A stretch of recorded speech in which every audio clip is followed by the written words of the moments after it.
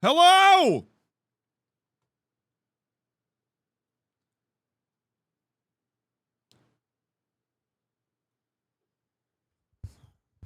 I have done nothing interesting today. Hello! Welcome to the stream. Hope you guys are doing well.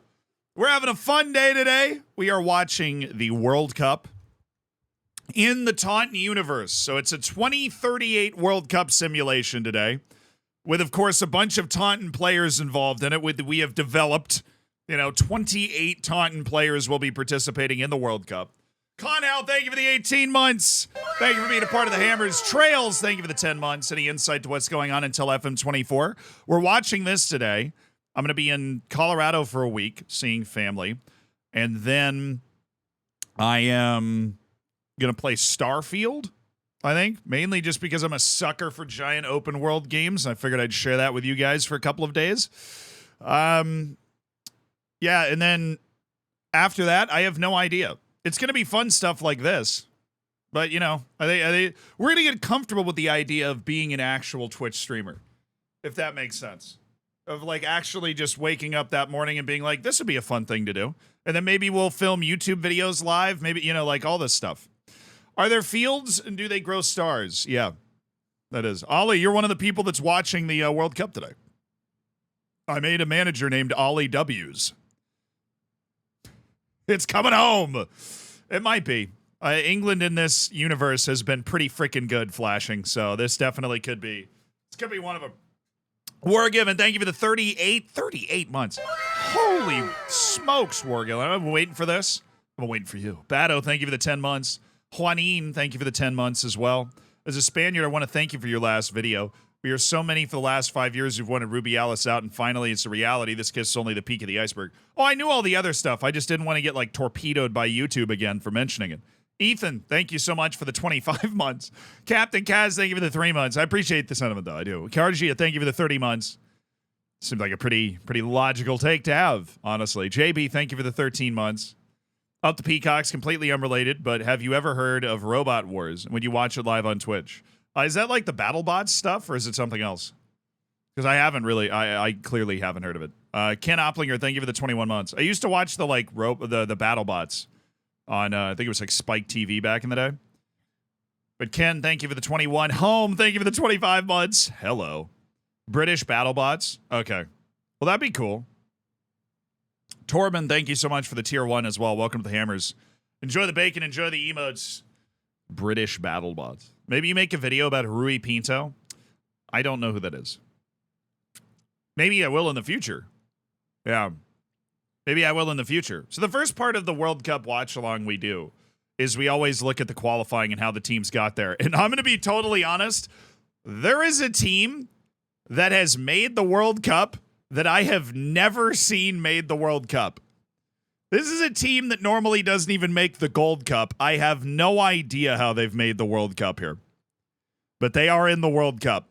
I've scrolled it. I've seen all the teams that are in our 2038 World Cup, and they are the number 8 will stun you. It's one of those.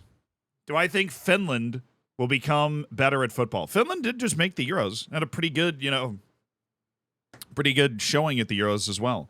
I think that Finland is one of those countries that, in terms of how many people around the world know it, is a little disproportionate to the actual number of people that live there. And there's not a huge emphasis on the sport domestically in terms of the league itself. But I think Finland is always going to be a team that makes a Euros once every 20 years. I mean, these things ebb and flow, too. If you looked at Iceland 25 years ago and you went, will Iceland ever make the World Cup? 100 out of 100 surveyed would have said no. And so that can always change.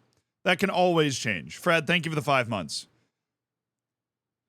Looking forward to the next road to glory? Potentially. So who's in the World Cup this edition? Well, that's what we're going to get to. All right, well, fine. We'll just... don't look!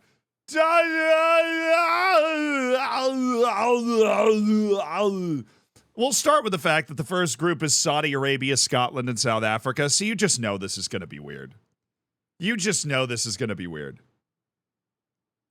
Saudi Arabia, Scotland, South Africa is the first group. like any other World Cup group ever. South Africa's hosting. The hosts of the 2038 World Cup are South Africa. Bro, alphabetical drawing, kind of.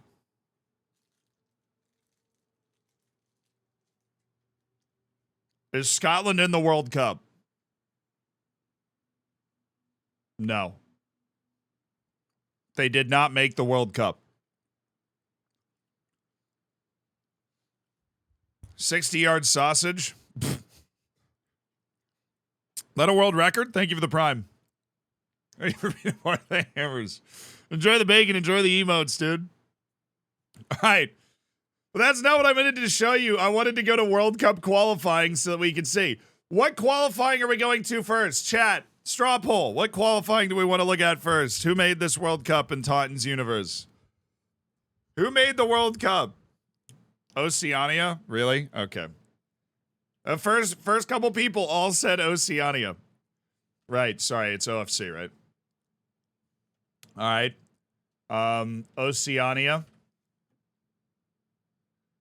Oh my god.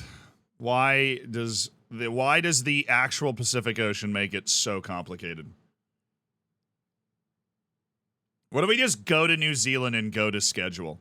They're clear, obviously New Zealand's in the World Cup. FIFA World Cup qualifiers.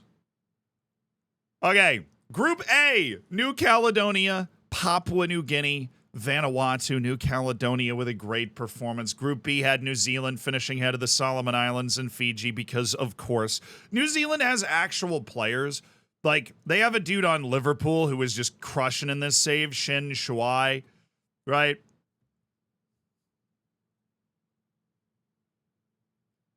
Anyways, they get to the final. They play the two legs against New Caledonia. It's an absolute waxing. It happened so long ago we can't even see it. 6-0 over two legs. So Oceania, not dramatic, but that does send New Caledonia to the playoffs. So it is possible that New Caledonia has also made it, but New Zealand won the Oceania World Cup qualifying. Now to the other World Cup qualifyings, which can be very fun.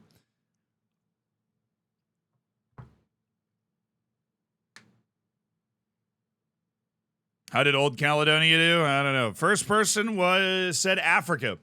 World Cup qualifying, Africa. All right, you guys get to look at my forehead while I pull this up so that I don't spoil anything for you. Thank you. How's it looking, by the way? Wrinkly, or am I still holding elasticity? I'm still holding elasticity. All right, here's the first. The first round of the African World Cup qualifying. Everybody loves the first round, especially because Seychelles beat Eswatini 5-3. What's up? Eritrea and Mauritius. Mauritius. How do you say that? I said Mauritius, and a bunch of people made fun of me for it. I thought it was Mauritius. Is it Mauritius? Mauritius? More itches. Mauritius. I'm going to go with Mauritius. Is everybody okay with Mauritius? All right, so Mauritius won on pins over Eritrea. Chad, because, of course, bro. Chad beat Namibia 3-1. South Sudan beat Lesotho 3-2. And Djibouti beat Somalia. And what I can only assume is like something resembling a derby beat Somalia 4-1. Second round, like everybody freaking plays in the second round. It's super unfair. Guinea beat Botswana 5-1 on aggregate because Guinea's got an actual team. Uganda beat Liberia 3-0. Sudan beat Kenya. Honestly, that's a bit of a surprise. 4-2.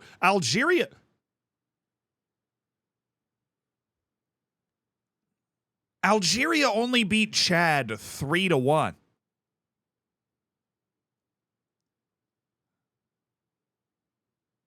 Does Chad have actual players?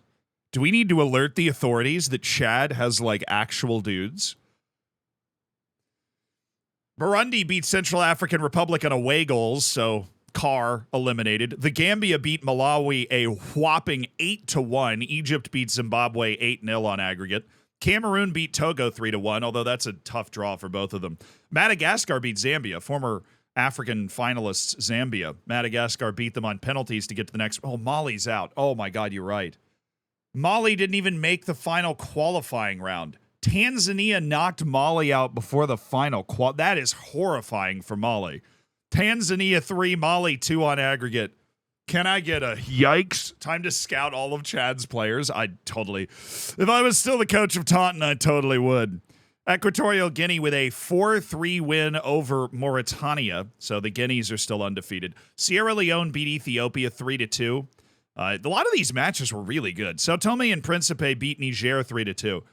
I can't believe Mali didn't make it out of this round. Dude, what is going on with North Africa? Egypt was fine, but Tunisia only beat Comoros 4-3.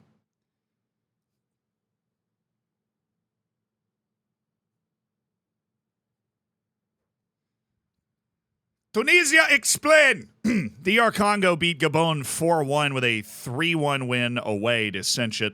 Angola lost to Cape Verde 5-3 in a battle of former Portuguese colonies. Senegal beat Rwanda 5-1, so they were fine. Morocco was also fine. They beat Mauritius 8-0. Djibouti got blasted by... I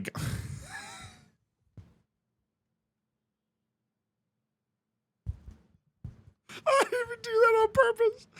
I swear I did not do that on purpose. Got blasted by Ghana 10-0.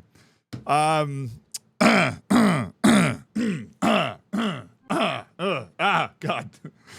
Not the holy books. They don't want to hear about this. Benin beat, all the Guineas aren't undefeated anymore. Benin eliminated Guinea-Bissau on pens to get to the next round. Nigeria survived the potential hurdle against Seychelles. 7-1. Burkina Faso with the 4-0 over Mozambique, and Ivory Coast got through South Sudan.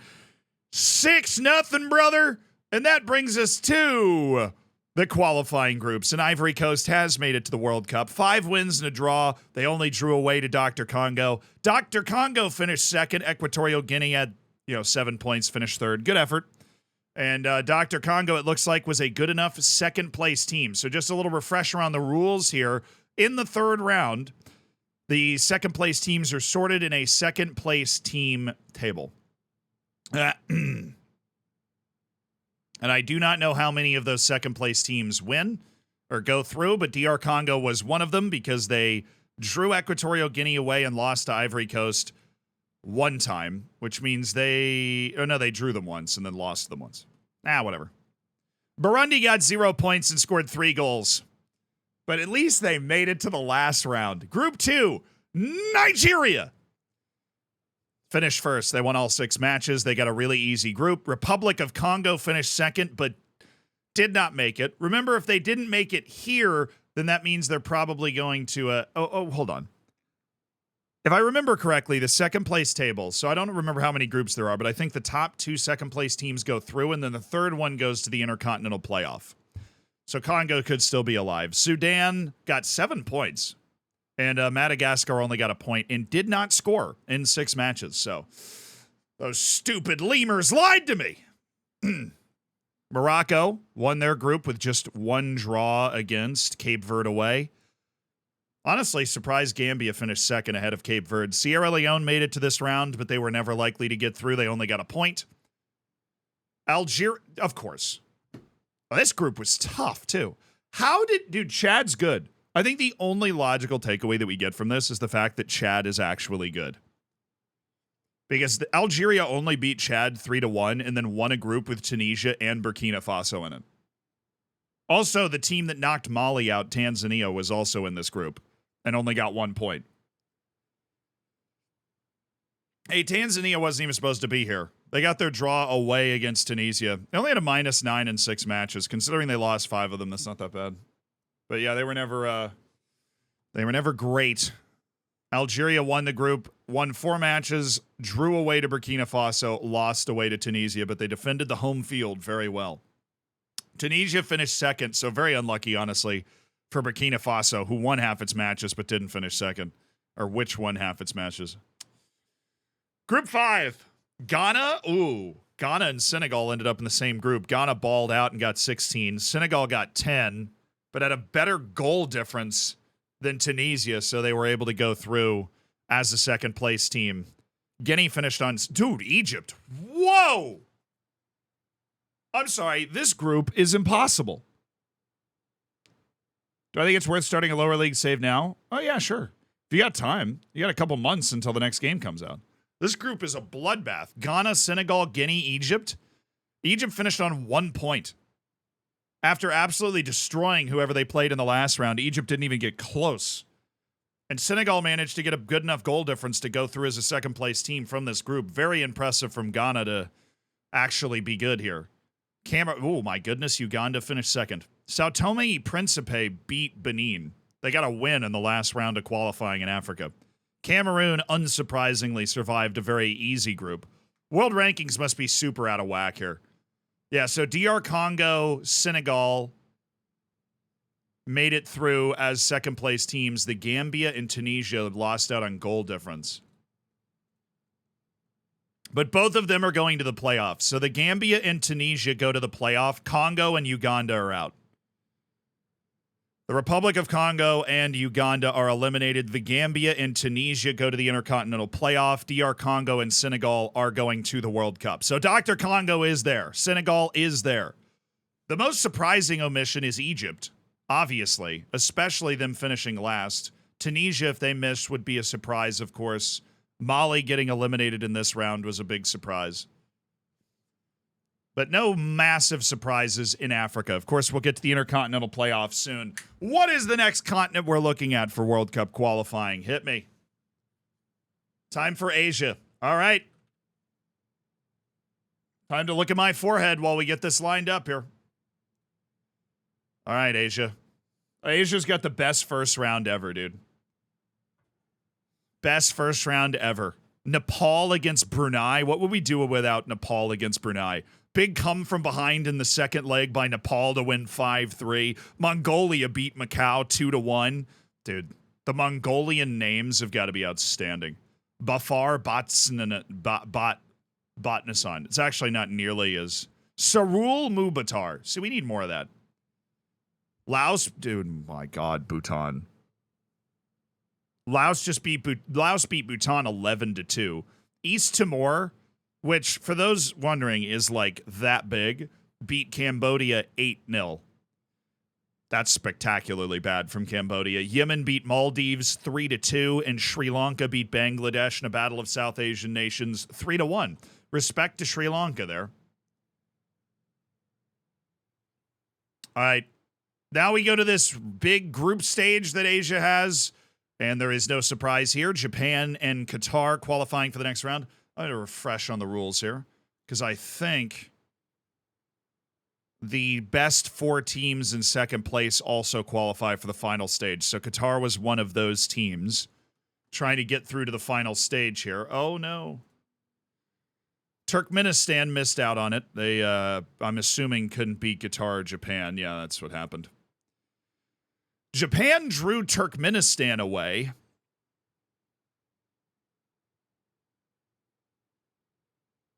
Awesome. Tajikistan had 6 points. Mongolia, after getting through the previous round, scored 0 goals in 8 matches and allowed 28. So great effort. Oh, India and Uzbekistan. I'm so disappointed in Uzbekistan, man. They got so close. They got so close to the freaking... They've been so close to the World Cup multiple times, but now that India and Uzbekistan beat each other. Well, India drew away against Guam. How could they possibly... They drew away against Guam. You're not going to make it if you draw away against Guam. Guam got 5 points. Guam beat North Korea in Pyongyang and then drew India and North Korea in Guam. That's like a really respectable effort from Guam. North Korea didn't win a match, so... Good luck, see you later to that team. Gotta love South and North Korea. South Korea drew away against North Korea. Hey, it's an intense derby. I get it. It's an intense derby. Oh, Indonesia got to the next round. All right. Taiwan got 7 points. They beat Nepal. They drew Iran. They drew Iran, Indonesia, Georgia. They drew everybody in the group. What an effort from Taiwan to get to the 7 points. Jordan got 10 points. Indonesia, though, great effort. Lost to Iran at home, drew Iran away, and drew Taiwan away, but got both wins over Jordan, which was huge to get them into second. And Iran, obviously, with the 2 draws against stunningly Taiwan, but also Indonesia. But Iran is through. They would be really shocked if they weren't. Very straightforward group here. Australia won all 8 matches on 24. Lebanon won all 6, not against Australia. They're going through. Myanmar and Malaysia split the difference, and Yemen was terrible. Any team that gets out of that first round of Asian qualifying is always terrible. Ooh, the UAE. Hello. Well, don't they have a wonder kid. The UAE had somebody on our short list at Taunton. Like, they have somebody that's actually good. They didn't get scored on either. Well, I mean, this group is really easy also. Singapore, Afghanistan, Palestine, and Timor-Leste. Like, all right. Singapore finished second, but all the points were divided between Singapore, Afghanistan, and Palestine. They couldn't sort each other. East Timor. Hey, compared to some of the teams like Mongolia, East Timor actually did a good job. They scored 2 against Singapore, who finished in second. They just didn't muster any points.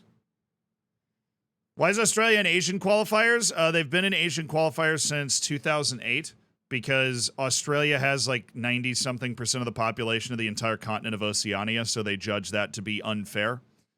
But they can't combine Oceania with Asia because the travel distances would be too long, so they need an Oceania qualifying section, but they didn't want to have Australia in it. And Australia also wanted to have better competition, and playing in Asia is better competition for them.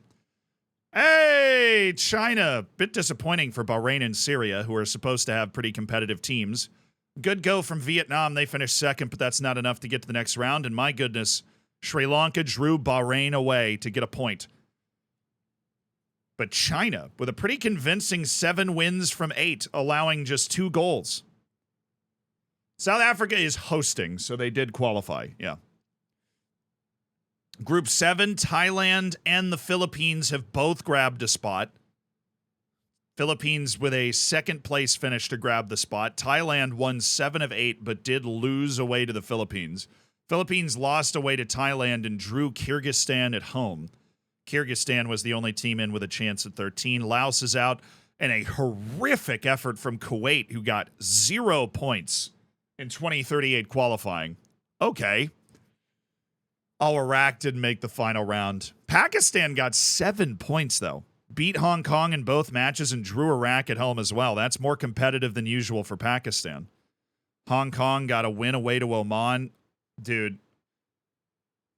Hong Kong drew Iraq in Iraq. There's no, like, Iraq's 2 draws were Pakistan away and Hong Kong at home. If they win those 2 matches, they're going to the next round. Like, you can't, they can't drop those points. You just can't drop those points. This is really, yeah, it was a rough qualifying for kind of the Middle East nations, the oil states like Bahrain, Kuwait.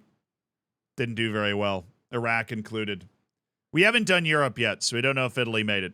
But that brings us to the 3rd round.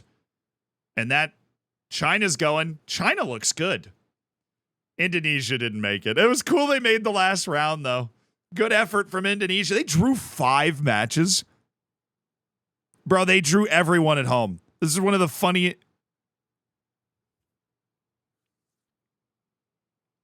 They drew every other team in the group at home. Every team in the group, they drew at home and lost 2 away. They didn't score 1 away goal the entire time. Fair play, Indonesia. Very competitive home environment that they play in. Qatar got 2 wins, 2 draws. Qatar's headed to the playoff. So if you're rooting for Qatar not to make it, they are headed to the playoff. Thailand is going, finished 1 point ahead of Qatar. Was that dramatic on the last day? Qatar lost and Thailand drew again. Wow. Thailand mustered a draw against Australia that I am pretty... Yeah. If Thailand didn't draw Australia on the last day, Australia, who was the best team in the group, then it would have been Qatar in that spot. But because Thailand mustered the draw, they managed to get themselves sent to the World Cup. That's incredible. China looks really good, though. I mean, only 3 losses, both Australia matches and away to Thailand. And of course, they drew Indonesia away because everybody did. So Australia, China, Iran, and Thailand are headed to the World Cup. Qatar to the playoff. Indonesia's out. The second group.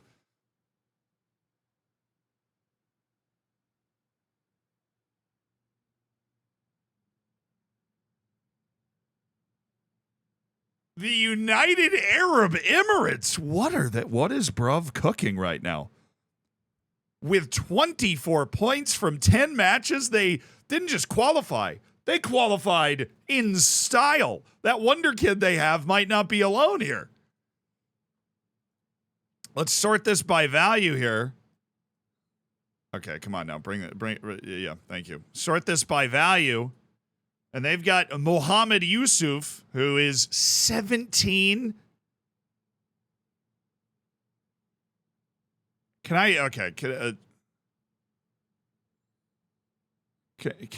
there a way to just show his attributes with the editing thing? Those attributes aren't that good.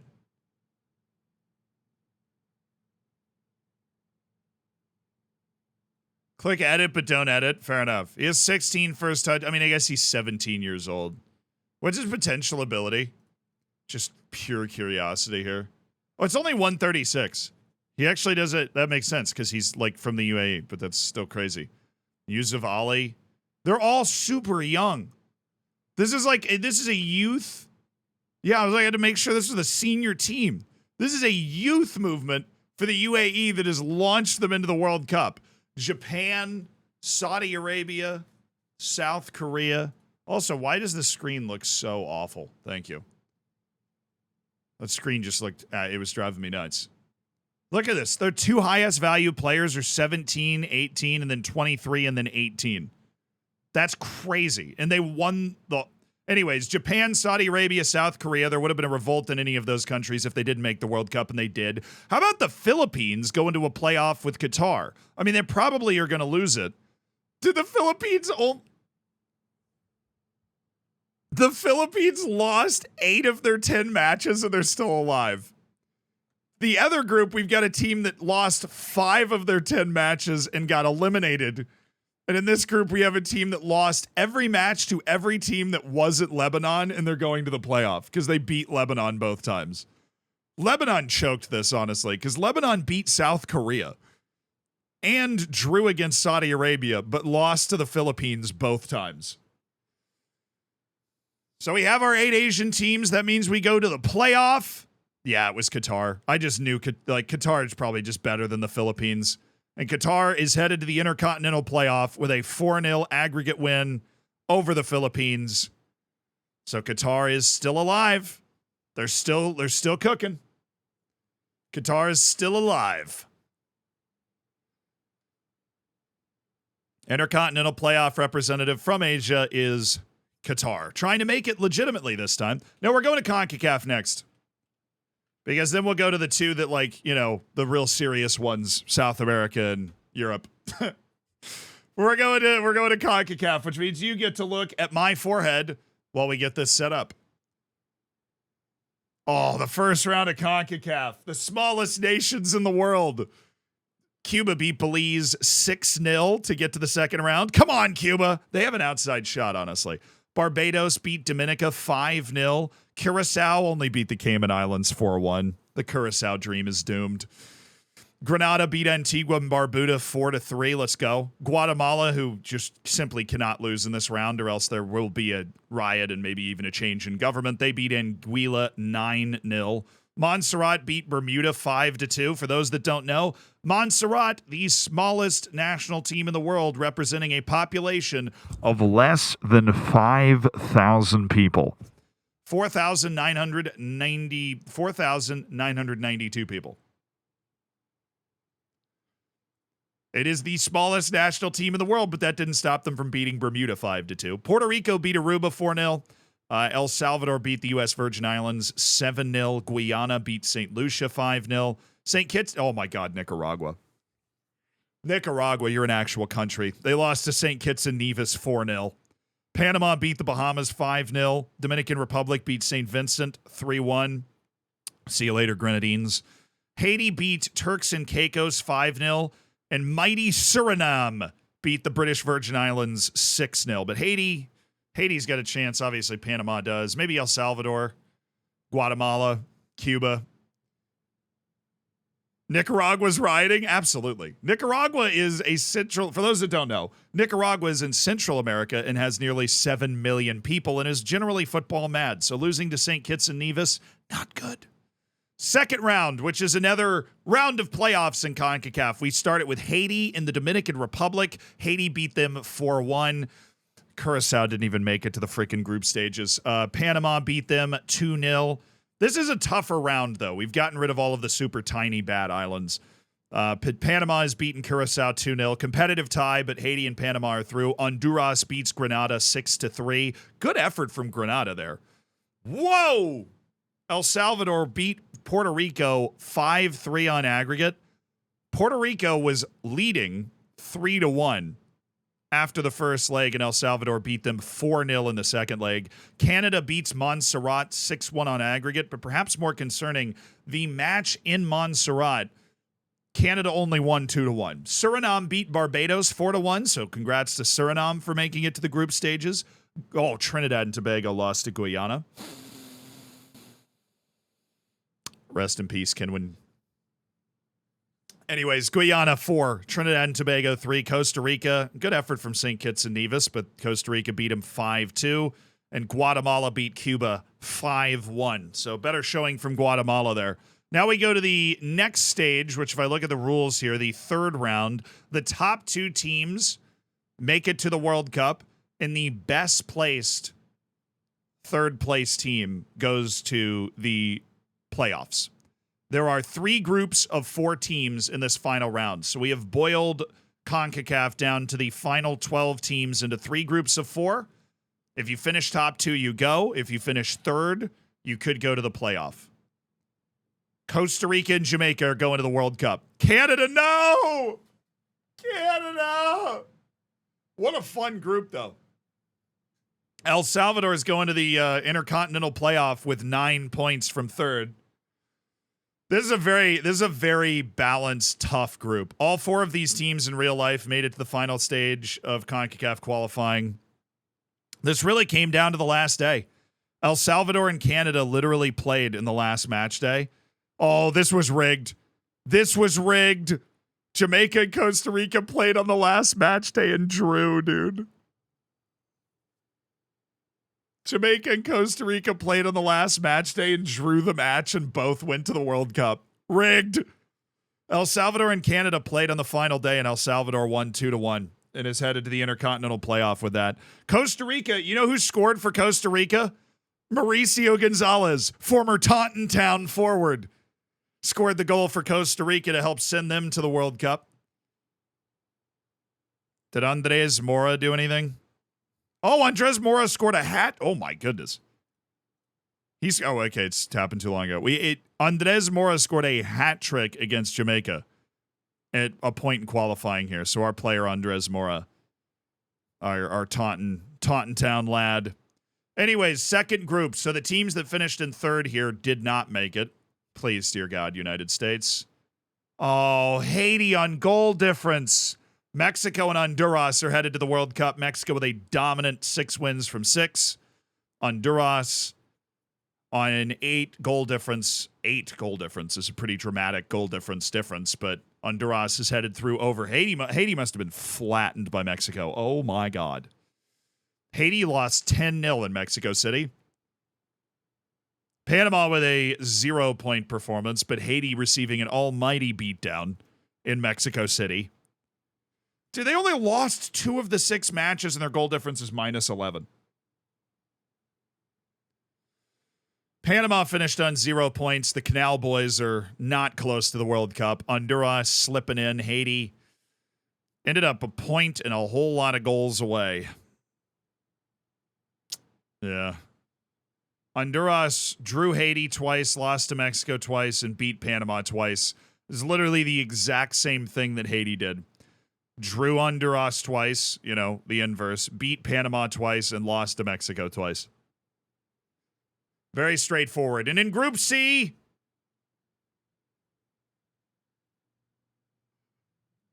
Suriname! If you saw the Discord notification, I did spoil this, but Suriname is going to the World Cup with a stunningly decent performance in the final round. And that means, unbelievably, a team from not the second round, from the first round of qualifying, who started their World Cup qualifying journey against the British Virgin Islands, is going to the World Cup with 8 points, 2 losses, 1 away to Guyana and 1 at home against the United States, a draw away against the U.S., which is an incredible result for Suriname, and a draw at home against Guatemala, and then wins away against Guatemala and at home against Guyana. What an effort for Suriname, the Surrey boys. That it is obviously their first World Cup, even though it's 2038. The Surrey boys are headed to the World Cup in South Africa. That was, oh no, it was already decided. The final match day was Suriname against Guyana, and that is when Guyana won. But even though Guyana won, it wasn't enough. Honestly, Guatemala is probably looking at this group like, dude, how did we fumble this bag? They lost at home to Guyana and Suriname. That is horrifying for Guatemala. So Suriname really clinched this early on.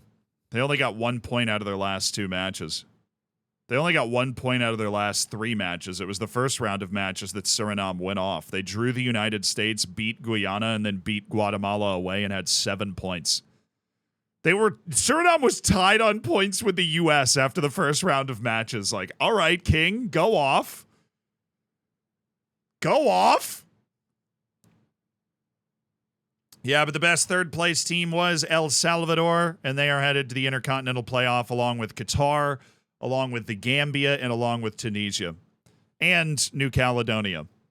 Those are the teams that have made it thus far. But now we go to South America, and that's where we look at my forehead again. World Cup qualifying South America. Who made it? What happened? Oh, yeah, it's CONMEBOL. Sorry.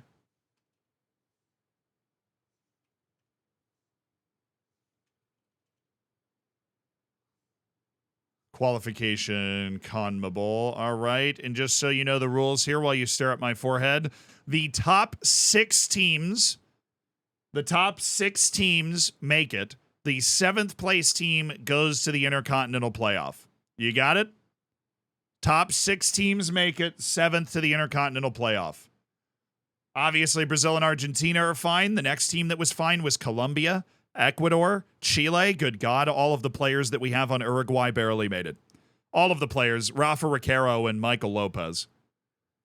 They barely slipped in with 21 points. 5 teams were fine. Brazil, Argentina, Colombia, Ecuador, and Chile were way out in front. They were fine. Yeah, Jose Lopez and Cañiz are headed to the Intercontinental Playoff with Paraguay. Well, at least they're headed there. Peru with a terrible 9 points. Bolivia actually got within, Bolivia was 3 points away from going to the Intercontinental Playoff. Venezuela, obviously, missing out entirely.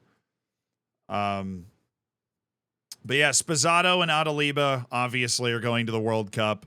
Rafa Riquero and Michael Lopez, who we out on loan, are going. And then Cañiz and Lopez are headed to the playoff. They finished in 7th. I wonder if Uruguay had to settle that on the last day. Paraguay drew, and where is Uruguay won? So they were on the same number of points. Oh, my goodness. Paraguay with a fat bottle, dude. Oh, well, I guess if Uruguay didn't win and Paraguay also didn't win, that would have been embarrassing. But Uruguay did. Oh, 86th minute. Uruguay scored in the 86th minute to win at Bolivia to get the last World Cup qualifying spot. And if Paraguay drew against Venezuela, they really fumbled the bag and have to go to the playoff. All right, World Cup, Europe. Here's my forehead. World Cup qualifying in UEFA, which is top team qualifies. Teams in second are sorted in a second place table. The second place teams, the top 6 second place teams qualify because there are a lot of groups. There are 1, 2, hold on. 1, 2, 3, 4, 5, 6, 7, 8, 9. There are 10 groups, which means if you finish second, odds are that you did go through, but the odds are only 6 out of 10. Got it? All right, we've got the first group up. Here we go. European World Cup qualifying. You guys, this first group is funny. Northern Ireland, baby. Northern Ireland are going to the World Cup. George Best, eat your freaking heart out. The Netherlands won the group with 9 wins from 10. Very impressive. Eduardo Delgado is going. Heartbreak for Ukraine here. They had a better goal difference. Unsurprising. They're probably more talented than Northern Ireland, but they couldn't get it done on the day. And Northern Ireland's going to the World Cup. Bulgaria comes up short. Malta and Moldova share a win apiece. But on the final day, it was Northern Ireland that pulled a point ahead. Northern Ireland did. Oh, that's where they won it. The second to last match day, Northern Ireland beat Ukraine 2-1 on a 90th minute goal. Oh, I wish we could watch it. A 90th minute goal by Jonathan O'Reilly of Al Jazeera in the UAE. Newcastle youth product, Jonathan Riley, with a 90th minute goal in Belfast against Ukraine to win. That put them 4 points ahead with a match to go. It was the head-to-head result that did it.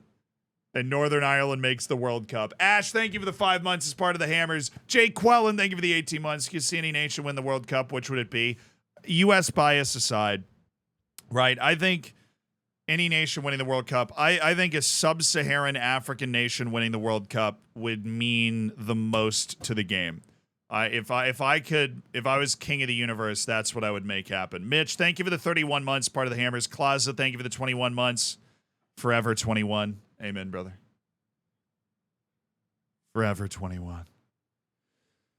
Ukraine got FM'd? Probably. But Northern Ireland hasn't been to a World Cup since 1986. And they are now going to the 2038 World Cup. It's been 52 years since Northern Ireland went to the World Cup.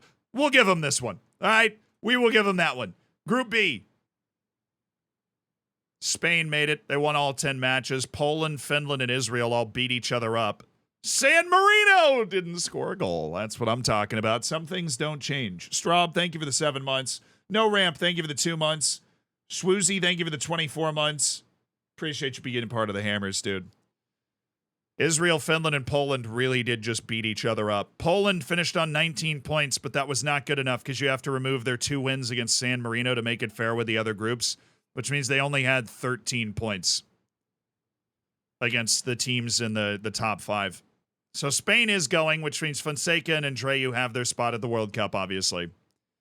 But it is not the same for Poland. I wonder if they fumbled the bag on the last day. No, they beat Israel. All right. Group C. Oh, no, Switzerland. Gibraltar got 2 points. They drew Andorra twice. So big results for Gibraltar. Andorra got a win. Oh, God. They beat North Macedonia. Slovenia finished second, which is very impressive for Slovenia. Italy. Little dicey there, Italy. They drew PTSD's kicking in hard here. They drew North Macedonia on the final match day. Switzerland fumbled it, dude. Switzerland and Slovenia fumbled it. I will almost guarantee you. So the final match day, Switzerland and Slovenia drew it 0. We need to remember to check this because I almost guarantee you that if either team had won that game, they would have gotten a second place spot. But because they drew, neither one had enough points to get the second place spot, and they just missed. What a brutal draw on the last day. Who is João Pitbull? Who is this guy on North Macedonia? João Pitbull? He was born in Brazil. Of course he was. João Pitbull. He's from the Santos Academy. He just had North Macedonian second nationality. He never played there. João Pitbull. Dude is brilliant. 51 caps, 13 goals. Macedonian superstar. I mean, he is Mr. Worldwide. It's not even a joke. The dude had second North Macedonian nationality. Although the Swiss, I feel like they make the World Cup like, yeah, wow.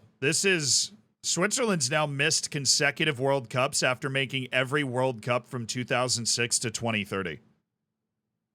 The downfall of the Swiss national team. Slovenia hasn't made the world. Oh, they made it in 2026. They've only been to 3. Italy is through a bit uncomfortably. Group D. England with a little revenge on Croatia, who has missed the World Cup. Look at the Faroe Islands. What? They beat Croatia. Faroe Islands had 12 points. Beat Croatia at home. They beat Liechtenstein both times, and they beat Georgia away. They lost to Georgia at home. They lost to England, obviously. And they lost to Slovakia in both matches, but they only lost 2-1 at home to Slovakia. This Faroese team is balling out. Don't count them out of that stunning World Cup. Oliver Olsen plays in Mexico, exactly like you would expect. Played in the MLS for a little while. Tronder Kragestein. Kragestein. This dude is actually quite the athlete. Great ball control. Plays at Sparta Rotterdam. They've got a few guys. All right, Faroe Islands, I see you. But very disappointing, obviously, for Croatia, because if they hadn't lost away to the Faroe Islands, they'd probably be going to the World Cup. They lost both matches to England. Both were close. 3-1 away and 1-0 at home. And they drew away to Slovakia 2-2. Slovakia lost to England both times, away to Croatia, and then obviously drew Croatia at home, but won all the matches they were supposed to. Very disappointing for Croatia, but England's obviously through. Group E. Belgium and Austria has made it to the World Cup. Albania, Cyprus, and Armenia eliminated. Pretty straightforward. But we got, we love Austrian representation. They've made 3 of the last 4 World Cups now.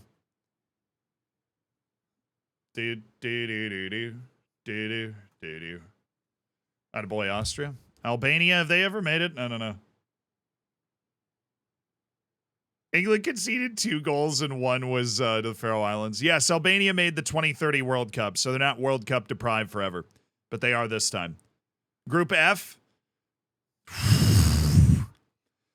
Top 3 teams within 3 points. Hello. Latvia finished on 0. Kosovo beat Latvia twice, I'm assuming. Yeah. They had to. But Portugal finished top of the group. Sweden finished second, but got through on second place positioning. And then Romania. Somebody was asked about Romania earlier. They were darn close. Final match day. Final match day was simple. Sweden had to beat Latvia, and it did. Sweden had to beat Latvia, and Portugal had to beat Kosovo. Both of those things happened. But it was the match day before where Romania drew against Portugal and Sweden survived on the road against Kosovo. Thanks to a brace from Williot Swedberg, who's still balling out. How is his career? Oh, he just never left Celta Vigo. Okay, that's cool. He has 103 Sweden caps at 34 and has led Sweden through. Honestly, considering they were all within 3 points of each other, it was never that dramatic. Sweden beat Romania 3-0 in Stockholm on the match day before that to separate from Romania. Or to, create the situation where they could overturn that. Group G. Oh, Wales knocked Ireland out by a point. But Wales is going. That Welsh golden generation is going. Germany was uncomfortable on 19 points. They only won 6 of their 8. They drew away to Ireland in Dublin, and they lost at home against Wales. Wales went there and beat them. But Wales lost at home against Germany and Ireland and drew Ireland away. Wales did not beat Ireland. But they did beat Ireland in the most important thing, which is, getting to the World Cup. Iceland ended up way off it and beat... Who did Lithuania draw? They drew Ireland, didn't they? Ireland. Oh, my God.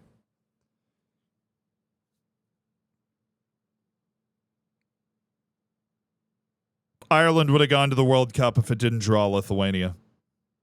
They would have knocked out the Welsh golden generation if they didn't draw Lithuania. At home. at home. Ireland had it. When was that? Oh, it was the second to last match day. Oh, they just choked. Oh, they so choked. And then Wales barely beat Iceland on the final day to get itself to the World Cup. If they drew Iceland, it would have been Ireland in second. Lithuania in Dublin. Bruh, they went to Vilnius and beat Lithuania 4-0 in the other match. Iceland beat Lithuania in both matches.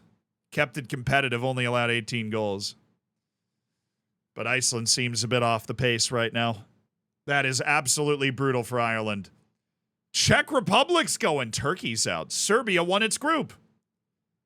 A lot of things. Azerbaijan only got a point with a draw against Montenegro. Montenegro beat Azerbaijan and drew Turkey, so a bad sign for Turkey, who lost both matches to Serbia and drew Czech Republic away. Oh, they beat Czech Republic. Czech Republic just did a better job of... Well, Czech Republic beat Serbia in Serbia. That's the result that got them through. Like, literally, second to last match day, Turkey beat Czech Republic 3-0. It just didn't matter. Czech Republic had already created so much distance, finished in that second place, and is going through. Yo! So, hey, Czech Republic. There's only this... Wow. It is only the second ever World Cup appearance for Czech Republic.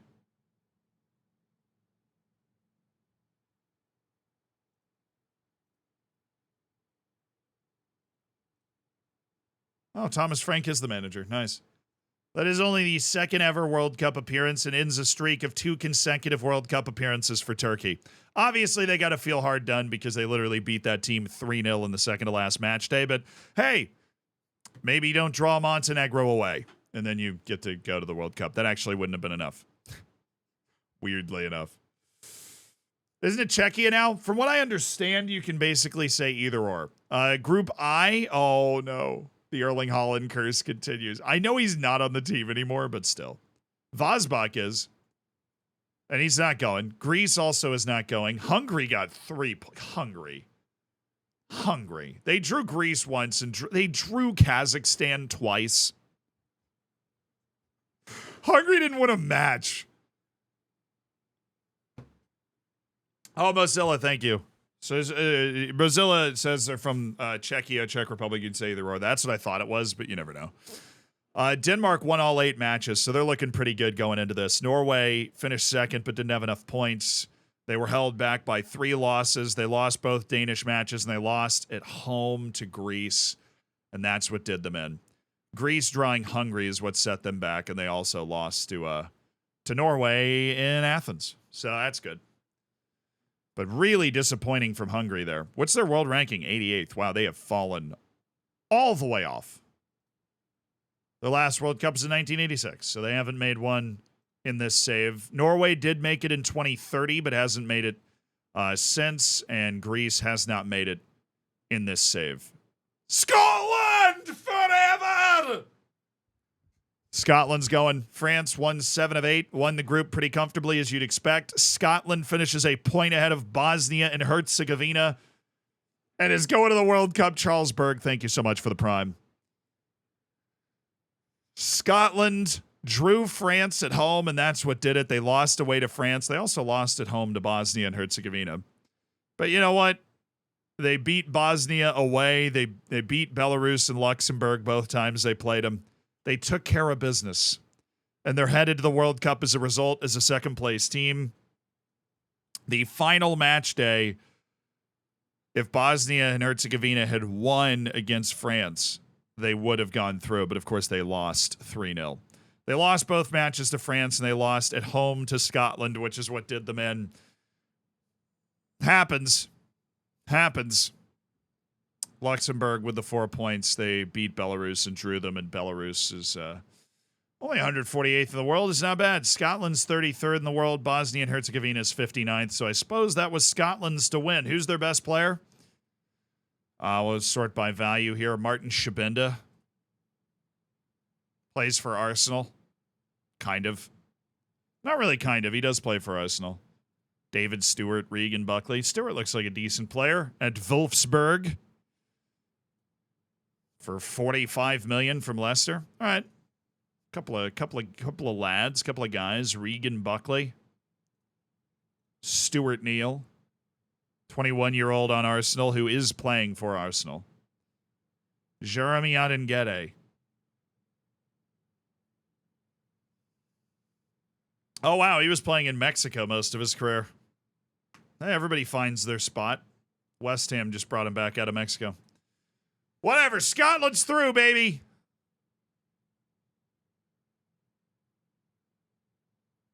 I was right, by the way. If Slovenia had won that match it was playing, it would have qualified. If Slovenia had beaten Switzerland instead of drawing them, it would have qualified for the World Cup. Scotland got that place instead. Norway was the closest team, but it was all settled by at least a point for the second place teams. But if Slovenia had won that match, it would have qualified. Switzerland would not have, based off the way that it all fell. Croatia and Poland were a full match off. Norway was just a point. But Croatia's missed out on the World Cup. My guess is probably for the first time in a long time, yeah. Croatia's missed out on the World Cup for the first time since 2010. A horrible qualifying time or section for Croatia. First time since 2010. 28 years that Croatia has missed the World Cup. And for Poland, same thing. Poland had made every World Cup since 2018. First time since 2014 that Poland is missing out after finishing second. They're not going through. Very good run for Poland. Croatia just doesn't like South Africa. Oh my God, that's so true. Those are the two World Cups that South Africa hosted. So now we go to my forehead one more time for the World Cup playoff. The semifinal of the World Cup playoff. The Gambia against Qatar. El Salvador against New Caledonia. The winners play against Paraguay and Tunisia. 6 teams make the playoff. For those that don't know how it works, the first round of matches is the Gambia against Qatar and El Salvador against New Caledonia.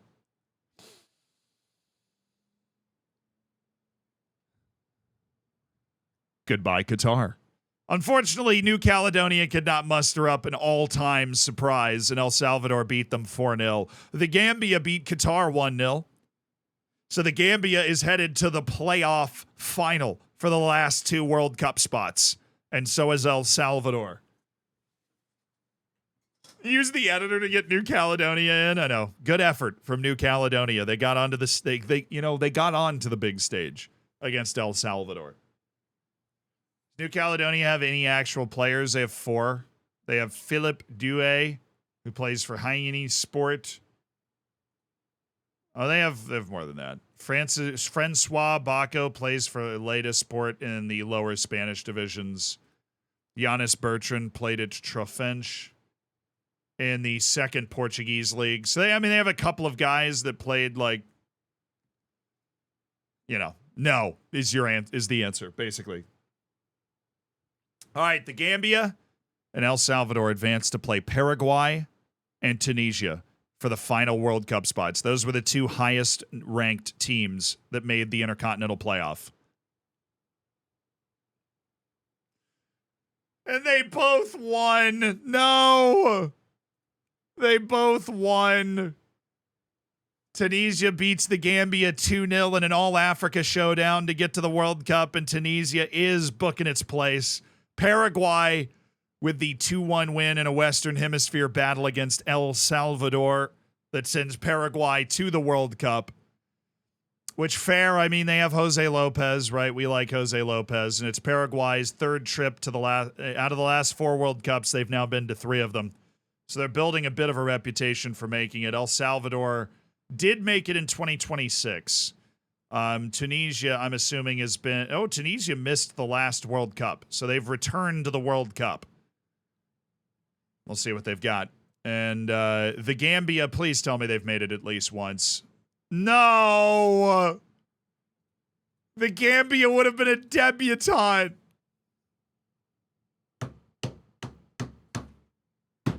Gambia!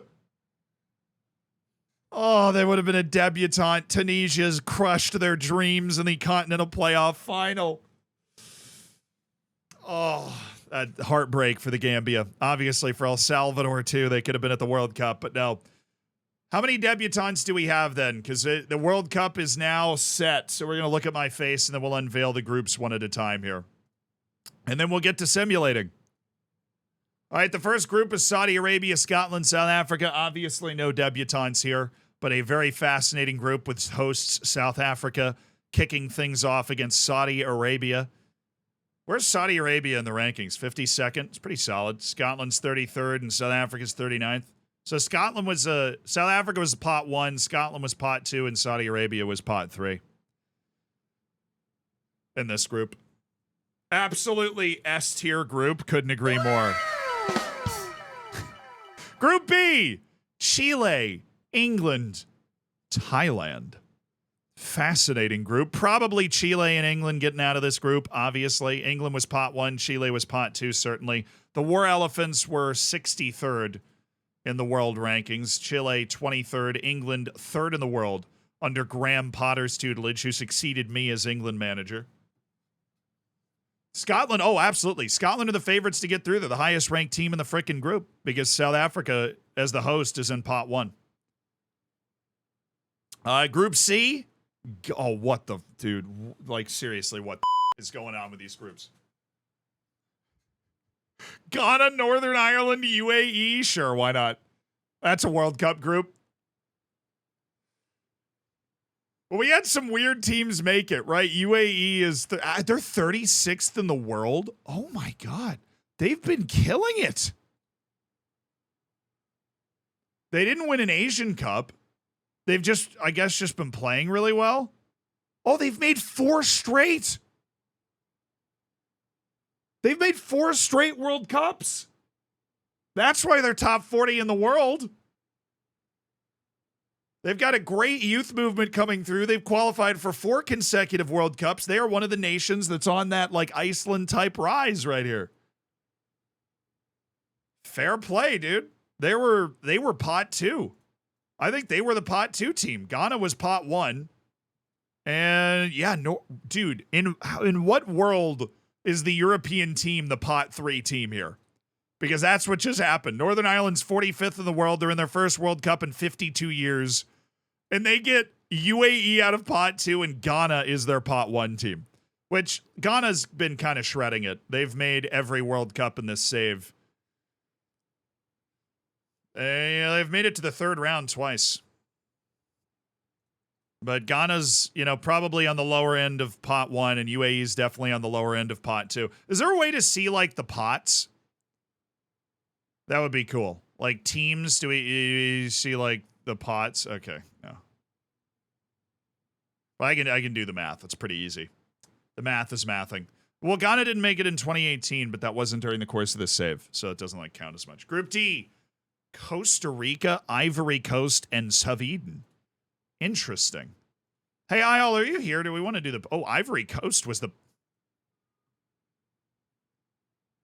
Ivory Coast was the pot 1 team. Africa's got a couple of pot 1 teams here. Ivory Coast is 12th in the world. Sweden was pot 2 and Costa Rica was pot 3. That's an interesting group. Sweden's kind of slipping. If they're 37th in the world, they're kind of slipping. Ivory Coast freaking 12th in the world. All right, Group E. Denmark, Nigeria, that's a tough group. Denmark was pot 1. Okay, I don't know who pot 1 was because the world rankings have clearly changed since the pots were made because both Denmark and Nigeria are both top 15 teams. One of them was pot 1 and one of them was right on the line to pot 2 before the ranking changed. South Korea's 55th, which fat yikes, but since they're from Asia, they've made every World Cup, but they are not doing well. Denmark and Nigeria should be the teams that get out of this. Does not look like South Korea's got a good generation right now. They're making the World Cup, but they're not doing anything when they get there. Denmark and Nigeria both top 15 in the world. That's a tough group. Iran, Italy, Morocco. Ooh. Morocco's 19, Iran's 43, and Italy is 5. So Italy was the pot 1, Morocco the 2, and Iran the 3. I think Iran's made every World Cup. Oh my goodness, Iran missed the World Cup 4 years ago. How do they miss? How do you miss out of Asia when you're Iran? Morocco's made every World Cup out of Africa, which is much harder. So very reliably good team, Morocco, top 20 in the world. Iran, not so much. Probably straightforward there. Jalapeno, thank you for the 11 months as part of the Hammers, my dude. Kiramaja, thank you for the 23 months. Charles, thank you for the Prime. Zidu, thank you for the 18 months. Mr. Straub, thank you for the 7 months.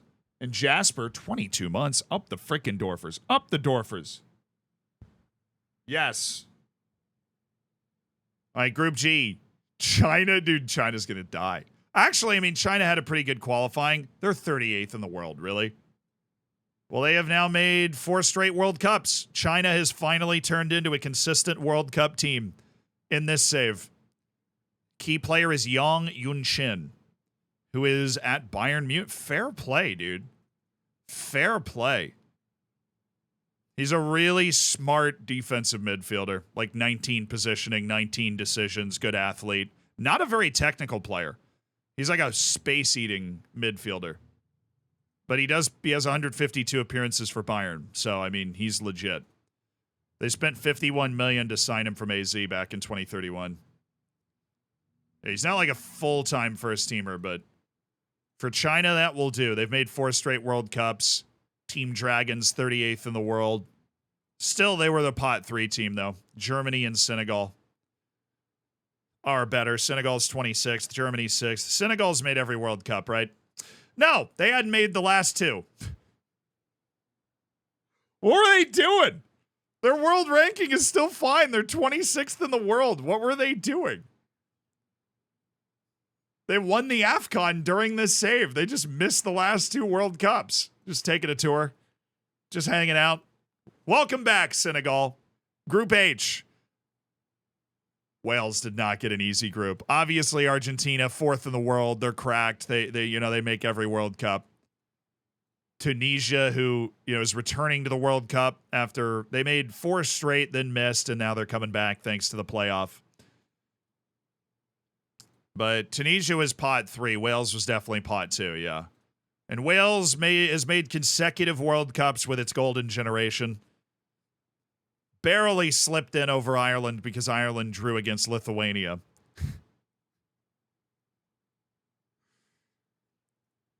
It is the 4th ever World Cup for Wales, and they're here.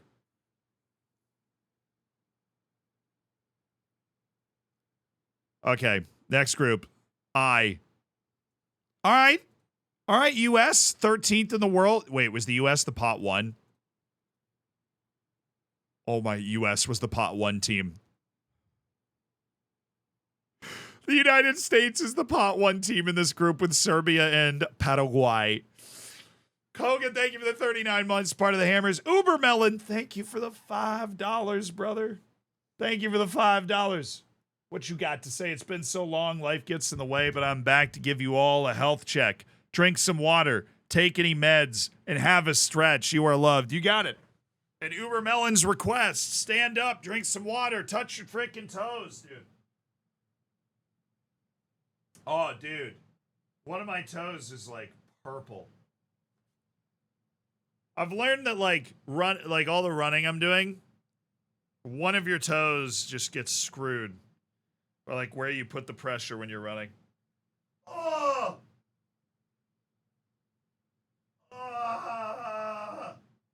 That's how I feel when I stretch. Stretch it out, drink some water. Thank you, Ubermelon. Appreciate it. Pharaoh versus Kish. Ooh, true. It's going to be Pharaoh against Kish. Cayman Pharaoh going to try and lock him down. He's already on the list of, great, top American players. Paraguay's got to like that group, though. Paraguay's 61st in the world. Group J, Australia, Cameroon, France. That's an interesting group. Now, France is 2 in the world.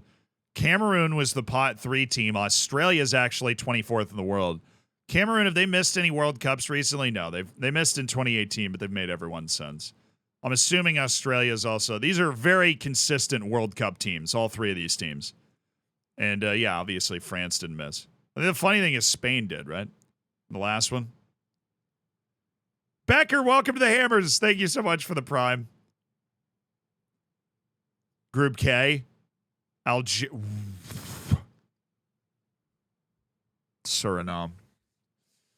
Suriname.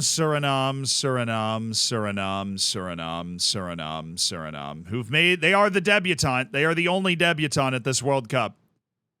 Making their appearance. The Algerians, who missed the last World Cup and really got a scare from Chad in the previous round, have returned. They've had a weird run. They missed in 2018. They missed in, obviously that was real life. They missed in 2022 as well. They made it back for the first 2, missed in 2034, and they've made it back again. The Algerians.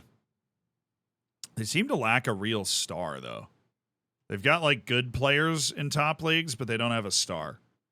So this should be an easy group for Portugal. Maybe Suriname can catch Algeria, but I don't think so. I mean, dude, their best player plays for Zeebrugge. They're an amateur team in the Netherlands. Enrico Spekken. Oh God. Oh, he actually is a very good passer. He's just a very passing specific player, Enrico Spurgen. Robin Hood. Oh, that's good. That's a club in Suriname. This guy plays for Zwolle. And he's 35. Bjorn Hardley. Okay. How did they make it?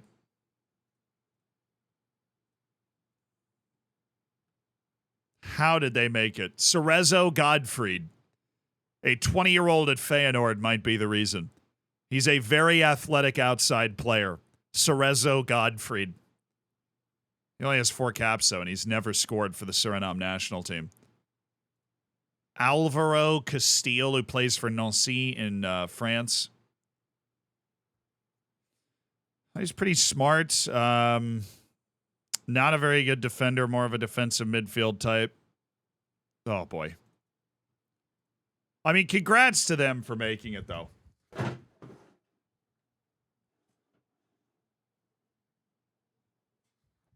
Pray for this Suriname team. Yeah, they did not get the easiest group they could have. Group L, Colombia. That is a brutal group. That is a brutal group. Colombia's pot 1. Oh, I accidentally clicked home. Hold on.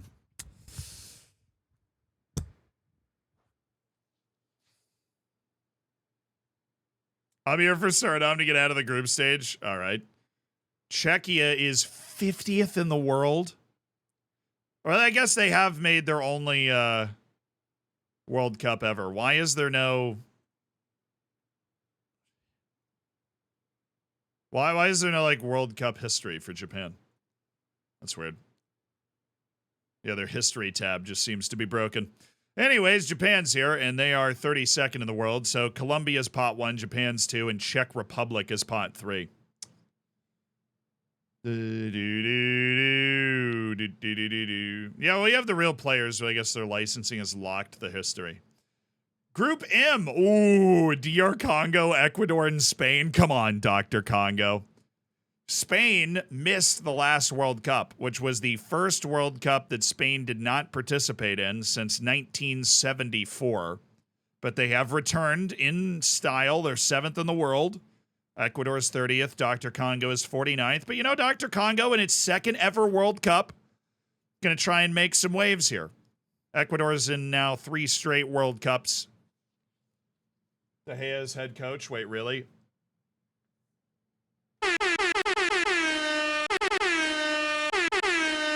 Oh my goodness, David De Gea is the head coach of the Spanish national team. Moises Caicedo is still playing. He's 36 years old. He has been at Lazio forever. He went there from Brighton for $34.5 million and has played his whole career out at Lazio and made 184 appearances for Ecuador, dude.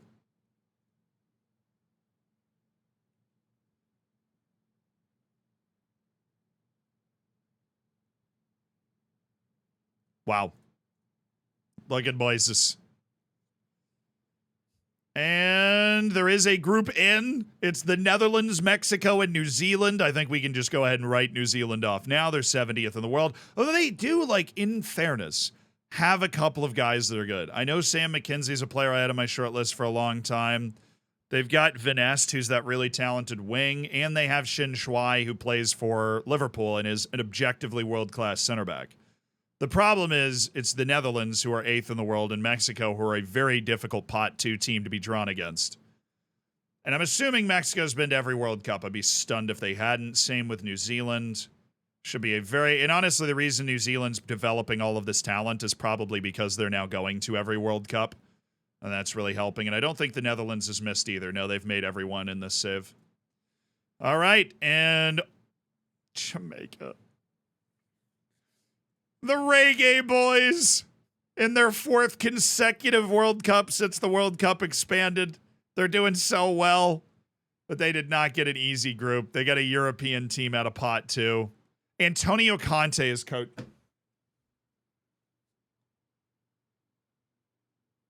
Antonio Conte is coaching Austria, the Austrian national team, which has now made 3 of the last 4 World Cups. They've actually turned a really nice corner.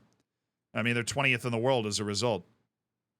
And Brazil being coached by Nobre, who in real life is coaching a Turkish team, which this guy's had quite the glow up then.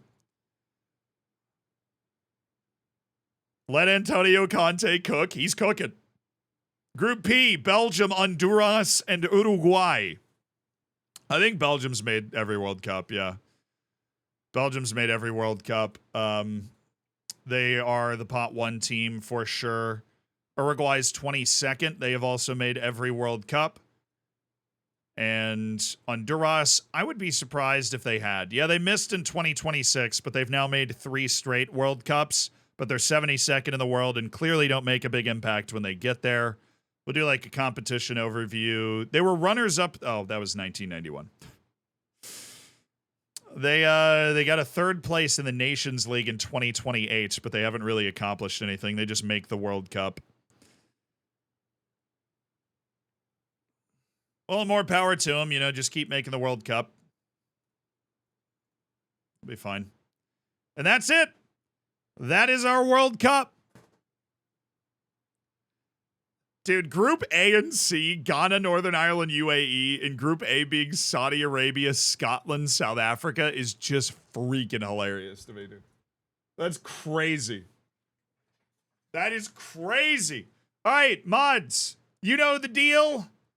No betting on the group stage. We're not doing the table thing or anything today. All the wizard of that is not here. But once we get to the knockouts and we start watching the matches, we will watch the knockout matches. We will do channel points wagers on each of the matches. So you do have an opportunity to earn a ton of channel points over the course of this stream.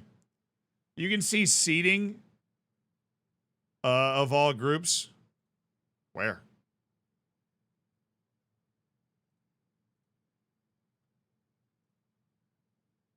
Oh yeah, they're down here. Oh, that's cool. Nice size. All right, so the pot 1 was Ghana, France, Italy, South Africa, who were the hosts. But it was Ghana, France, Italy, Brazil, England, USA, baby. The Netherlands, Spain, Argentina, Ivory Coast, Germany, Colombia, Portugal, and Belgium. That was pot 1.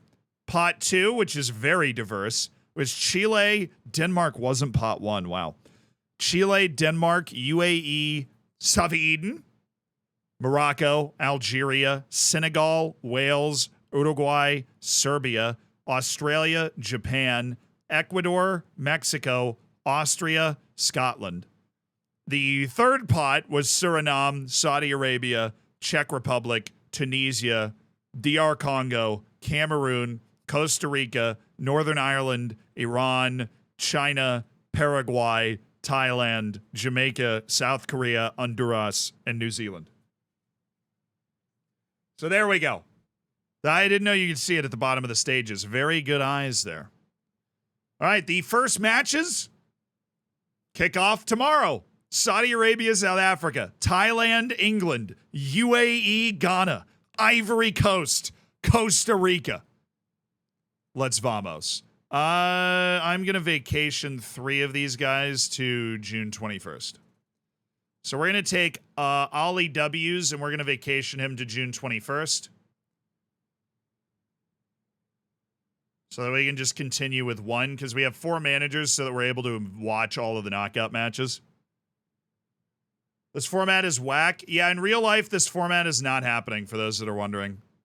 Like in real life, this format is just not happening. All right, Ollie W's is vacationing. J-Lab of J-Land is vacationing.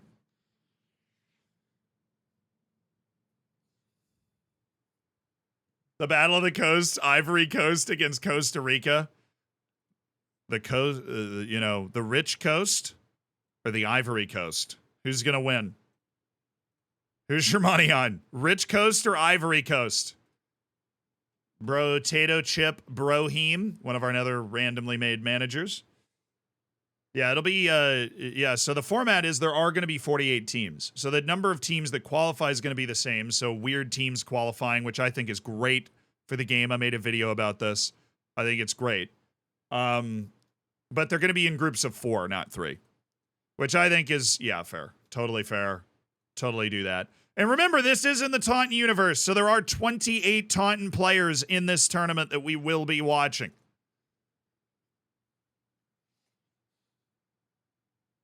Gotta go with Ivory over the Rich Coast? I don't know, but the Rich Coast is rich, guys. I think also important to remember is Ivory Coast is the 12th ranked country in the world. They're cooking, and Costa Rica never cooks in Football Manager. Although they do have Andres Mora, who's that amazing young striker we had.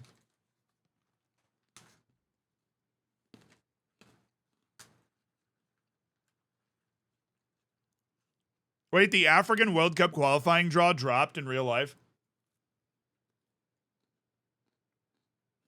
Birkin, thank you so much for the Prime. Welcome to the Hammers.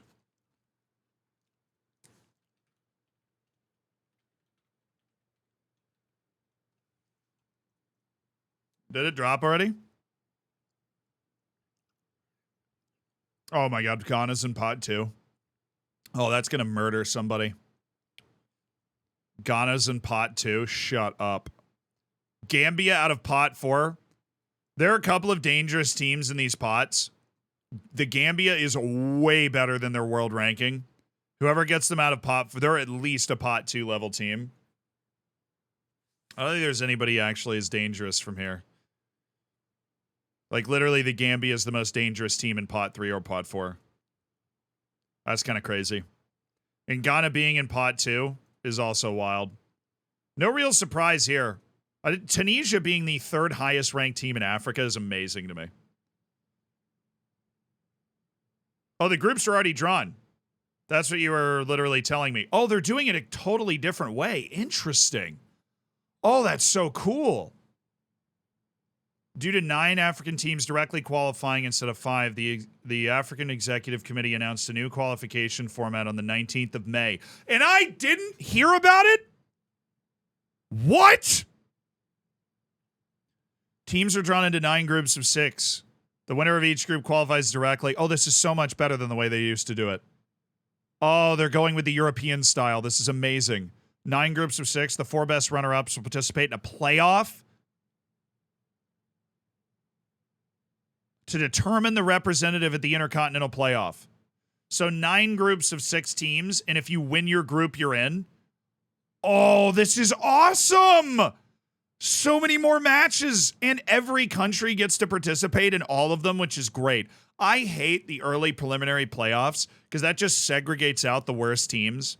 Like now Somalia, as much as Somalia has so many different things to worry about, will be able to participate in like 10 World Cup qualifying matches instead of 2. That's awesome. Just in a broad sense. So Egypt, Burkina Faso, Guinea-Bissau, Sierra Leone, Ethiopia, Djibouti. Egypt's got to win that. Although this is a great opportunity for Burkina Faso. If Mo Salah gets hurt or Egypt slips a little bit, Burkina Faso is clearly the second best team. Senegal and Dr. Congo, Mauritania, Togo, Sudan, South Africa. Africa.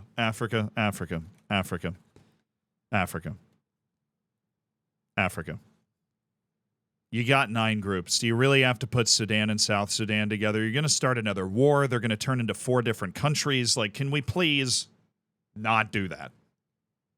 Bro, Sudan versus South Sudan doesn't even matter. Those teams both have exactly 0% chance to actually get out of this.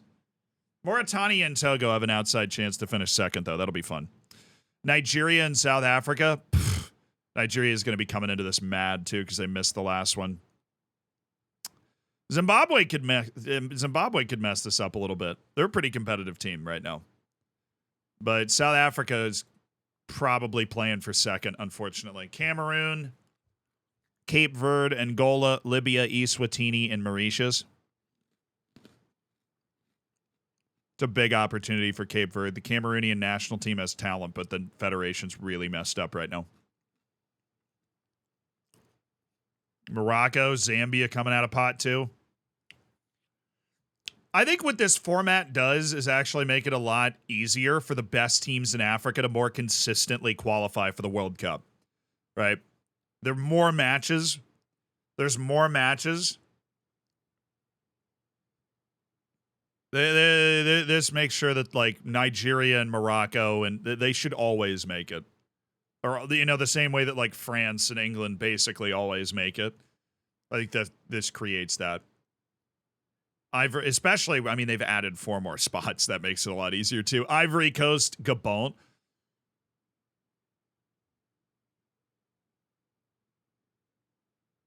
Bro, I'm going to be totally honest with you.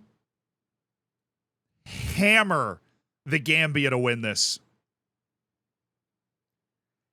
Hammer the Gambia to win this.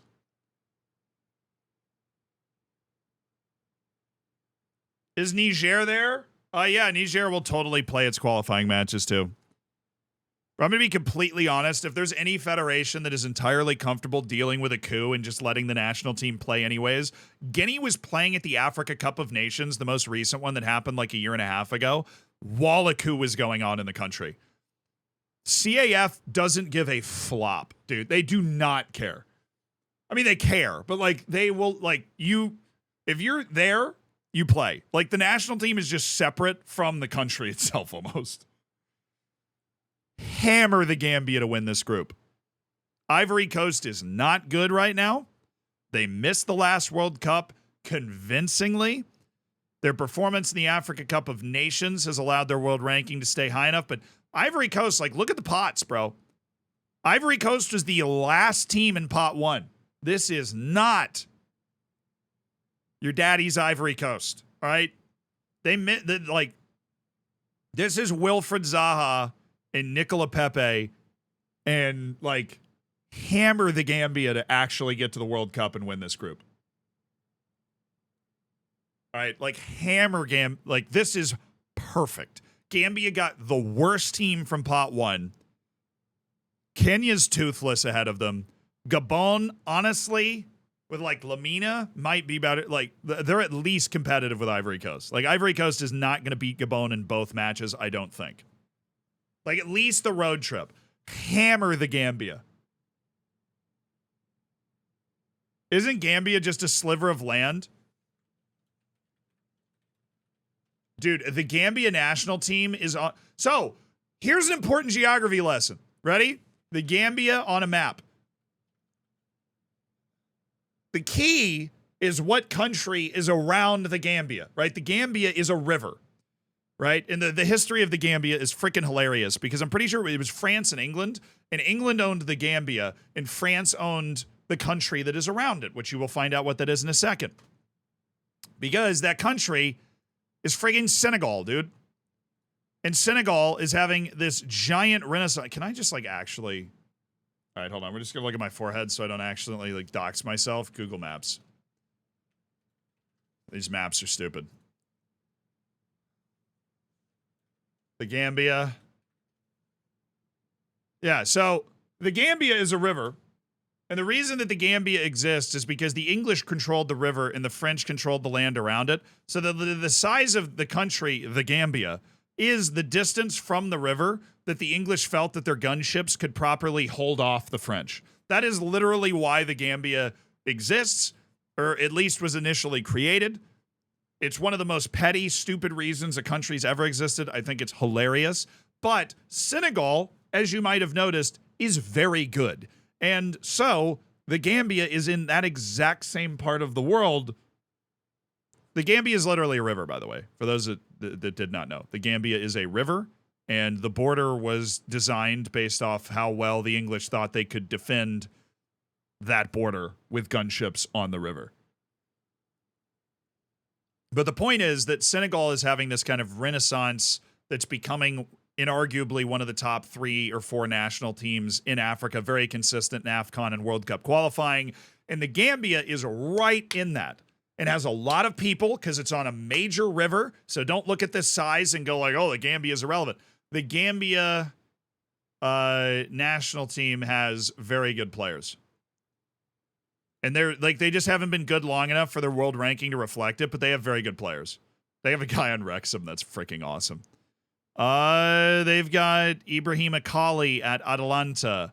They've got Abli Jallo. They've got Moussa Barrow, who you probably know, who's on Bologna. Moussa Barrow, Abli Jallo, Ibrahim Akali. They've got another wonder kid who I recently heard about that I can't remember his freaking name. I think it's Yankuba Mente, who had like an amazing U21 World Cup. This team is better than you think it is. Definitely. Hammer them in this group. I think I'm not going to make them the favorite, right? Because it'd be an overreaction on Ivory Coast not being good to say that Ivory Coast doesn't have more overall talent than the Gambia. But the Gambia's vibes are up. Their energy is up. Their ears are back. They know this is a chance. They've never been to the World Cup. They're going to come out guns blazing in Ivory Coast because the nation of Ivory Coast expects to make the World Cup every time. It's going to be the bad kind of pressure. How big's the population? I want to say 3 million. Which for a river is pretty good. 2.64. It was bigger than Gabon, which is a much bigger country, right? And it's obviously, you know, the marker is always Iceland, right? The Gambia has plenty of people to have a very good national team. This is a really straightforward group for Algeria. They got a really nice draw. Tunisia and Equatorial Guinea. That should be a very clear top 2. I do not expect Namibia and Malawi to be able to hang. Ooh-wee. Oh, this sucks for Comoros, dude. Comoros is a great sleeper pick here because they actually made the knockouts of AFCON. They're another team that's really turning the corner. Central African Republic's got Jeffrey Kondogbia. This is a very good group, actually. I mean, like, as far as Africa. You've got Chad. I mean, they're Chad. Madagascar has a lot of random dudes in, like, the Portuguese league. But Ghana and Mali. Mali has to make the World Cup now. Mali's never been. Mali has still never been to the World Cup. They're in freaking pot 1, and they've never been. They got FM'd into oblivion by Tunisia in the playoff for the last World Cup. Tunisia beat them 1-0 on one of the worst own goals you'll ever see, on aggregate. Tunisia parked the bus and scored an unbelievable own goal to knock Mali out. It was so sad. And now, of course, they got the best team out of pot 2, which is Ghana. And they got Comoros, who's dangerous, and Central African Republic and Madagascar, all who I would consider dangerous teams. But Mali has to make it. They have too many guys. Well, that's fun that it's been drawn, though. I didn't know it had been drawn. I'm rooting for Mali. They're like Africa's Uzbekistan, where they've been close so many times, but they've literally never been. And match day's done. The match day is done. Who won the Battle of the Coasts? Dude, if it was actually Costa Rica, that's nuts. They drew! Oh, Ivory Coast in the 93rd minute. South Africa beat Saudi Arabia, so that's probably South Africa to the next round in their hosted World Cup. A 94th minute goal from Leicester City's Paddy Oldreeve. England beat Thailand 4-0, which, you know, honestly, probably respectable. Duong Sri got a red card in the 63rd minute. UAE and Ghana with the draw, and Ivory Coast, Costa Rica with the draw. Our boy Mauricio Gonzalez continues to bag goals. Former Taunton stud continues to bag goals for Costa Rica. Oh, Grantley Poor! Oh, I didn't notice that he scored 2. Grantley Poor! Brilliant! 2 goals for Grantley Poor. Oh, what a World Cup hero Grantley Poor is turning out to be. His first World Cup, scores 2 for England. Former Taunton striker Mauricio Gonzalez scores for Costa Rica. Nearly pulled off a very big win. I thought Ivory Coast was a much better team based off world ranking. Oh no. Oh, it was disallowed. I thought it was a missed penalty for a second. Andres Mora had a disallowed goal, and then Mauricio Gonzalez actually scored. Their striker pairing are both Taunton boys. Oh, yeah, we got to watch the Grantley Poor goals. If our guys score or something dramatic happens, we will go in and watch the goals. So Elzid Lashley scored in the 5th minute. Oh, this is horrifying. Got to lower the height. There you go. So I'm guessing that this was all just set piece domination, right? You get the penalty, and poor Thailand. Thailand didn't allow a goal from the run of play. Oh, he headed it off the post and volleyed it in. I feel so bad for Thailand. They got bullied in the air, dude. Thailand didn't allow a goal from open play. They just got bullied in the air. Oh, that sucks. I feel bad for them. A penalty in 3 set pieces. England! Set piece. No, England dominated the game. Obviously, I mean, Thailand just isn't going to be able to compete talent for talent with the English national team. But they did manage to keep it from happening in open play, which, you know, respect. Who was the better team in this match? I'm very curious about that. Oh, it was actually no team had any XG. That was one of those really boring early matches. Oh my goodness, South Africa massacred Saudi Arabia. Oh, isn't that a thing? Like, Saudi Arabia's actually not been good in this save. They missed the 2026 and 2030 World Cup out of Asia. How the do you do that? There are 8 spots from Asia and then a playoff spot. You're Saudi Arabia. Figure it out. At least they've made the last 2. But they are not good. South Africa dominated them. All right, match day 2. South Korea, Nigeria, Morocco, Iran, China, Senegal, Tunisia, and Wales. Fun day.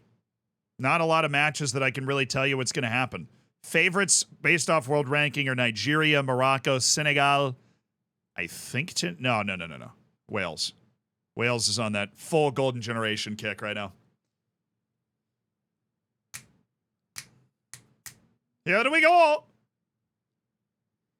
You think Saudi Arabia could buy every good player? No, to Saudi Arabia's credit, a little less like Qatar. Saudi Arabia really does seem to try to develop its own players for its national team.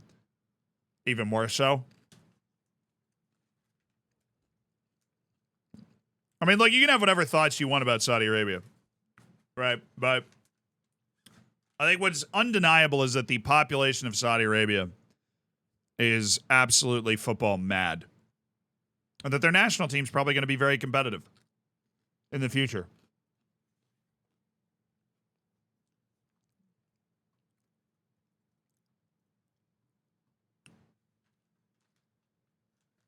That, and they're also going to be an FFP hack in FM24. You're going to be like, oh, I'm failing FFP. Hey, do you want my 35-year-old on inflated wages for $40 million? Thank you. Define very competitive. I mean, I think Saudi Arabia will win one of the next 3 or 4 Asian Cups.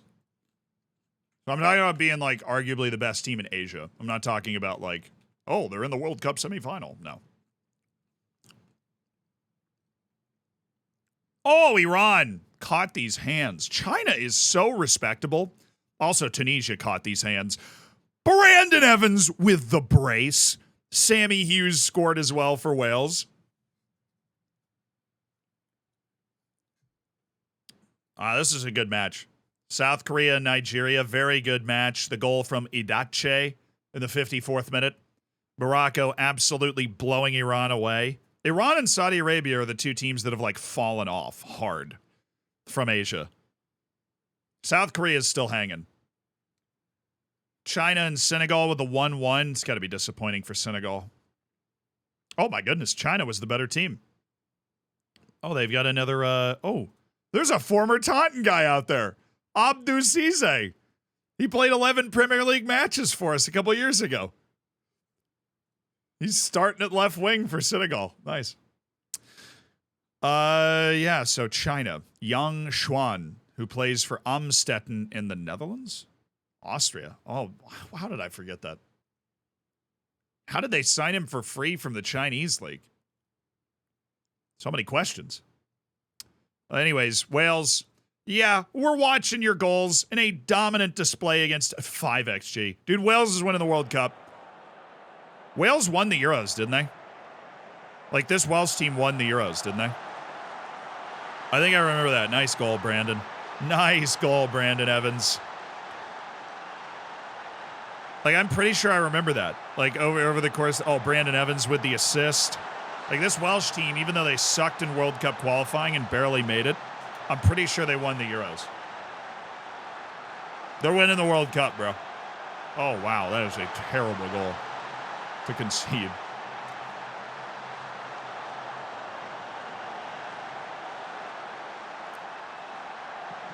Oh, Sammy Hughes. Oh, he's had such a great first touch on that play. Great play by Sam Hughes. Oh, is he about to make the pass? He is. This big lug, Regan. And Tunisia just getting really outplayed here. Oh, Brandon Evans. That is the ugliest goal I've ever seen in Football Manager, and somehow it got given to Brandon Evans. This is the biggest goal line scrum I've ever seen in FM. Honestly, kind of looked realistic, but can you imagine conceding that in like an important moment? You'd be so mad. Match day 3, the United States and Serbia, Cameroon in France. Suriname makes its World Cup debut against Algeria, and Japan plays Czechia. Come on, Suriname! This is the match. Suriname's going to get murdered in their other match. If Suriname's going to make the knockouts, they have to do something against Algeria. This is the match. Up the Nam. Up the freaking Nam. Let's go, Nam. Let's go, Nam. The only World Cup debutant at this tournament.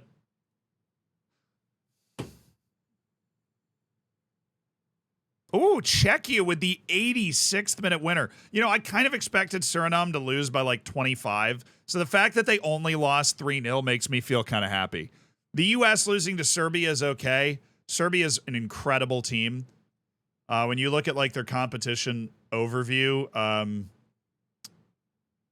I was going to say I thought they had, like at the last Euros, I thought they finished 4th or something. No, at the last freaking World Cup, dude. The last World Cup, they lost to the U.S. in the 3rd place playoff. It was one of the weirdest things ever. The World Cup final was Italy against France. The 3rd place game was the United States against Serbia. So the Serbia national team is a dark horse threat for the whole thing. I'm not embarrassed. So this was literally a rematch of the 3rd place playoff 4 years ago. Serbia won it 2-0. France beat Cameroon 2-0 thanks to 2 second-half goals, including Yandue. And Czech Republic with a huge win over Japan. We'll watch the dramatic 86th minute winner. Asia's not going to have a good World Cup unless the UAE does something. Czech Republic in just its 2nd ever World Cup here. Fulvaržny. Easy for you to say. And then 70th. Oh.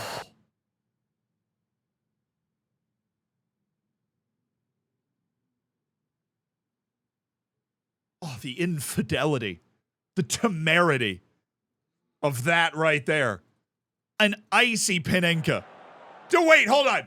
You can't do a Panenka against the Czech Republic. Bro, wasn't Antonín Panenka the guy that invented this from Czechoslovakia? Oh, that is extra cold. Oh, that is extra cold. You gotta know it's coming. He's gonna drop a Panenka on the originators of the Panenka. The disrespect. And then in the 86th minute, as karma would have it, here comes Czechia. Yuri Bednar. Oh, and it's Novak all alone. Disaster for the defense. And Czechia picks up all 3 points. Sorry, Suriname. Did they get a shot on target? Oh, they got 2. Oh, they had .68 XG. They had more than 50% possession. Oh, FM'd. FM'd. I want to hear it. They were FM'd. Ooh, tough opening for Dr. Congo against Spain, Mexico, the Netherlands. Ooh, this is a game for second right here in Group O. I don't remember who the first team is, but it's like freaking Germany or something. So Austria against Jamaica is for who makes the knockouts. Tough opening for Honduras against Belgium as well. Could see a couple of blowouts today. Let's go Dr. Congo. Second ever World Cup for the Doctor. Pull off the big upset. Oh, show the Kish goal. True. Sorry. We'll go back and we're already simming this day. We'll sim this day and then go back and watch it. The Doctor will see you now, he says to Spain. Tastefully. Do.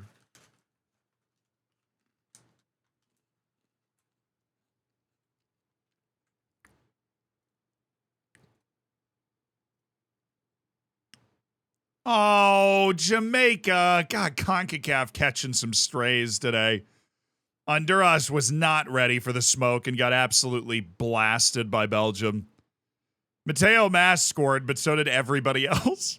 Oh, Julien Duranville is only 32. That's crazy. He's still at Dortmund. Honduras caught. I told you they were bad. Honduras is no talent. In real life, they're on a big downswing, and Football Manager kind of reflects that. But they've backed into the World Cup here and gotten just shellacked. Jamaica, also disappointing for the Reggae boys. The 5-1 defeat to Austria that basically condemns them to being knocked out here. And Spain beating Dr. Congo 6-1 because, of course. I'm assuming some of our boys started this game. Andreu or Fonseca or both. Fonseca and Andreu started. Nice. Did Martin make the team? I don't think he did. No. Marine made the team, but not Martin. Delgado, was he playing? Did Delgado get some time on the pitch? Oh, yeah, he played left wing. Okay.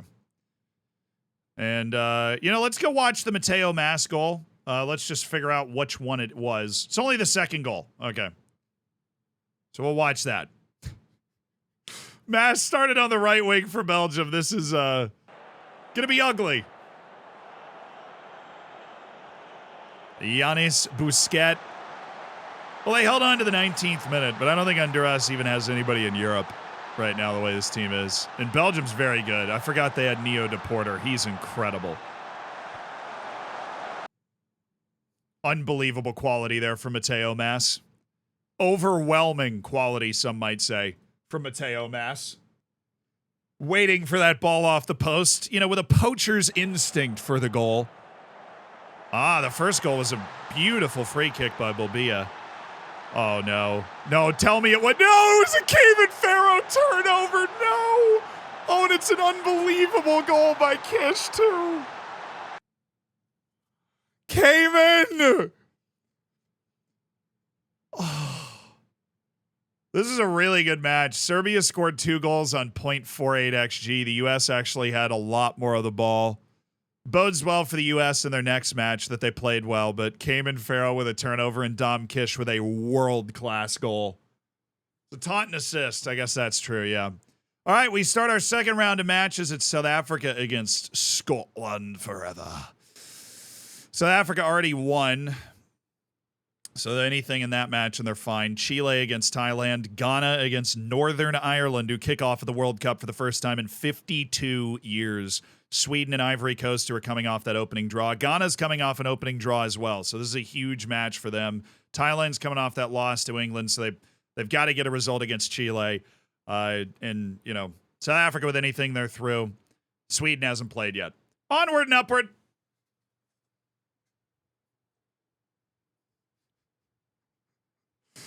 Oh, man. Do.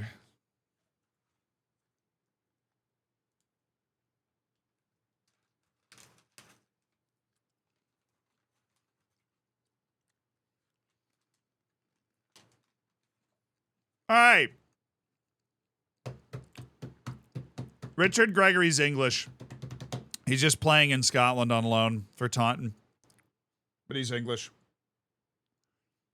Amazingly, he was called to the preliminary, 60-man England squad, but he obviously didn't get to the actual team. Lamarana Cisse is on the England team. Oh, South Africa. Oh, South Africa's won the group with 6 points. That's very interesting because South Africa has now beaten Scotland 2-0 and Saudi Arabia 2-0, which means Scotland and Saudi Arabia will just be squaring off straightforward for a spot in the knockouts. Yeah, Thailand exits with a 5-1 loss against Chile. It is the end of the War Elephants World Cup. Ghana drew Northern Ireland, which means Northern Ireland against UAE is for a spot in the next round. Wow. Owusu-Ansah with the goal in the first half. Hamilton scoring. What a Northern Ireland formation. A 7-3 here. A back five and 2 defensive midfielders. Northern Ireland. This guy's good. Sammy Hanna's good. He's been in the Prem for a while. I know Sammy Hanna from the save. Ivory Coast picked up a very important win here, too. That puts Ivory Coast at 4 points. They are through to the next round with the win over Sweden. They are the pot 1 team, so that's what was supposed to happen. That means that Sweden and Costa Rica are playing, and if Sweden doesn't win that match, Costa Rica goes through, which is kind of crazy. Kind of crazy. All right, next match. Amazingly, the only team eliminated here was Thailand.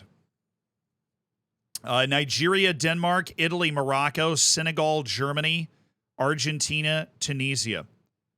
I actually don't remember the results from these matches. Morocco won, Nigeria won, right? Yeah, Nigeria beat South Korea. Morocco beat Iran. Senegal's coming off a draw. Tunisia's coming off a fat loss. So Tunisia needs to win against Argentina or else they're out, which means they're out. Senegal has a tricky... Oh, dude, Senegal is in trouble. This Senegal match is going to be interesting because now they're playing Germany, and it might come down between Senegal and China to who loses to Germany by more. If Senegal can't get a point or China can't get a point against Germany. Morocco's probably safe because I'm just assuming Italy's going to absolutely shellac Iran as well. All right, onward. Nigeria with a point would guarantee its qualification to the next round. This is the kickoff for Bülow and Heiko with the German team.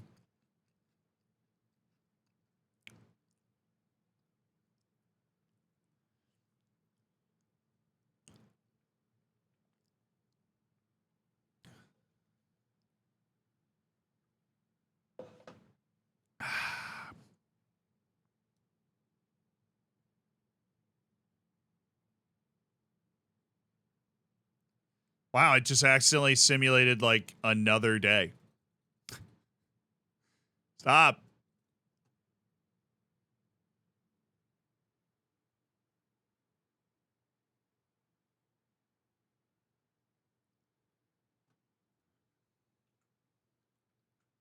I think we just accidentally simulated another day. Oh, yeah, we absolutely did. But first, Italy beat Morocco. Ooh, Tunisia, very bad showing. Why couldn't you just let Gambia go? Why did you have to show up and then get absolutely embarrassed by both teams you played against Tunisia? What was the point of that? All right, the other African teams are hanging. No goals for our boys on Germany, but they did beat Senegal 4-0, which is bad news for Senegal. All China has to do is lose by less than 4 to Germany. Denmark with an important come-from-behind win against Nigeria. Went behind 1-0 and won at 3-1. Italy with 2 early goals to see away Morocco. And then the next day,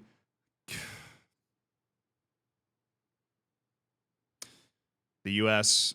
is out if Paraguay loses by 1 or draws or wins in its next match. Okay. Australia and Cameroon with the draw. Colombia and Japan with the 0-0 draw, which is interesting because now Colombia's in a very weird spot because Colombia needs a win or a draw, but if it loses 3-2, then it has more goals for and it goes in through Japan. I don't know. Czech Republic is sitting really pretty because of this draw. Czech Republic is guaranteed to go through. The only decision is, are they first or second? Cameroon scored in the 91st minute to equalize here on a pen.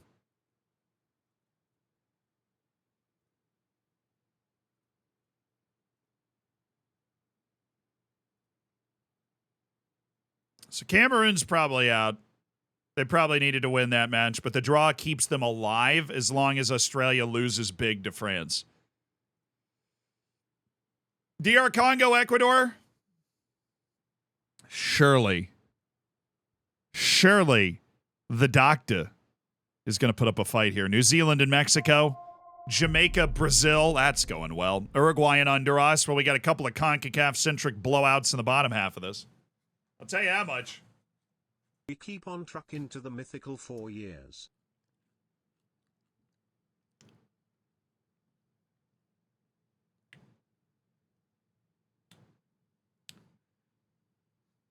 Hey, Demios.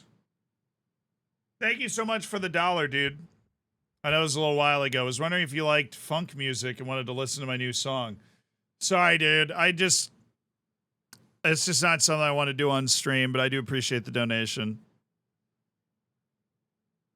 That's how I end up accidentally playing something I don't want to play. Or, you know, what I mean, like playing something that's like bad. I'm not saying that what you know, I don't mean like bad music. I mean like would get me banned on Twitch sort of thing. We keep on trucking the mythical 4 years. Vladimir, my goodness, that's a long time. What's the date of the World Cup? This is the 2038 World Cup, dude. No, Dr. Congo. Yo, Jamaica, totally respectable. Honduras is not. They got flattened by Uruguay 5-0. But Jamaica 4-1, honestly, to an unbelievably talented Brazil team with guys like Santos and Indrick. Santos, who is just outrageous. That's okay. Micah Smith from St. Johnston scoring the goal for Jamaica. Dr. Congo gave it a really good effort. They only lost 1-0, and, I kept it close. That was a good game. Mexico 4-0 over New Zealand. No real surprise there.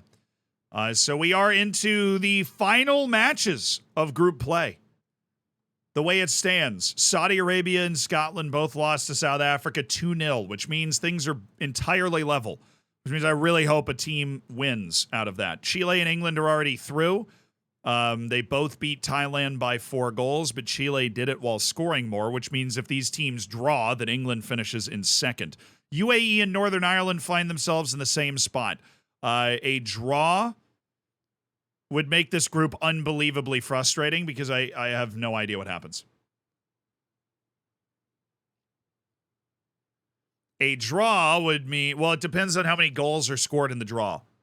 If the draw is 1-1, the Northern Ireland wins the group because it has 2 goals for, and the UAE and Ghana both end on 1 goal for 2 points, and it comes down to fair play between Ghana and UAE. If the draw is 0-0, then Ghana and Northern Ireland go through, and it's fair play who goes through in first. If the draw is 2-2, then Northern Ireland and the UAE go through in that order, and Ghana is out. That is so weird. Group D, Ivory Coast is already through. Costa Rica and Sweden are playing. A win or a draw for Costa Rica. They're through. A win for Sweden, and they are through. Things are about to get awkward. Let's do it.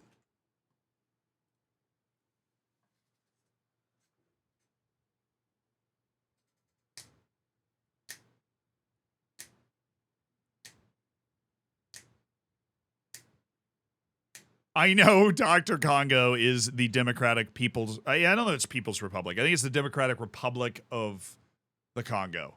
I think it's the full name of the country. DR Congo for short. Colloquially known as Dr. Congo around here. Anyways, does Paupal Badia Mwanga have anything special in store? Score! Oh my God, it happened. They drew. Northern Ireland and the UAE drew. So Scotland, whoever won this match was going through. We'll go one match at a time here. Scotland, whoever won this match was going through. We'll go ahead and watch the goals because big moment for Scotland here. They thought they had it. Big England in the Euros final energy with a goal in the 2nd minute in a match that you've got to win at the World Cup. Oh, and it was just bad goalkeeping. You know, kind of a banger. But then 2 minutes later, Saudi Arabia shows up with what I hope is not Salim Al-Dosari and creates an equalizer. And then we have to wait until the 62nd minute for Scotland. Oh, what a moment! What a run by a guy wearing the captain's armband there, Miller. And then to ice it, Miller again. The Scottish hero. I mean, seriously, it's William Wallace and then whoever Lennon Miller is, the 31-year-old Celtic man who's played at Chelsea, Freiburg, Newcastle, Middlesbrough. He's been all over. But 116 caps and 32 goals for Scotland, and he's led them to the World Cup knockouts. England got the job done 3-0 against Chile. Very impressive. And then this draw, which is hilarious. So England wins the group. Chile finishes second. And, of course, Sweden with a very important 2-0 win against Costa Rica to get to the knockouts. Costa Rica played it tight, but Sweden found the goals. And then we'll go ahead and show you the math on that group where nobody won a match in the group. Everybody drew every match, which is crazy.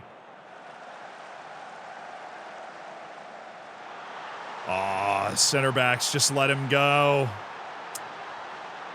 Antonsen, that is a disgusting move by Antonsen. Cruz.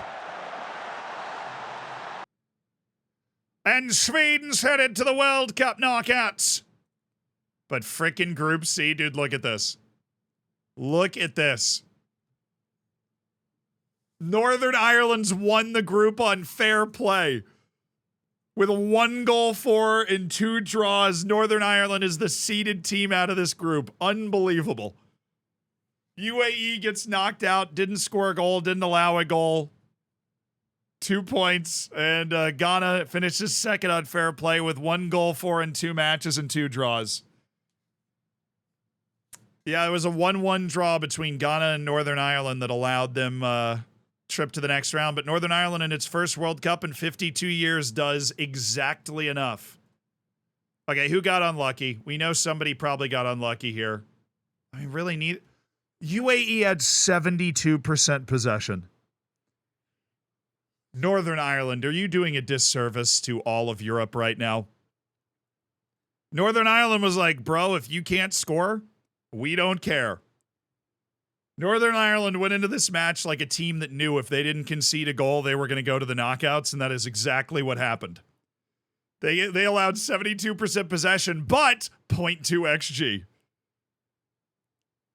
Dude, UAE just couldn't find a way through with all their talented youngsters, and they've been knocked out. That's kind of heartbreaking, honestly, for them. But Northern Ireland, that's a fun story. First World Cup in 52 years, and you win your group. It doesn't matter how weird it was. So we have Denmark against South Korea. If South Korea beats Denmark, things get weird. If Denmark wins or draws, they win the group and South Korea is out. Morocco is already through. Italy's playing Iran.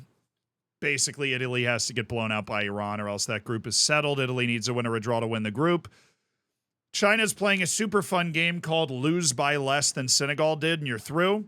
They're playing Germany. If they lose by 3 or less, they are going to the knockouts. If they lose by 4, but they score a goal while losing by 4, they are also still through. If they lose by 4 without scoring a goal, like literally if they lose 4-0 exactly, then it goes down to fair play.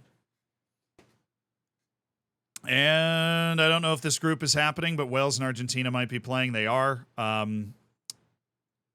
Argentina has the better goal difference off the first match, so Wales has to win to finish first. Which they totally can do. As we know, they totally can do that. We believe.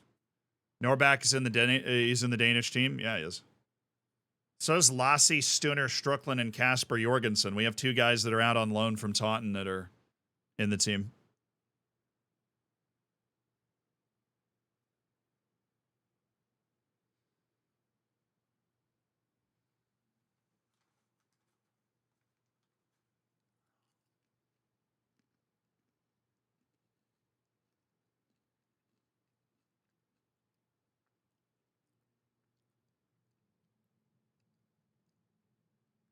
Available jobs, Taunton, yeah. Zealand Vanderhorst retired. You can, of course, take it over when the save gets uploaded. Oh, Denmark looking good. China did it! Argentina won the group thanks to an Nahuel Cisneros goal. Wales finished second. China only lost by 2. China just knocked out Senegal and is going to the World Cup knockouts. China. Denmark won the group with an impressive 5-1 win over South Korea after going behind. Kim Min scored for South Korea, and it looked like things might indeed get weird, and then Denmark just absolutely ran them over.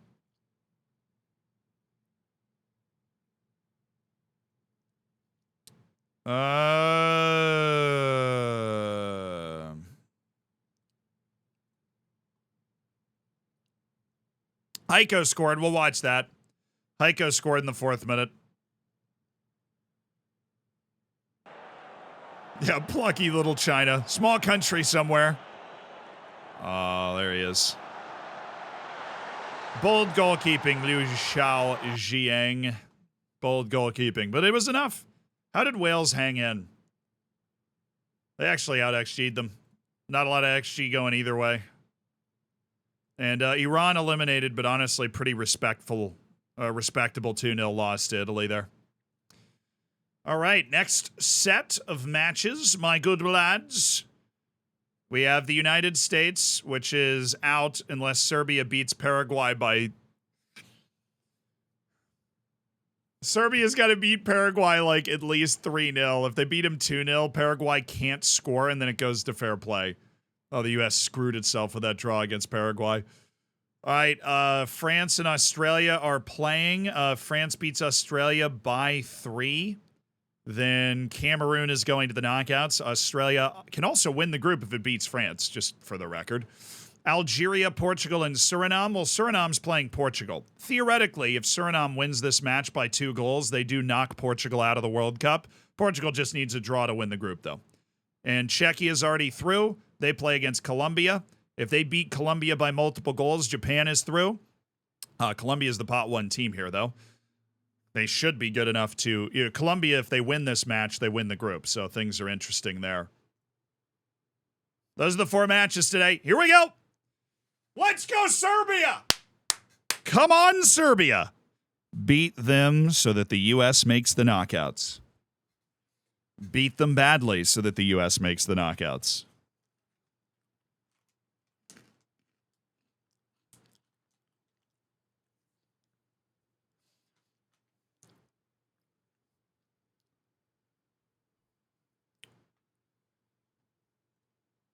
All right, it should have happened. Yes!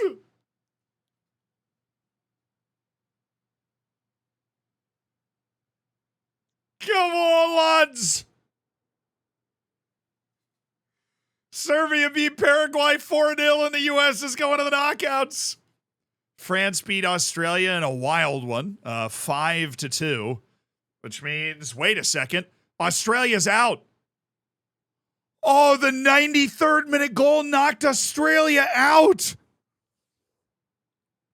Suriname couldn't do the unthinkable and lost 5-0 to Portugal, but honestly, respectable effort there. That 93rd minute goal by Roland Vincent just knocked Australia out. Like, I'm not even kidding. If that goal had not happened, Australia would have beaten Cameroon in the table on goals for. That is unbelievably painful for the Aussies. With the United States, baby, lost to Serbia by less and drew Paraguay. That's you got to be on the dance floor. They're on the dance floor. Portugal wins the group. Algeria finishes second. And because of the draw, Colombia finishes second. And Czech Republic, in its second ever World Cup, has won the group and knocked out Japan. So Dom Kish scored. It was goal number 2 here. And then Bulbia had a hat trick. Kish had a disallowed goal. So Dom scored the all-important second goal. And it's all important because it was part of the 4 that were scored. You know what I'm saying? Yeah, 32 teams go to the knockouts. That's the way the format works. Saric. Silvic. Bogajevic. Oh, it's... classic just guy in the air sort of play. Ryadoncic got sent off. Wonder if that's going to affect him in the next round. Australia got absolutely screwed here. Also, this 83rd minute goal from Colombia, if it hadn't been scored, I'm pretty sure that would have gone to fair play. Yeah, if Colombia had not scored this goal in the 83rd minute from Marquez here, we'll watch this. Colombia needed that goal or else it would have gone to fair play against Japan. Oh, it's Lubos Neuberg. Is Petr Petric on this team? If he is, he's not in the starting lineup. This Novak guy is bagging goals for the Czech Republic.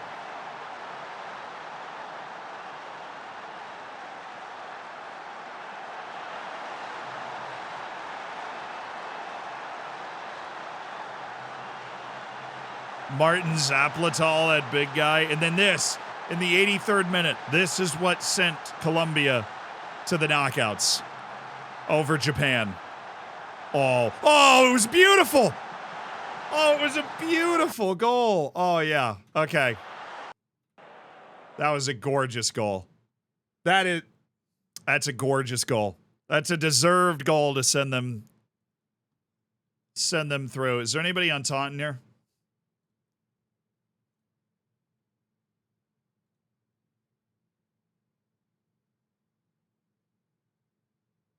We didn't really have a lot of Colombians in the Taunton save, but we might have had that one guy who was out on loan. He got Rafa Rodriguez. He got a preliminary call, but he didn't end up on the actual team. All right, so this should be the last day, yeah. This should be the last day. The last 4 groups are going to be settled. Spain and Ecuador are playing for first.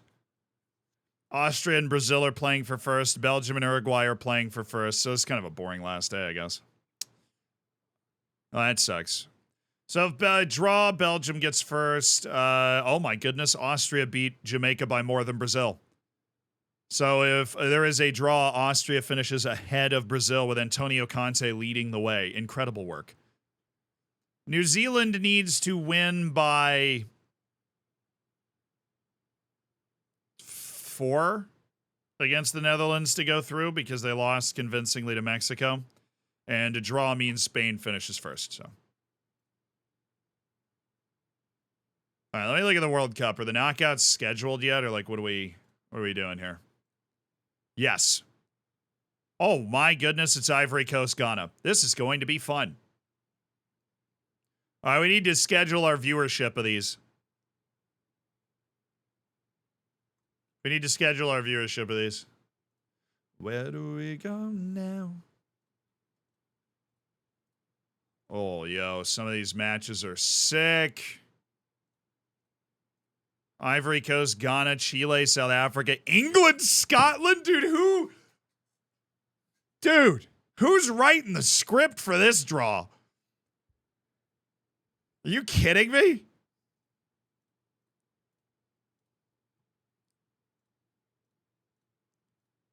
What?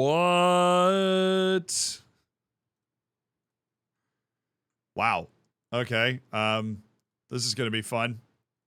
England, Scotland, Germany, Wales. The U.S. got France. Screw you, game. Screw you. Lest we win, in which case, awesome. Northern Ireland, Sweden, Argentina, China, Czech Republic, Algeria. Yeah. All right. Last match day, though. A very uneventful last match day before we get to the knockouts. All right. All these guys are back from their vacations, so we have to hit continue like 4 times. Mark all items is unread. Great. No, that's not what we meant. Knockouts are upon us, chat. The knockouts are upon us.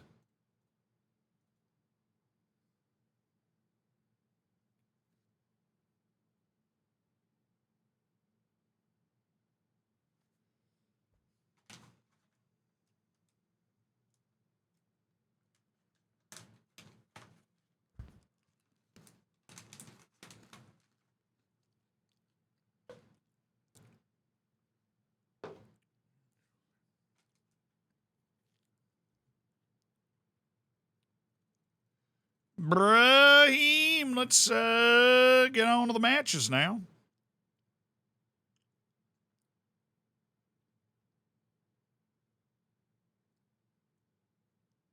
I know we completed our journey with Taunton on yesterday's stream. We're just watching the World Cup and the Taunton Civ. All right, the final match day of the World Cup group stage has happened. Spain won the group. The Netherlands won the group. Belgium won the group, but it was uncomfortable. Uruguay kept it close, and Belgium had a guy sent off, and it got awkward. The New Zealand was, competed hard with Holland.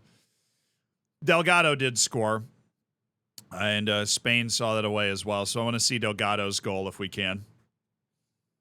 Thank you kindly, Eduardo Delgado, for the Netherlands at the World Cup.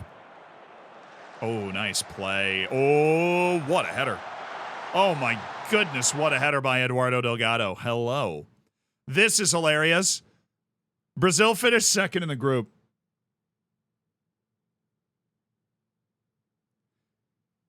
Brazil finished second in the group. Austria beat Jamaica by 4. Brazil beat Jamaica by 3. And Austria and Brazil drew. So Brazil is an unseeded team. Somebody who won their group is about to get screwed so hard. Who was it? Who got screwed? Belgium! Of course it was Belgium! Whoa, hey, I didn't mean to do that. Of course it was Belgium. What a round of 32 matchup. Belgium versus Brazil. A very good Belgium, it's worth mentioning. A very good Belgium. Burrow, Tato, Chip, Brohim. What matches are you watching?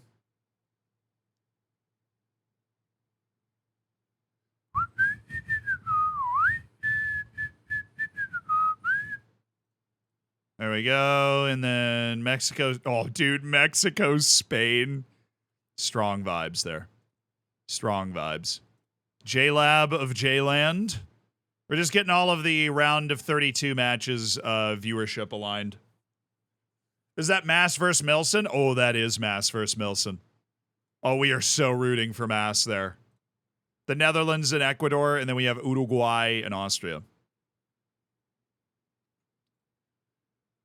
Which is kind of a fun, classic opening round knockout. This is a really good last day, dude. The last day of the knockouts has some very good matches.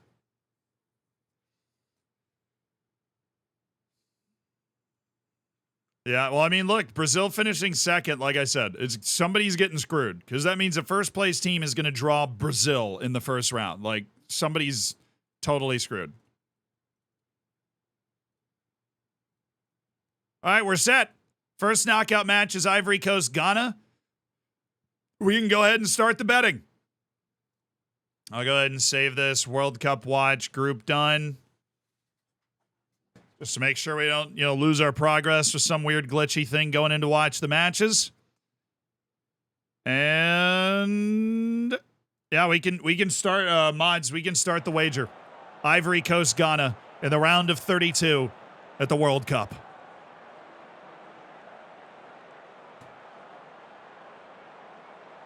Where's my tie?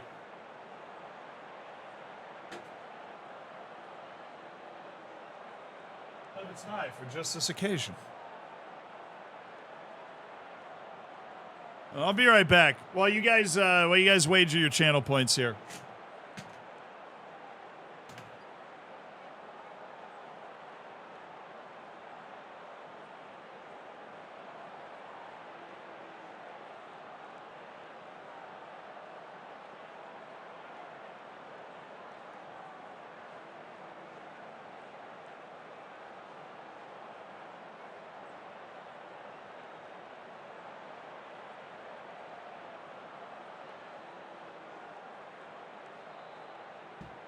My tie went. I always have it on my desk, and it's not. I must have blown it up or something while we were celebrating yesterday.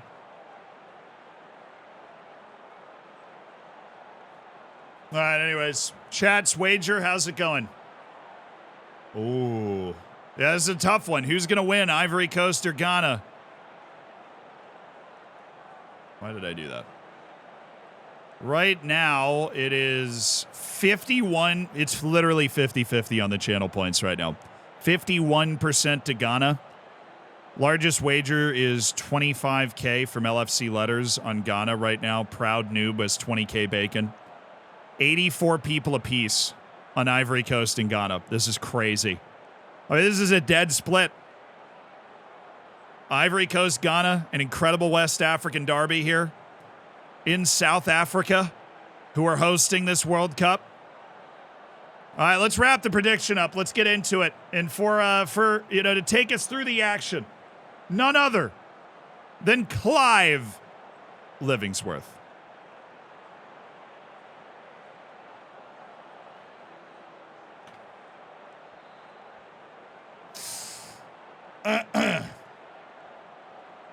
Hello, welcome to the World Cup. I'm Clive Livingsworth to take you through all of the action here in the round of 32. We'll be watching all of these matches, of course, on key highlights. Ghana and Ivory Coast in the World Cup, a tremendous West African derby that we are being treated to here today. Both had difficult groups, but they were able to come through them in this African World Cup. And we will be viewing this for the side. Ghana is in the white. Ivory Coast in their traditional Ivorian national team kit. Looks as though Ghana's gone with a 4-2-3-1 formation, matched interpretively by Ivory Coast.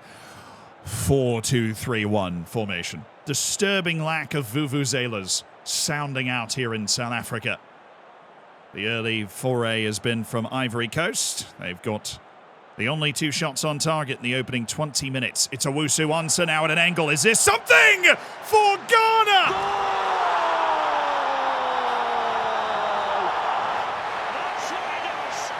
And in a match with nothing to tell the two teams apart, it is the first big moment that produces a goal for Owusu Ansah at a really tight angle for Ghana. And who is the African representative in the round of 16? There are 5 different African teams that have made this round of 32. And Ghana's looking to take it one step further. They've only got 31% possession, but it does not matter right now. Owusu Ansah with a tidy finish. Now here comes Ivory Coast. Kone to his right foot. He's got Amad Diallo back across. Cleared away by Abbas. Dangerous play from Ivory Coast. Who've swaggered around on the ball. 2 top 20 nations in the world rankings on the pitch today. Doumbia. Inda's got Kone! Oh, we've got to go to the VAR here. Right now, the Ivorians are celebrating a goal for Kone. It looked as though he's offside. Oh, the controversy. Abubakar Kone is offside. He is. Oh, he's so marginally offside. Inches making a world of difference for the Ivorians. Now Abbas. Ghana nearly with an immediate reply, but it is Ghana 1, Ivory Coast 0. Abubakar Kone, nearly the hero for Ivory Coast, but he couldn't hold his run. Another deep free kick. Ofe, it's knocked down. Owusu Ansah. That was nearly cheeky and a bit of genius for a second Ghanaian goal, but he is the Ghana hero at halftime, Owusu Ansah. We continue into the second half, 69% possession for Ivory Coast. They've got all of the ball, but they haven't rippled the net in a legal way yet. Traore, he's got Kone, Abubakar Kone, what a play by Abbas, and all the save by Ogura. Everything but the goal for Ivory Coast. Abbas, the heroic defender on multiple occasions, he's done it again. And he settles it with Ari. Ba. Owusu Ansah headed away now and controlled by Landry Konate. Former Taunton Town Peacock on loan for a season, Landry Konate. Now an Arsenal rotation player, Landry Konate. Lofted ball out for Indar with space. Indar, he's got it in, and it's deflected to Sekou Doumbia! It had been coming!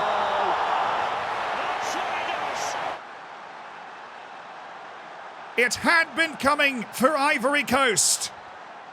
And they have equalised with Ghana. It's a fortunate deflection, but with the amount of pressure they've applied, it was a matter of time for Sekou Doumbia, one of the world's premier midfielders, who has scored for Ivory Coast. And they have been the better team today. Amad Diallo looking for Landry Konate. Is there a counter on now for Ghana? It would be against the run of play after their early goal. Dawuda is trying to play a running ball, but it's well knifed out by Kouame. Traore. Kone. Landry Konate. Amad Diallo here in the 63rd minute of a 1-1 match. Indar, the fullback, finding space again. Indar, he can get it into Abubakar Kone, and it's wide. Ghana's certainly fallen off the pace here in the second half. It's been all Ivory Coast since the second 45 began. They've got to try and get Owusu Ansah involved. He's the big goal-scoring threat for the Ghanaians. Landry Konate out to Amad Diallo. What a display from Ivory Coast, but they need a goal at the end of it. Settled by that Ivorian midfield. But once again, it's the Ghanaian central defence that has stood tall. Amponsa, Yamoa, this time going for Owusu Ansah. It's Sekou Doumbia who wins the ball back for Ivory Coast. Amad Diallo now on the wing. Plenty of space for Traore. The legs are heavy for Ghana. Traore. Landry Konate. He'll have a go. Well, that's an impatient shot for Ivory Coast. Ghana is frustrating the Ivorians. And the energy of the derby, the energy of a World Cup knockout fixture. Doumbia. Traore. Kone. And Ponsa's there again. Ghana's whole team back within 30 yards of goal. Ivory Coast have really turned this into one-way traffic. Traore, Sekou Doumbia. Koulibaly, Landry Konate, Doumbia, Diallo, Kone. Excellent passing here. Kone, what a burst! And that's the moment! Josué Kone has finally broken through for Ivory Coast. Just a moment of class to burst away from his defender and right off the inside of the post. There's no saving that from Josué Kone. And Ivory Coast have kept knocking until the door fell down. Diallo up for Koulibaly. Ogura saves it, but Ghana's going to have to find a way to get themselves involved defensively the way they were in the first half. Ogura looking for Owusu Ansah. Oh my goodness. Apia. He's got a man in the middle. It's Owusu Ansah. Surely not for Ghana. it's 2-2 for the moment. It's good! He's onside! And what on earth has just happened? The big man, Owusu Onsa for Ghana. Back from the dead, it's necromancy.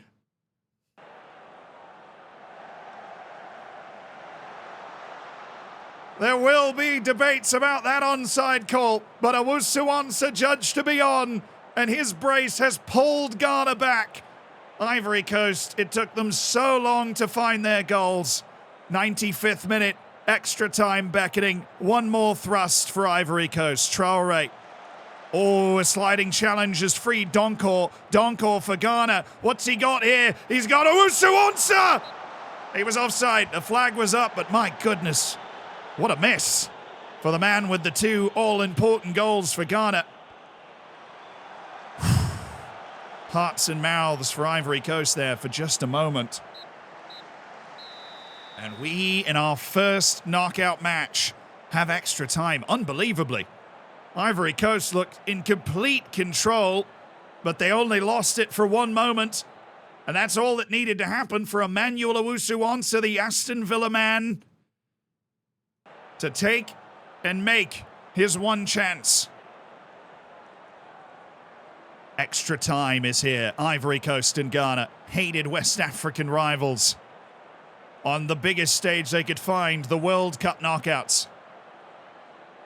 And that first half of extra time is passed without consequence. We might be headed directly to a penalty shootout. Ivory Coast is down to 10.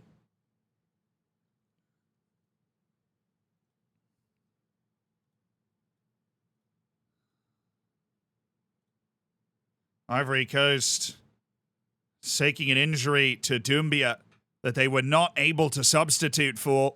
So the more threatening team throughout regulation has been down to 10 players for the majority of this extra time. They're still trying, though, the Ivorians, with just 10 men. Traore, that's cleared away. Is that an opportunity for Ghana? The Ivorian misfortune. Abi, some space to attack here. Everybody retreating now for Ivory Coast. Abi's got the legs. He's running. Apia! Al-Hassan Apia! Ghana back from the dead and destined for the round of 16.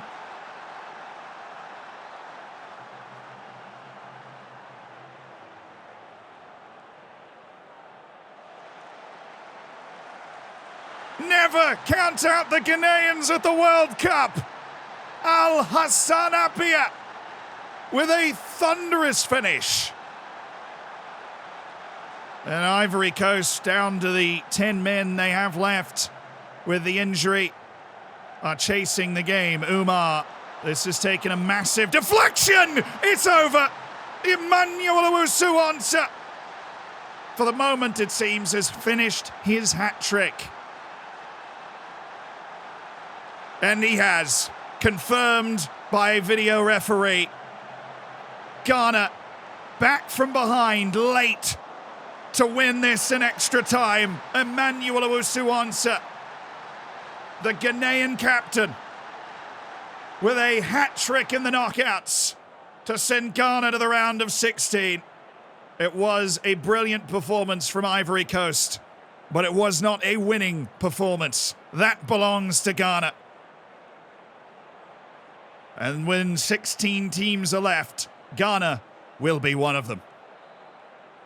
All right, baby. We're going to the what an opening match to both of those teams. What an opening match, dude. Ivory Coast and Ghana, a tremendous derby. Did not disappoint. Ghana, the counterattacking team, wins it. Dang. How's Sweden doing? Well, they're playing Northern Ireland in the first round. We'll see them today. So we have, I believe it's, hold on. I can't.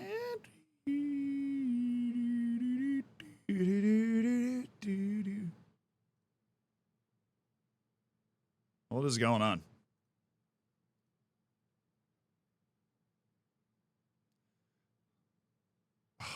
Come on, FM. You can do this. We've done this before.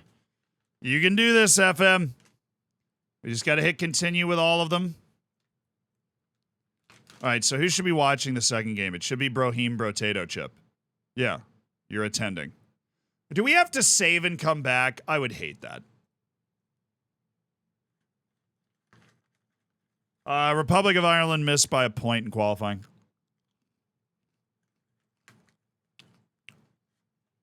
That's what we have to do, isn't it? We have to save and come back.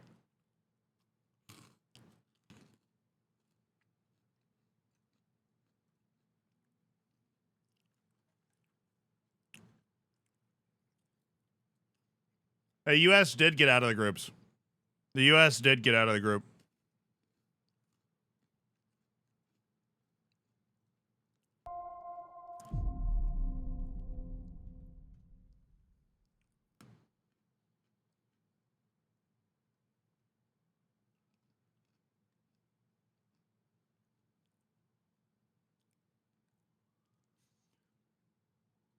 All right, let's reload. See if that works. The next match is supposed to be Chile against whoever the hell Chile is playing. I don't remember.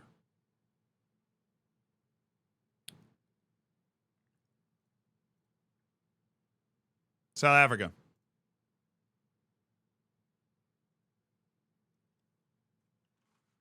It was a great match.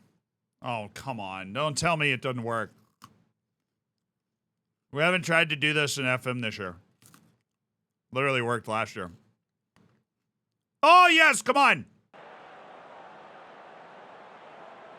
Uh-oh.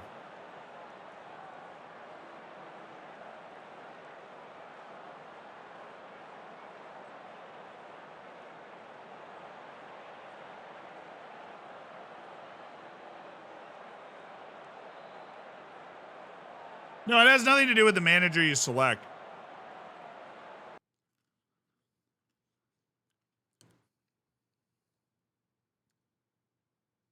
Bro, what?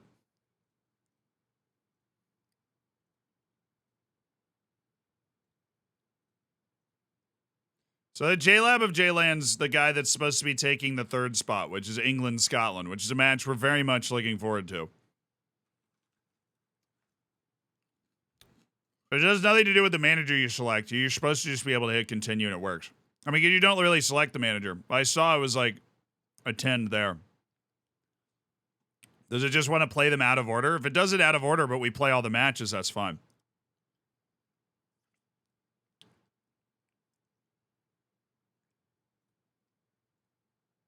The England-Scotland prediction is made anyways. All right, well, we already reloaded, so this is the best, I think the best that we're going to get. We might miss that South Africa match, but we'll just embrace this match and run with it. This is an incredible, England-Scotland. Come on now. This is awesome.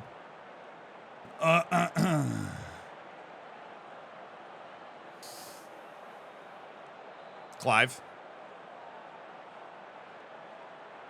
I'll be here in a moment. What's the prediction at? England's at 88%. Hello. 91%. Somebody put 200,000. D Stones put 200,000 bacon down on England. Reckon it put 26K bacon down on Scotland. So if Scotland wins, reckon it's going to be rolling in it. Somebody just wagered 50K.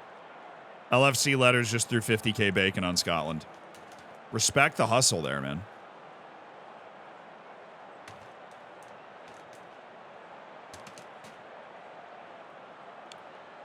Ooh, Polish Power just put 60K. Scotland has a lot of wagers, 86 people. England has 152, and England's been watered down to probably a more reasonable 81%. Submission closed. Clive, take it away. Oh, it's England and Scotland in the World Cup knockout stages. Scotland has returned to the World Cup's the world's biggest footballing stage and scrapped its way out of the group stages and will be employing its interpretive narrow 4-3-3 against an English team that has won multiple World Cup titles in the past 20 years. A team that finally has seen away the curse. But Scotland could see them out of the tournament in their famous result. Ooh, good threatening early ball.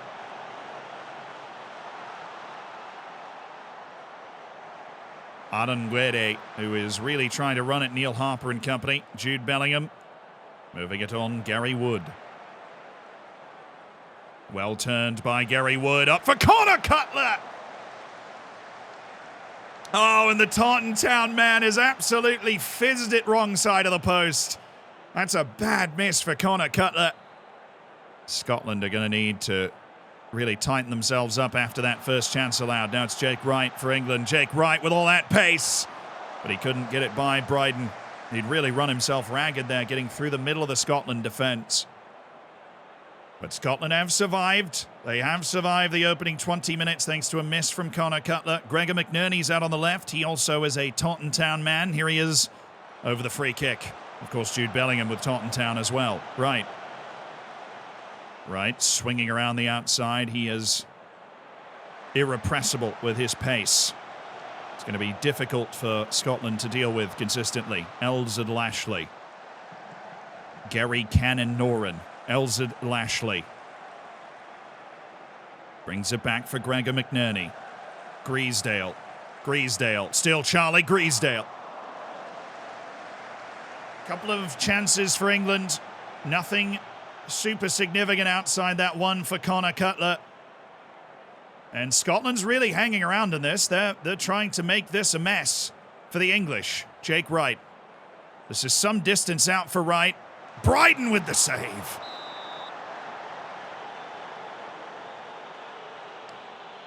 Strong right hand from Bryden as Scotland look to weather the storm.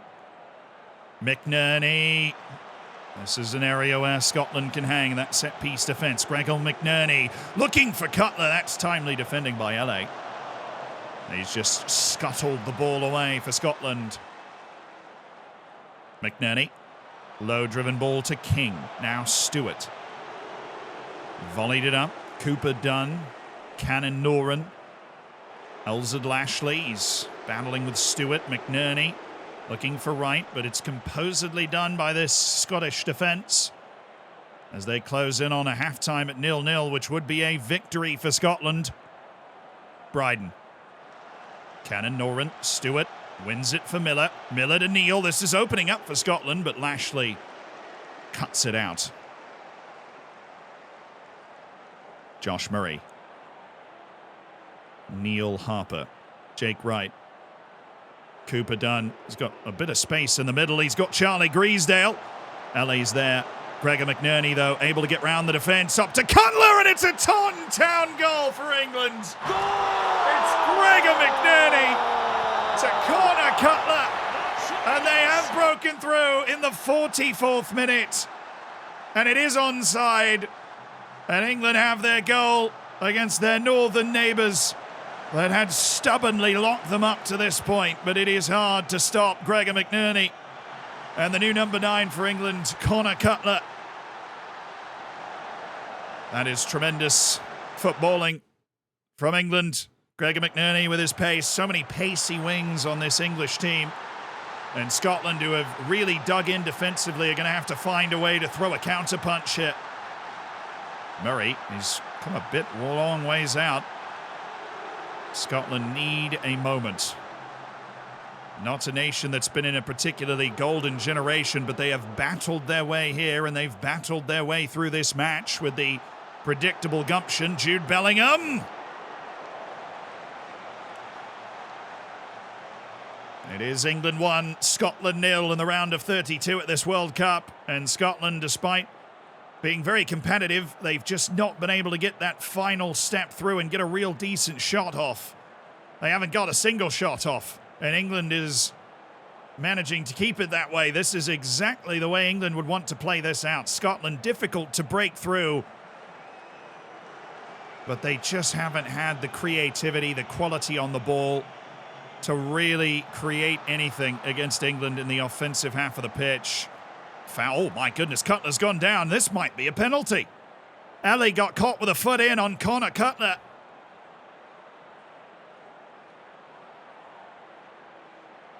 It's either on the edge of the area or it's in the area, and it's on the edge of the area. Still dangerous for Scotland, but not a penalty. Scotland need a shot. They need anything. A set piece. Something against England. And it's the 89th minute. Robbie Blackburn. This perhaps at the end of the line for Scotland, a team lacking that top-end quality, unless they've got something right now. Reynolds. Oh, Reynolds! Rod Reynolds! He's just too quick. That will do it.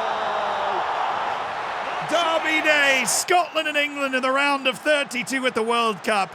And what a World Cup run it was for Scotland to get to the knockout stages of the World Cup. But Rod Reynolds has shown the levels here with a tremendous burst of pace. Separating from the defense, a little spaced, trying to press. And England have completed a solid victory. They won their group through some peril, England. Scotland able to make it to the knockouts. They barely scrapped their way into the World Cup. Now it's Robbie Blackburn. Bryden saved it. And this is certainly a prouder moment for Scotland. Returning to the World Cup, returning to the World Cup knockout stages, but they cannot pull off the dream result against England. It was all England in the end, 2-0. Scotland kept them away from real obvious goal-scoring chances, except in moments of real quality, but Scotland could not create anything. South Africa. Okay, yeah, they're just doing it out of order, but we're going to get all the matches. That's totally fine. South Africa, Chile is next, baby. A brave performance from the Scots, but I think you could just kind of tell in that match that Scotland didn't have the quality with the ball, like that. They didn't have anybody fast or incredible at passing, you know, like they didn't have anybody to separate. Just a result. Just a result. South Africa in their hosted World Cup against Chile, who might actually have a Taunton player on their team. Well, they have Hugo Correa in the team, but I don't know if he's in the starting 11.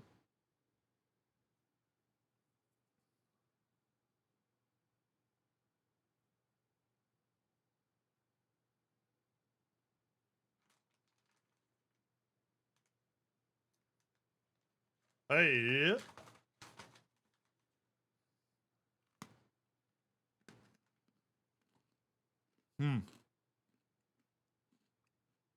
60% to Chile right now, bro. South Africa won their group. Chile didn't.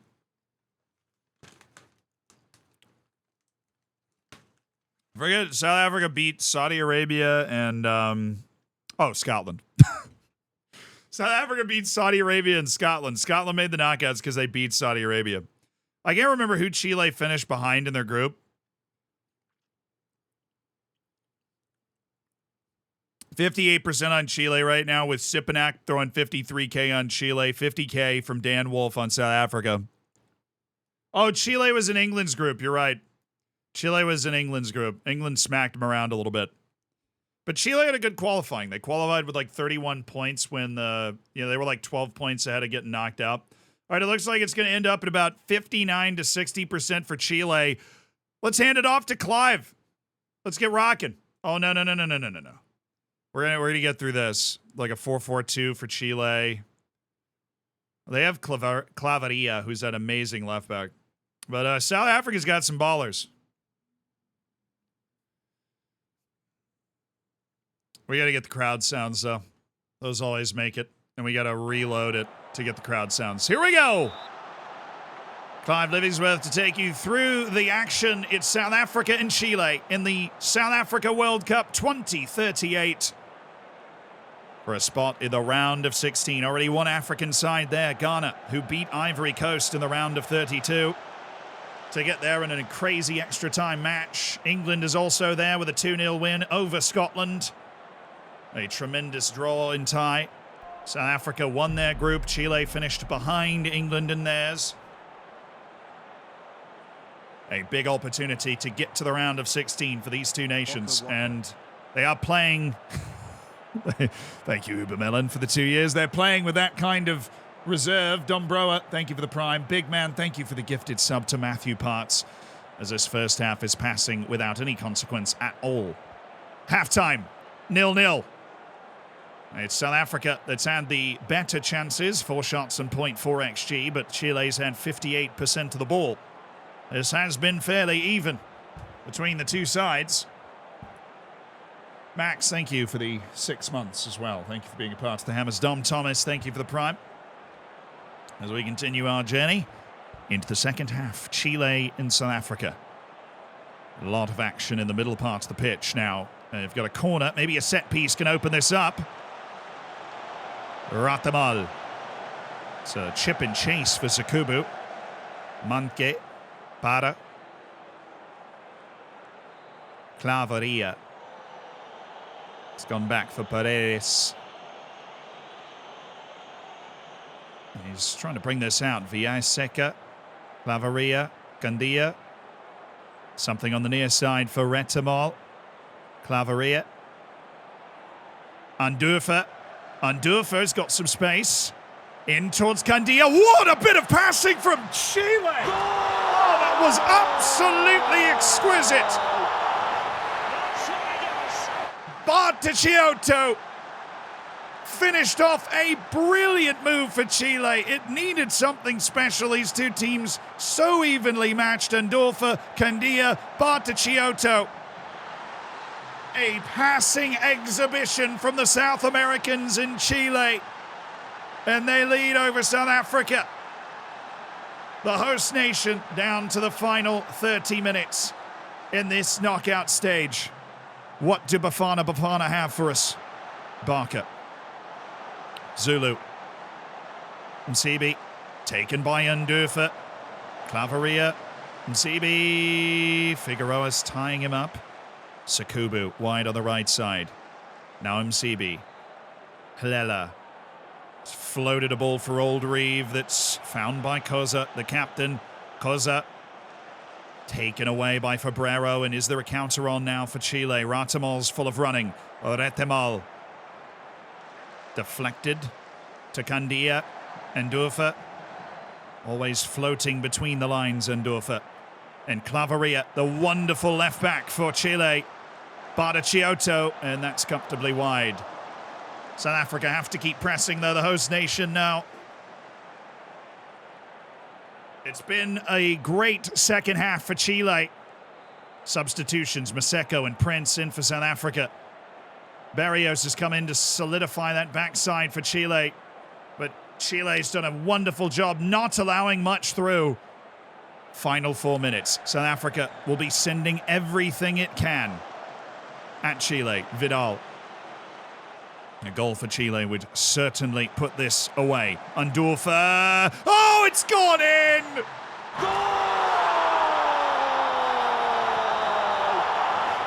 It's turned in by Maximilian Barrios. And South Africa, hosting the World Cup, making the knockout stages, will be going. I don't know how much Barrios knew about that. It went off his thigh, but he has steered it into the net for Chile. They did one better than the first World Cup they hosted. They made it to the knockouts. Zulu. They have to score now if they're going to do something. Zulu. Zulu. Oh, they've got one! Dlamini has scored! Oscar Dlamini right off the kick. It is not over yet. Barker, Zulu, Oscar Dlamini. Well finished. Paredes got a hand to it. South Africa's alive. The nation awakened again. Only a few minutes now to get another. But Chile have done enough. And that Barrios goal is the difference for Chile. They have eliminated the host nation, South Africa, in the round of 32.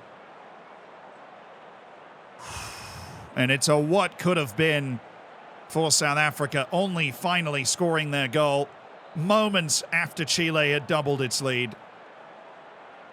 A bit of a heartbreaking moment for the South Africans. And that brings us to our final match of the opening day of the knockouts. The first time in 52 years that Northern Ireland has been at the World Cup, and they won their group with 2 draws and a fascinating twist of rules. It doesn't matter. They're the seeded team here against Sweden, in spite of the fact that Sweden is much higher ranked in the world. Northern Ireland displayed a real determination and, most importantly, a real ability to not get scored on. Well, this is fun.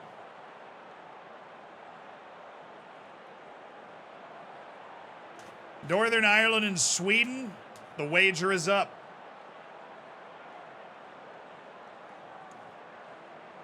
Oh, Sweden's getting to 80%. No love for the Northern Irish, man. They drew against Ghana and the UAE. UAE is really good.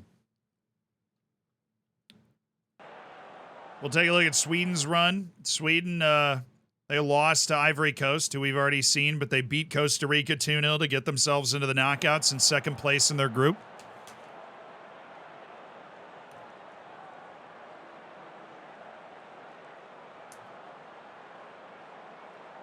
I promise you, UAE is good in this save. Do I know why? Not really, but they're top 40 in the world, and they won their qualifying group in Asia.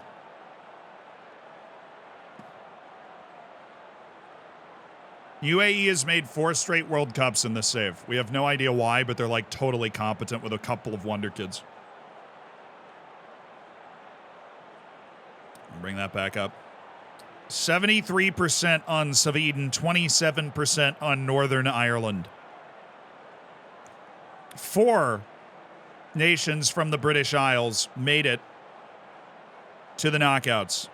Scotland's already out, England's through, Wales plays later, Northern Ireland on the stage against Sweden. One of 2 Scandinavian representatives, along with Denmark at this stage. All right, let's rock and roll. Clive, you got it. 52 years. I'm old, but I'm not that old. That was the last time Northern Ireland was in a proper World Cup finals. And not only have they made it, they've managed to scrap their way to winning their group in unusual fashion by drawing both matches in the best, most pleasing way. They finished first over Ghana on fair play in order to be the seeded team here. Sweden, on the other hand, suffered defeat in their opening match and had to beat a staunch Costa Rica side, which they did in order to get here. But here comes Sweden. Pace from Conga immediately bouncing around. McComb is shuffled away. Northern Ireland in European qualifying as well has made a reputation of being very difficult to score against with this back 5 and 2 defensive midfielders. But Conga showing some serious life for Sweden on that far side of the field. Here's Cruz. Cruz up for Freeman. Blocked away. This is where Northern Ireland's almost comfortable. Daly able to make the play. Northern Ireland, not a team that's going to score a lot of goals, but they will be very difficult to break down. Kazumovic. Beckman. Kazumovic attacking the angle. Saved by Clark. That was dangerous. Freeman. Now stopped by Donnelly. Donnelly's got the ball. Nothing on now for Northern Ireland, but Sweden asking a few questions early on. Clark able to make the opening save for Northern Ireland, who have perhaps already they've already dramatically outdone expectations by even making it to the World Cup, let alone getting out of a fairly challenging group. Kirk towards Riley. Oh, it's down for McComb! Visions of grandeur for McComb. That sat up quite nicely for him. This is going to be a physical, difficult match for these two teams. Conga. Kirk beating it away. Kazumovic has to go back to Olofsson. Beckham floated towards Conga, but Gardner has cleaned that up easily. Blondex, thank you so much for the prime. JCRs, thank you for the 28 months. Long ball settled by Olofsson. Long ball back from whence it came. Kirk, this is old school football. Rosberg, Williot Swedberg, the old wise midfielder for Sweden.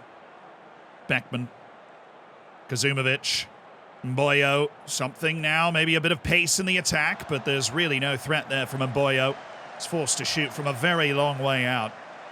Nothing to concern Clark in the Northern Ireland goal. And once again, those picking Sweden have underestimated the obstinance of the Northern Irish.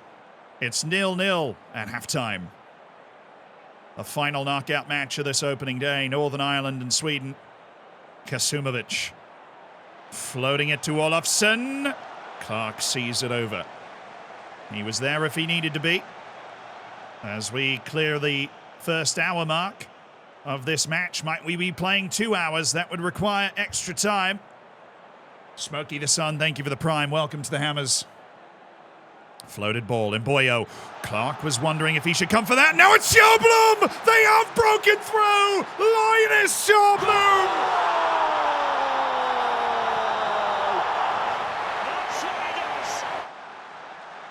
And Sweden, after over an hour of beating their head against a brick wall, found it off a set piece as Northern Ireland switches off for a moment. Mboyo to Sjöblom. This is far from the best Sweden team that's ever graced the World Cup finals, but they are finding a way. And Northern Ireland need to score, which is not their specialty. Another goal for Sweden.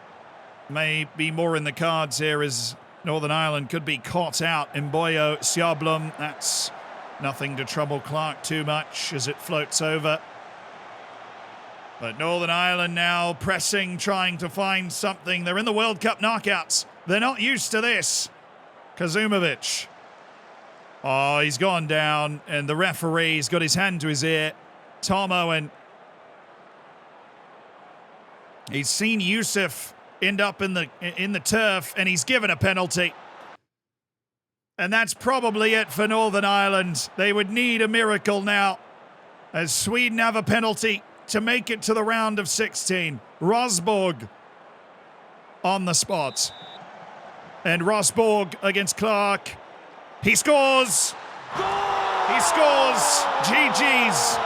It's Sweden who have eliminated Northern Ireland and will head to the round of 16 at this World Cup.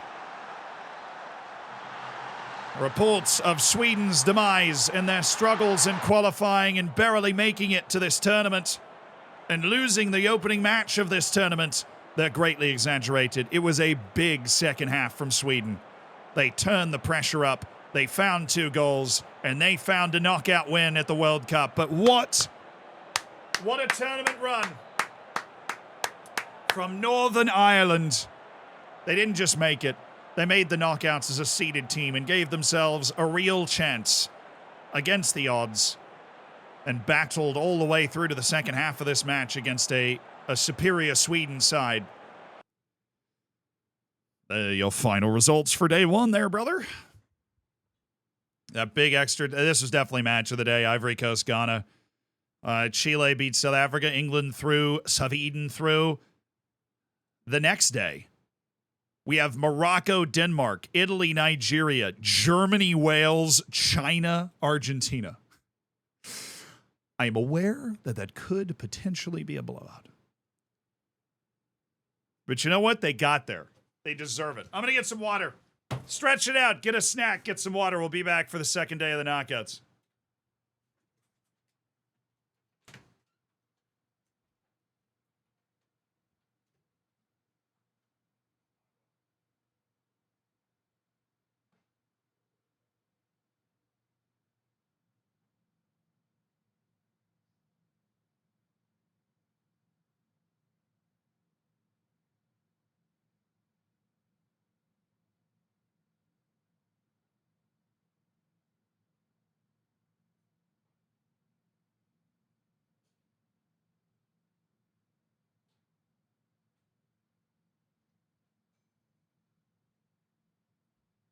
Howdy.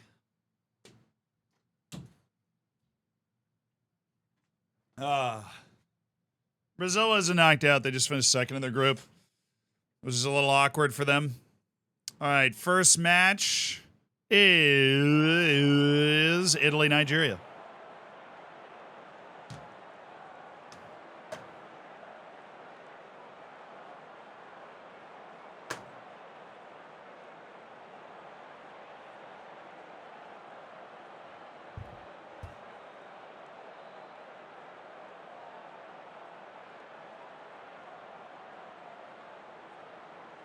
The wager is up, chat. What do you got? Here, big bets coming in on Italy early, obviously. Italy's group was Morocco and Iran. They beat both teams 2-0. Nigeria finished second in their group. They beat South Korea, but lost to Denmark.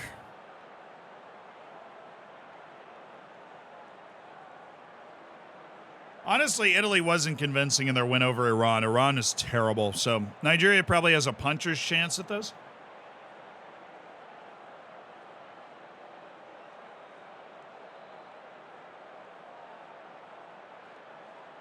What team is this shirt from? Peckham Town. I went with away days. When we went to Taunton, we also just went to Peckham Town. It was wild. Smallest stand in the world.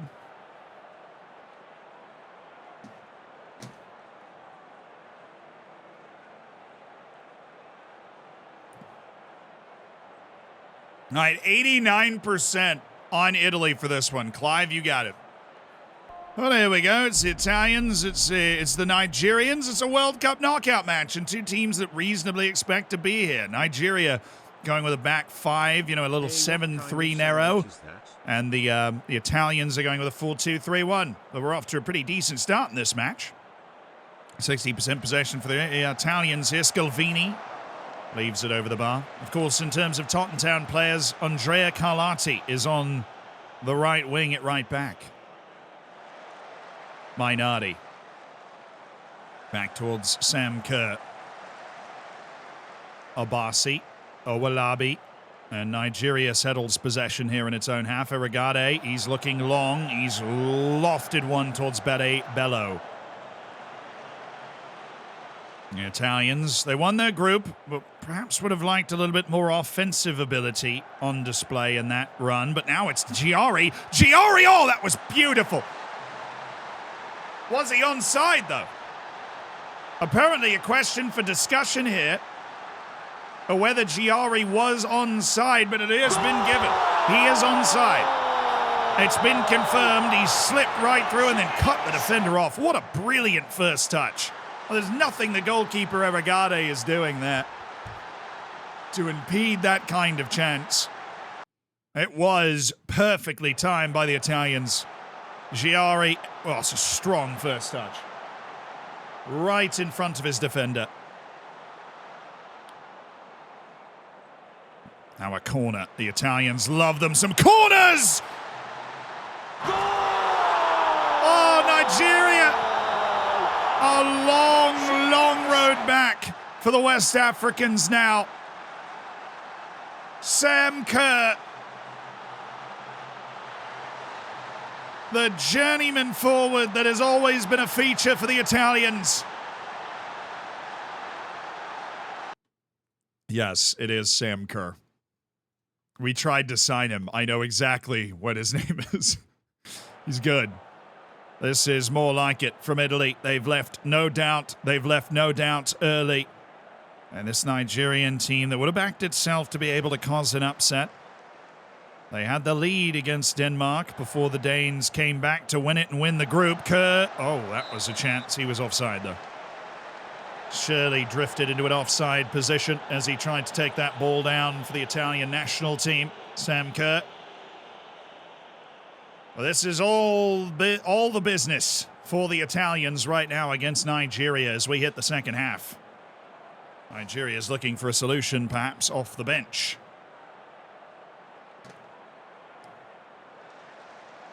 I just can't seem to get solid possession up here. Oceania, Victor, Ogbonna.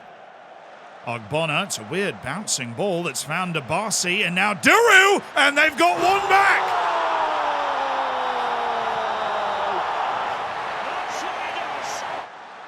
Don't just switch the channel yet! Daniel Duru is really the first significant foray for Nigeria, but they've got their goal. Abasi, Duru, and he just slipped it by the keeper, Bianconi, near post. Maybe a question to be asked of Mattia Bianconi on that goal. But that definitely beats him on the near side, and Nigeria are alive here. They're going to have to catch Italy napping again. They've got a set piece. This is where the dream can be made. It's Bede Bello. Bede, oh my word, did he beat the stuffing out of that ball. But it just whistled over the Premier League forward, Bede Bello. He is the feature man up top for the Nigerians, but he's not been too involved, and they're running out of time. Can they cook up something here? Victor. Olashola. Betty Bello. Mankosu. Very, very well done by Mankosu. Took that space away, and it was a dangerous space, but the danger's not gone here. Mankosu again. He's just pocketing Betty Bello, trying to control the ball. Giari. Now it's Giari. Bit of a majestic run by Giari, but it comes to nothing. Jack, thank you for the 6 months. Cerebus, thank you for the 6 months as well. What kind of sandwich is that? It's hummus, chicken, and provolone cheese, I believe. Made it myself, so I probably should know. Here comes Nigeria. They've only got a precious few minutes left to try and complete the multi-goal comeback. Ogbonna. Oh, that's just not good enough. It's just not good enough for McBonna. Diacol, Giari. Oh, it's open. Diacol! Francesco Diacole! And Italy will be headed to the round of 16. That was just a beautiful 1-2. You get caught ball watching for 1 second, and Giari's played it back into the space that Diacole has already walked into. Cheekily done. Spirited determination from Nigeria after 2 early Italian goals to make this an interesting finish. But it is Italy that will be winning and moving on. Next knockout match, Morocco-Nigeria. Morocco beat Iran and then lost to Italy 2-0, but absolutely flattened Iran. Where the Danes won the group. They beat Nigeria 3-1 and South Korea 5-1. Very impressive group stage for them. Where Morocco lost to Italy, no shame in that, but they showed their quality in dismantling Iran in the opening match of this tournament. How's the prediction going? Ooh, the points are just flying in.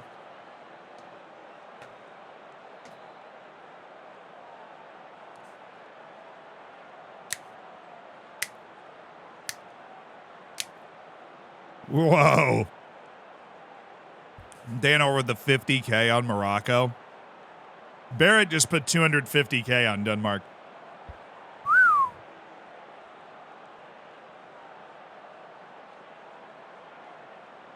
Right, I mean, Morocco, you can't sleep on Morocco, though. They are 21st in the world.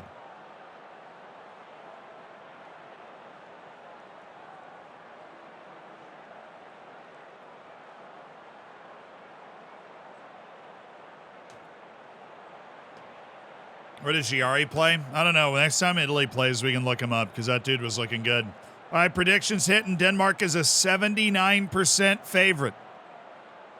79-21. Morocco going with the 8-2 formation, so maybe pens? Denmark, a man after my own heart. Jeppe Norback's on the right, and they are going 4-4-2. Clive? Well, you know, World Cup. Denmark and Morocco. Denmark's in the red.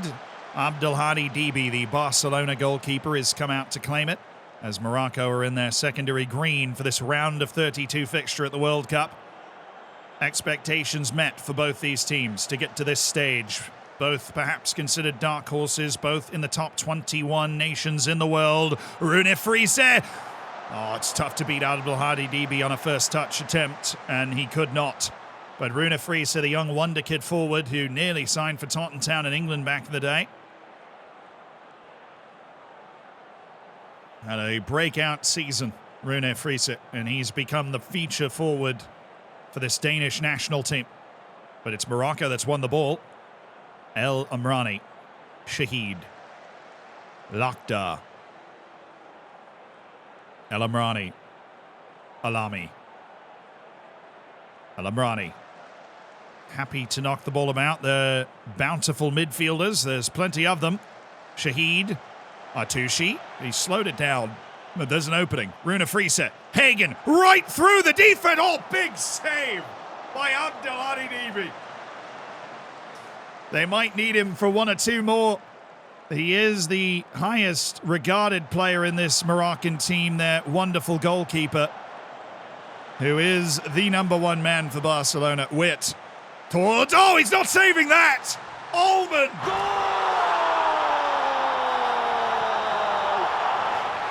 How do you beat a world-class goalkeeper? Well, you just create a chance that's impossible to save. Witt attacking the wing, and the marking has all gone to pieces here for Morocco at the back post. It's a low, hard ball, and Ullman just has to head it straight. Straight into the back of the net for Denmark. And they are really flying at this World Cup. Morocco is no slouch here. They are participating in every World Cup, it seems, these days, Morocco. El Amrani, Wakili, Ben Yahya. Oh, it's just so well read by Jensen. Johansson Pedersen. Naikja. Alman.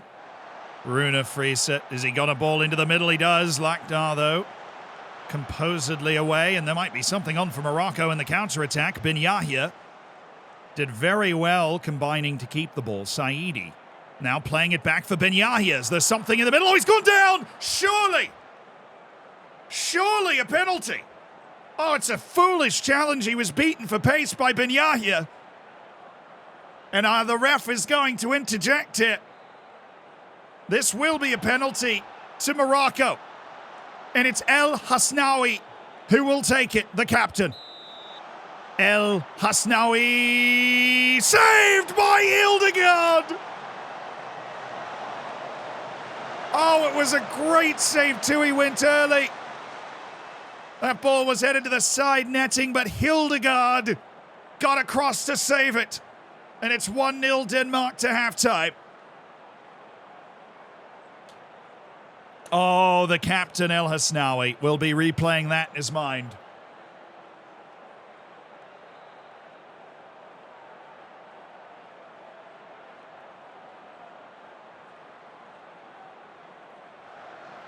Denmark. Across to Lekal. El Hasnaoui trying to make atones for his missed penalty in that first half. A test of his mental toughness for certain. At what point does Morocco think about coming out of its shell just a bit more? Shahid. Saidi. Good pace. Good space. Good chance. And it's in! Rina Asafi!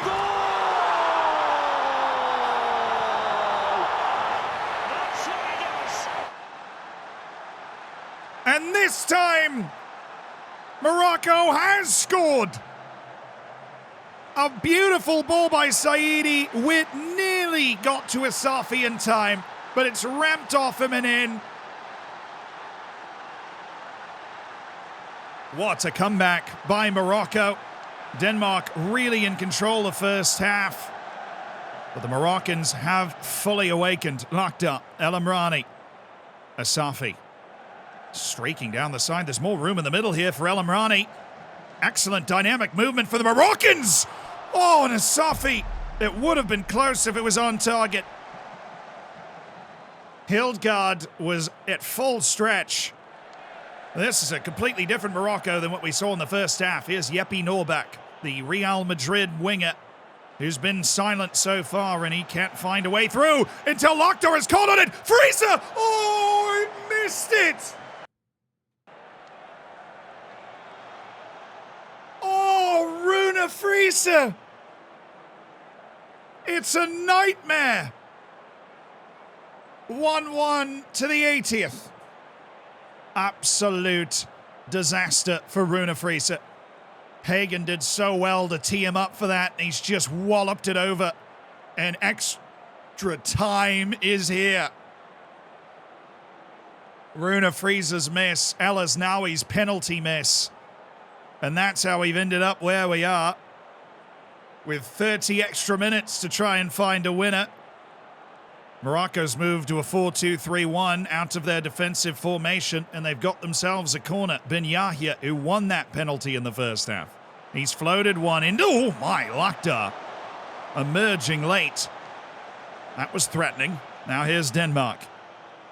And what's turned into a wonderful round of 32 tie. Wall pass, Larsen. Tulberg. Hagen. Oh, it's gone in! Oh, they won't care how! dragon of light! It's a wicked, disgusting deflection. But it has gone in. It's a double deflection. Unbelievable. The goalkeeper attempting to save the initial shot is laid out to his right. It's hit one defender in El Amrani and then off the back of Alamani and just ekes by a goalkeeper in full stretch.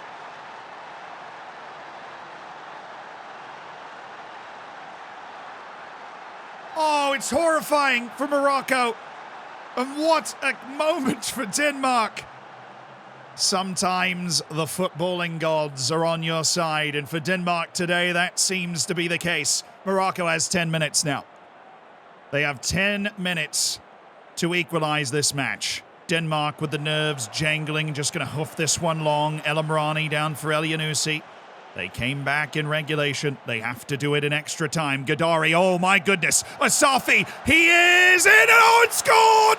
Karim Ben Yahya! The Atlas Lions roar!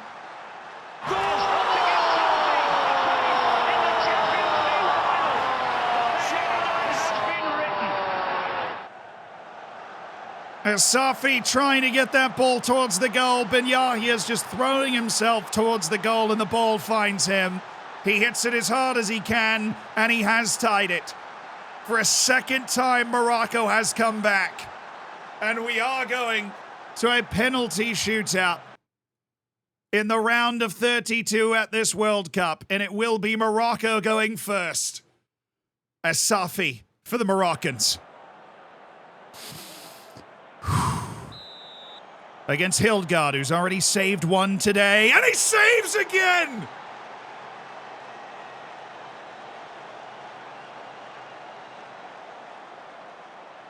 He saved a penalty in regulation, and he saves the first penalty of the shootout. Barcelona goalkeeper Abdelhadi Dibi against Rizvig. Oh, what a penalty by Rizvig. A breeze on the fingertips of Abdelhadi Dibi. But Rizvig inside the post and in. And it is 1-0 now to Denmark in this penalty shootout. Oceania needs to find a way through Hildgaard for the first time for Morocco, and he does. Oceania, what Morocco desperately needed. And now it's the embattled young forward, Rune Friese, who missed a big chance to win this match in regulation.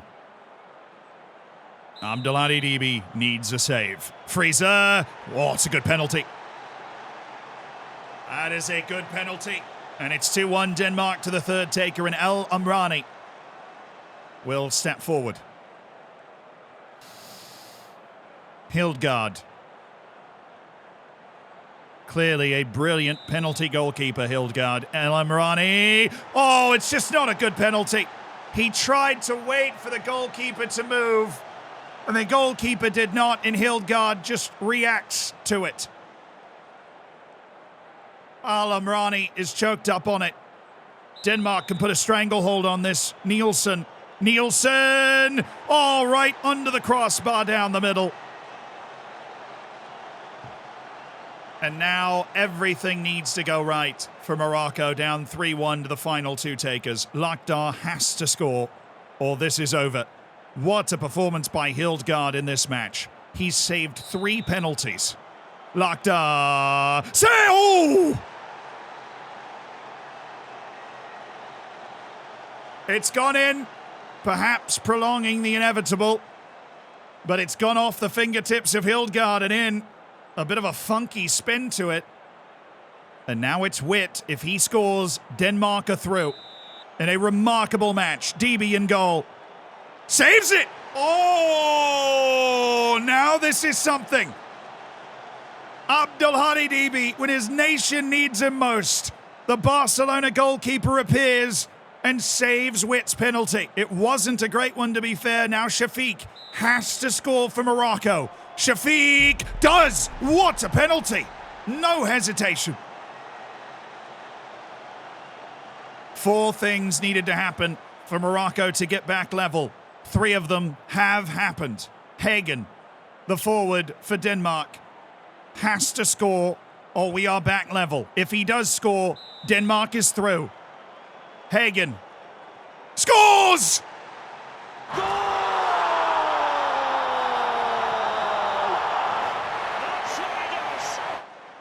He holds his nerve, and in a tremendous match, Denmark wins in penalties.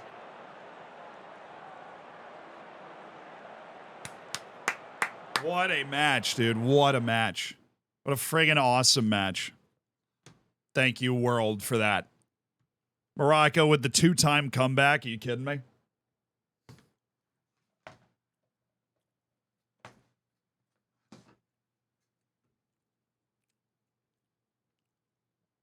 All right.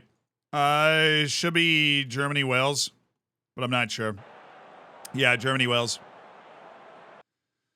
All right, the Germans, 6th in the world. They won their group with a 4-0 over Senegal and a 2-0 over China.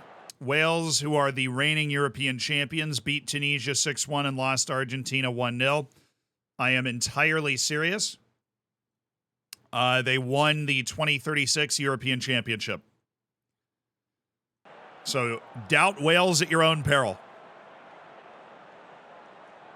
Because that is entirely legit. They are the reigning European champions. But Germany is getting 87% of the vote. You're voting against Brandon Evans and Sam Hughes like that? A vote for Heiko and Bulow. I get it.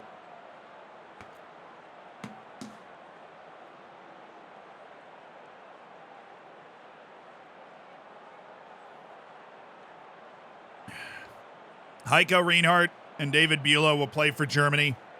Brandon Evans and Sam Hughes will play for Wales.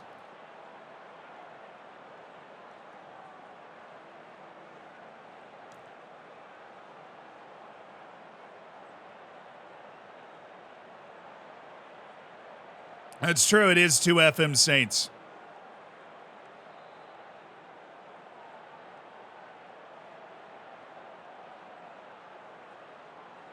$1.4 million channel points on, oh, that was the payout. Oops. Oh, it went away. Okay. Showtime. Germany was a favorite, but Wales closed the distance. Clive, you got this. Germany and Wales, of course. A wonderful time for both of these sides. Wales, the reigning European champions, the unthinkable that happened for the Welsh in 2036. Surely lightning can't strike twice. For the Welsh national team in a clear golden generation. Sam Hughes and Brandon Evans and the reigning Premier League champions, Taunton Town, against Germany, who have Heiko Reinhardt out on the right wing and David Bulow at centre-back that are also members of that team. But the German national team has not found a similar level of success to Wales. And in the first 25 minutes, it's been Wales with 5 shots and Germany with 2. Wales has 7 shots to Germany's 2 right now. It's Bulow for Germany. He's spreading the ball out for Zimmerman. Welsh defense now in full retreat. Zimmerman, Damashek. Damashek floating it towards Heiko! Post.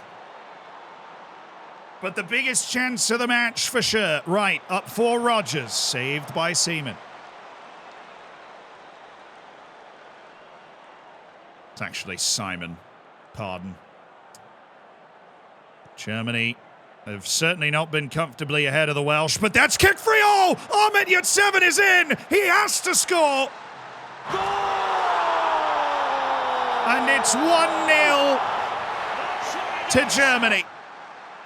3 Welsh players have gone up for this ball, and they haven't managed to win it cleanly, and it just ramped out. It was a Christmas present. Absolutely gift wrapped for Ahmet Yurtseven.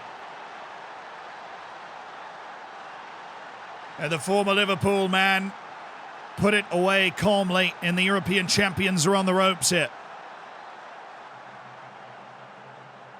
Germany in the lead. Oh my goodness me. Gadjet is having the luckiest day of his life.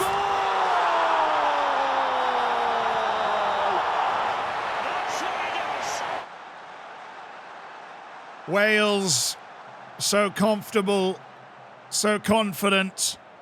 Pritchard caught with the ball by Gadjet, straight into the back of the net. A World Cup nightmare for the Welsh.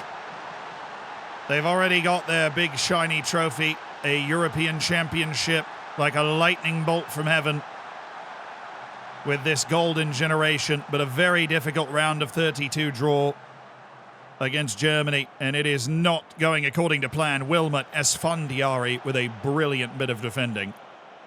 Now Schwab, now Freeman, Roberts, Josh Roberts to cut it out. Rogers and Evans.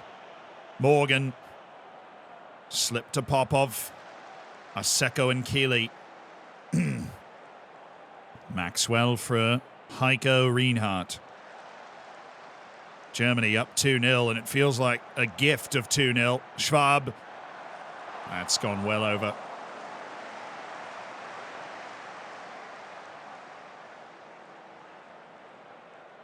Gadjet. Rogers headed away. Now Freeman. It's a very good effort from a difficult angle. But it's all Germany now. 2-0 in the first half against Wales.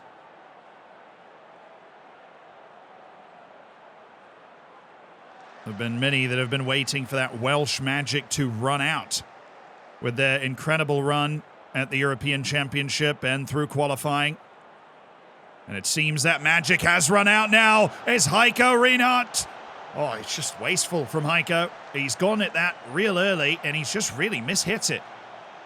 As we hit the second half now between Germany and Wales, it is the German national team in a return to form. Simon. On for Bulow. Can they pass their way forward? No, it's a bad... Oh, no. He got it to Heiko. It was an ugly flight to the ball, but right where it needed to be. What a play by Morgan. Wilmot. Sammy Hughes. They need some inspiration, and players like Sam Hughes can provide it. Wilmot. Taken by Gadjet, Aseko and Keeley. The numbers flying forward for Germany after the takeaway. Heiko Reinhardt. Reinhardt still going. Up for Schwab.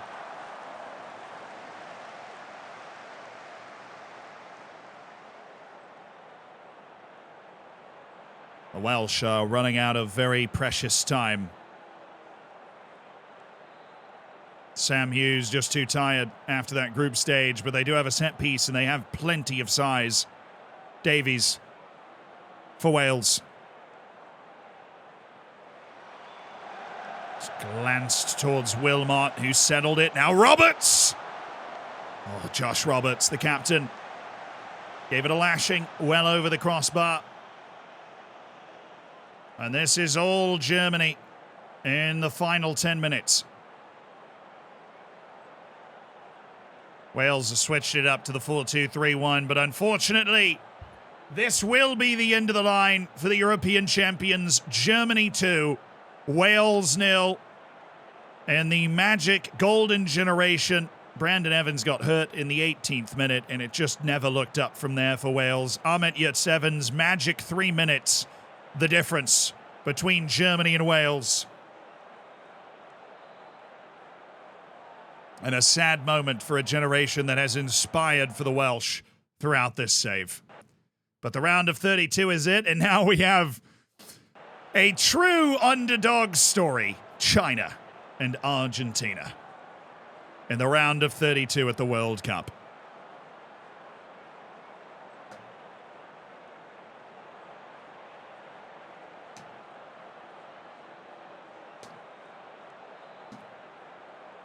Can't wait to see this. China drew Senegal and then lost to Germany 2-0. Argentina had a very impressive 7-0 against Tunisia and did beat that Wales team 1-0. This is 95% to Argentina. China's got one big wager from LFC Letters, nearly 29K. Stones has wagered $250,000 on Argentina to win, I'm pretty sure, $251,000. No, it's more than that. Look, China's better than you think, but Argentina is amazing. Argentina is really, really, really good. China's better than you think. They've made 4 straight World Cups.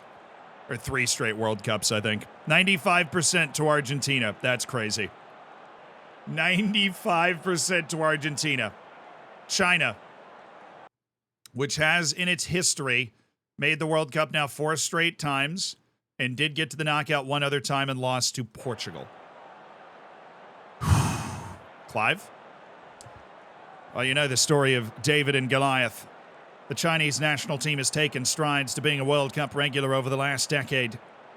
But Argentina, perpetually one of the best teams in the world, featuring a striker that has won the Premier League Golden Boot on 4 separate occasions, Federico Silwane.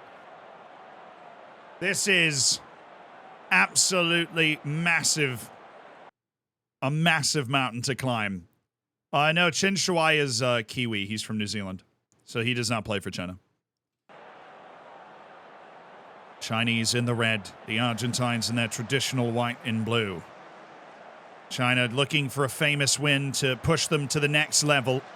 Rivero, Nahuel Martinez, floating a ball. There it is. Classic Federico Silwane play. Federico Silwane. They did not want to waste any time with this, did they? Now, China played against Germany in the group stages, and they only lost 2-0, which is a result that could certainly inspire some confidence that they hung around with one of the best teams in the world. But Argentina, with no interest in hanging around, they found their superstar forward, Federico Silwane, and they found him early. Rio, Fernandez, Torres, the line's a bit crooked. And it's Silwane again for Argentina.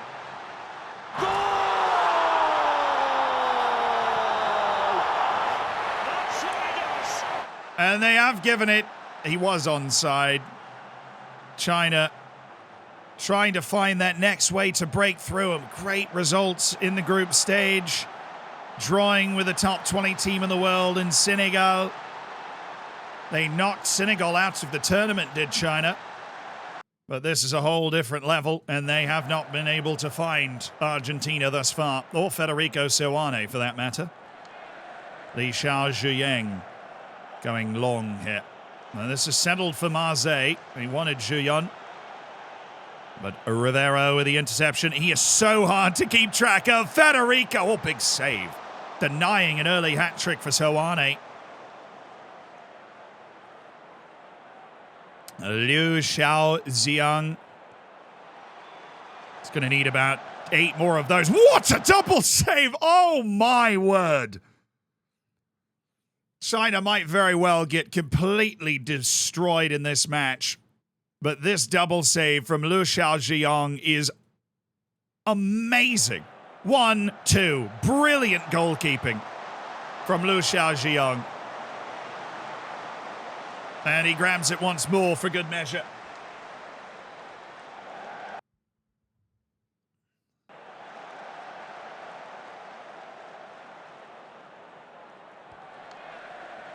Liu Xiao Ziyang, Yang Yunshin headed forward. Aguirre. And they've got Silwane again. He's just so hard to keep track of. It's a problem that everyone has against Federico Silwane. And China's certainly having it. It's just that lack of world-class individuality in this Chinese team. Although they have raised the standard level of their side. They qualify convincingly for the World Cup now and did so again for this one and made it to the knockout stages. It is a new era in the Chinese national team, and to their credit, they have settled things down a bit since that absolute avalanche of chances for Argentina. But you just wonder where the goals might come from. You're already down 2-0. It's going to be very difficult to pull this all the way back. Torres. Here in the second half for Argentina, Giusti is comfortably over. Xiong's goal. They're trying to rotate around in the forwards. They brought Yong Xuan in, who's played the first 2 group stage matches for China. If they can get one, maybe spark a bit of belief. They have certainly stemmed the tide of Federico Silwane. Big saves by Shi Yong just to keep this within the realm of possibility for China. Yong Yunshin, this is really good. Yong Shuan, oh my goodness. Wei Yi is in, and he scored! Oh my word, it's brilliant from China!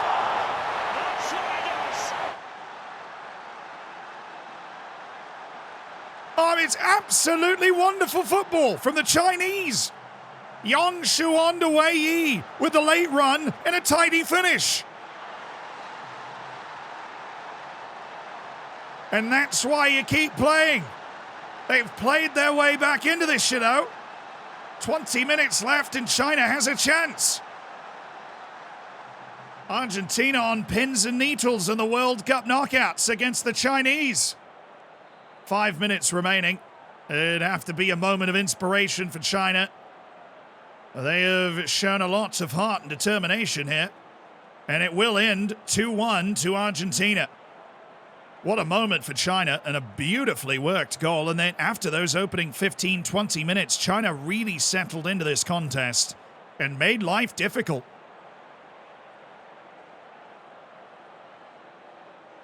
They made life difficult for Argentina. This was an uncomfortable opening knockout round. And you can totally see how China has found its way to the World Cup knockout stages with a disciplined performance as such. Wow, China, okay. They had me thinking for a second. What a goal that was. What a freaking goal that was, dude. That was so well worked. All right, we've got Portugal, Colombia, Cameroon, Serbia, France, United States. We can just skip that one. We can just skip that one. We can just skip it. It'll be totally fine. Do we need to watch that?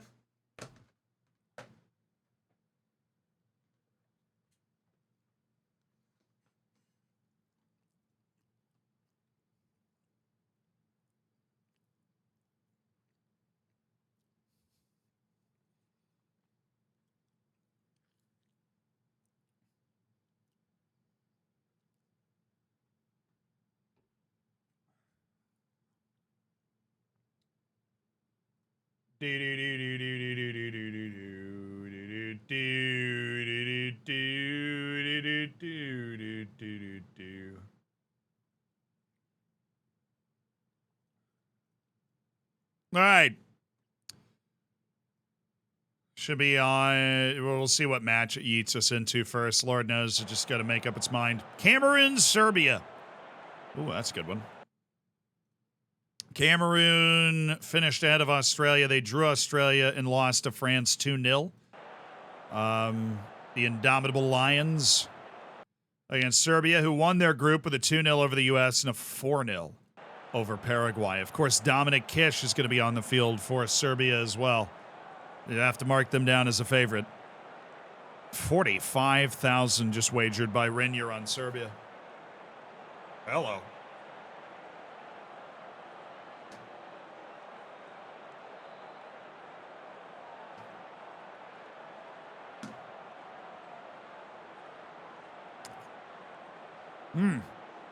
CMCNR has put down 50K on Cameroon.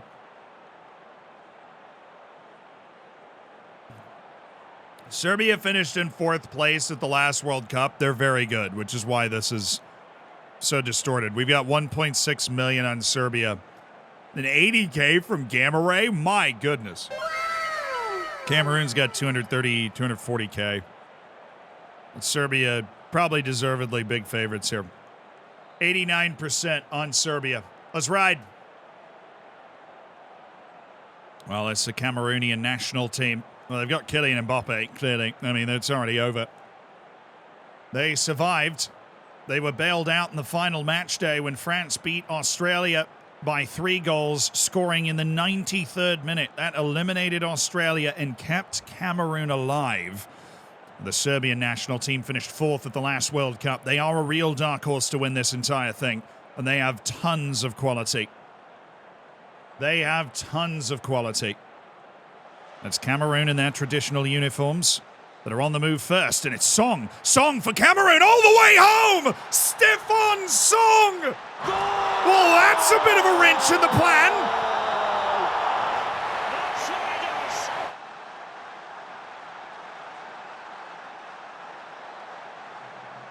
in the home World Cup for Africa. It's Stefan Song with a burst of pace and a thunderous finish. Cameroon not the betting favourite in this one, but Serbia have a fight on their hands now. Mbappe. Marko Prajovic to Panic. Panic floated to Saric.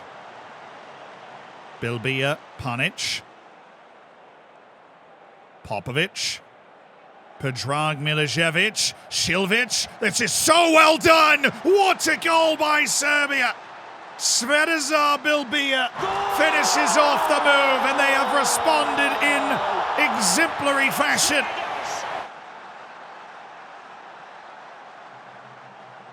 Predrag Milicevic, great hold up to Silvic, and Svetozar Bilbia, the captain from Manchester City, puts away the chance for Serbia. 1-1, and what a fiery start we've had. Now it's Cameroon who have themselves a corner. Song, it's going to come back to him now. Stefan Song. Bedelbelig, he's gone for it.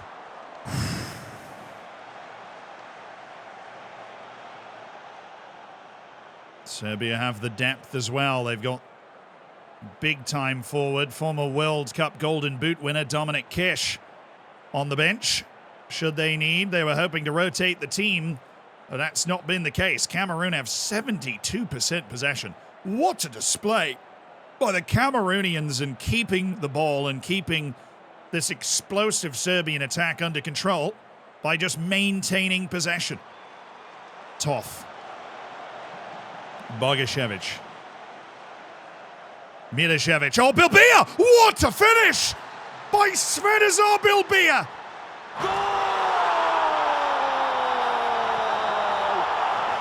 Oh, it is a captain's goal. It is the epitome of opportunism from Svetozar Bilbia.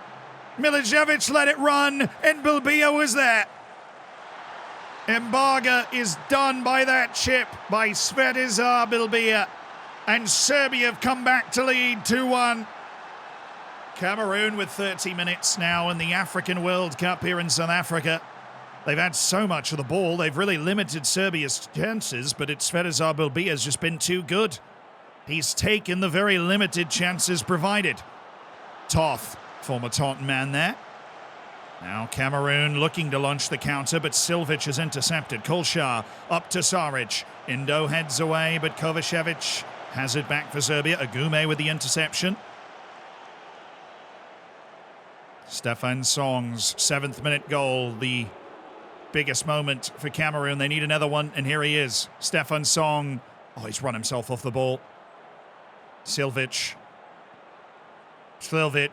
Up to Saric. Saric behind. Big save. Strong hand from Mbaga. Serbia have been pushed by Cameroon in this round of 32 match. Sljevic looking for Saric. Kovacevic, easy enough for Mbaga. Cameroon with 15 minutes now to turn its possession into a second goal. We've seen plenty of comebacks in these knockouts thus far. But it does not look like one is forthcoming. Serbia have won it 2-1 thanks to a brilliant performance by Svetozar Bilbia, the captain. And they are headed for the second consecutive World Cup to the round of 16. But a surprisingly sturdy performance from Cameroon. They just didn't have any bite at the end of their moves.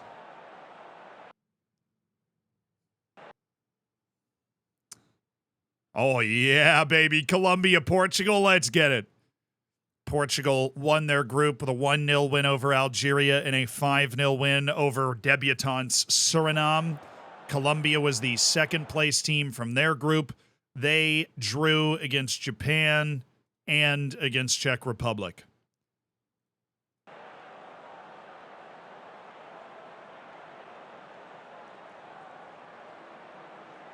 And the wager opens really heavy on Portugal.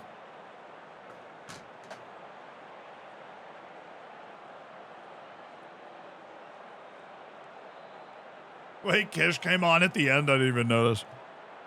How dare I?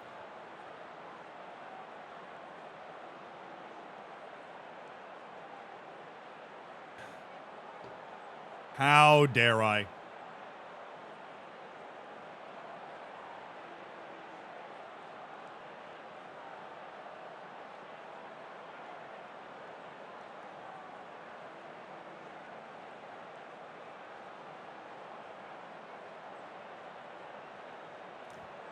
Ooh, hey, Colombia getting some big bets late. 50K from Danor, 170K from Isaac Cass has dragged Portugal up to 76%.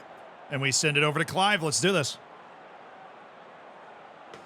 Portugal and Colombia, two talismanic names in the annals of footballing history, meet in the round of 32 at this World Cup. The Colombians with 2 draws in their group stage. They finished second. Portugal with the win against surprise entrant Suriname and surviving Algeria as well.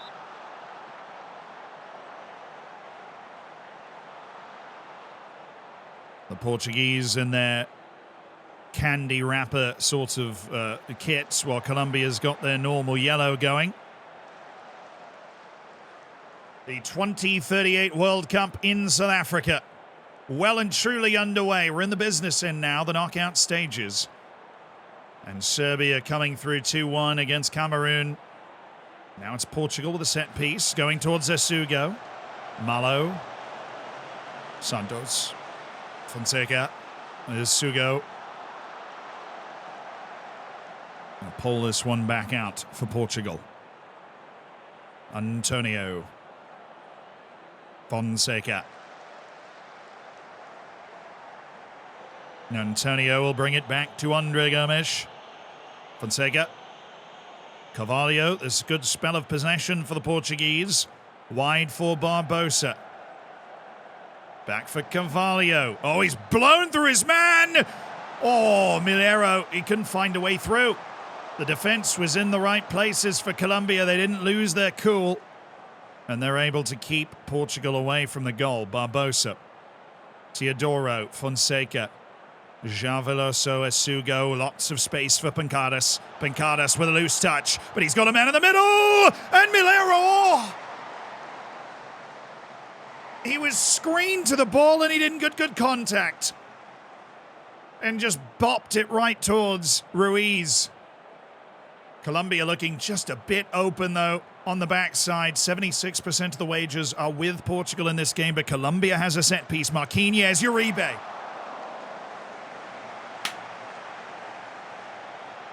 Colombia's shown composure, and we know they've got the quality to get themselves a goal as well. They qualified very comfortably in third position out of South America's qualifying section, behind Brazil and Argentina, ahead of Chile, Ecuador, Paraguay, and Uruguay. And here they come, the Colombians. Uribe. Lopez. Gary. Space for Mayorga. It's a high line for Portugal. Mayorga. Mayorga. This is controlled by Marino. Marino. Malo! Oh, he got there! Goal! It's goal from Malo! Vicious! Marino just gives him a chance. It's not a pretty ball off Antonio, but goal from Malo. That is a brilliant goal. 2 defenders and a goalkeeper in the way. Narrow angle, and he could not have dreamt of hitting that better than he did. Goal from Malo. And Colombia have Portugal on the ropes. 15 minutes left to play for the Portuguese now. 10 minutes for Portugal. One of the favourites at any tournament they play. The Portuguese national team are screaming out of this tournament. Colombia's defense and its goalkeeping has stifled Portugal. Unbelievable.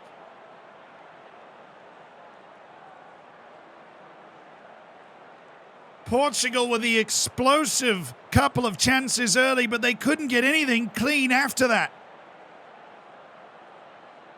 And Colombia and Goldfront Marlow are headed to the round of 16. Portugal had its chances. They dominated the opening phase of play and they could not find a goal.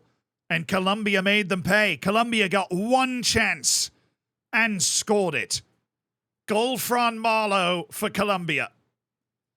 And then, that's the reason Colombia is 11th in the world at the moment. Portugal is 10th. It was a great matchup of these two sides. And now it's France and the United States. France, who are level for first in the world. The United States, who are 19th in the world at the moment. Surely a match that's going to captivate the imagination and hopefully not embarrass me in the process. Right, not exactly excited for this one, but here we go. France, they beat Cameroon and Australia to get to this point, while the United States, a little less inspiring, lost to Serbia and drew Paraguay, but Paraguay lost to Serbia by more. And so the United States is here. Let's go USA, baby. In the World Cup knockouts yet again. I lost everything, Duarte. I'm sorry. That is brutal. I know we have a lot of Portuguese people in the chat. I'm so sorry that happened. If it's any consolation, my team's probably about to get absolutely abused, but we'll get to see Cayman Farrow play. It wasn't an easy draw. Portugal got a little unlucky that they had to play a darn good team in the world rankings after winning their group. That is pretty unlucky.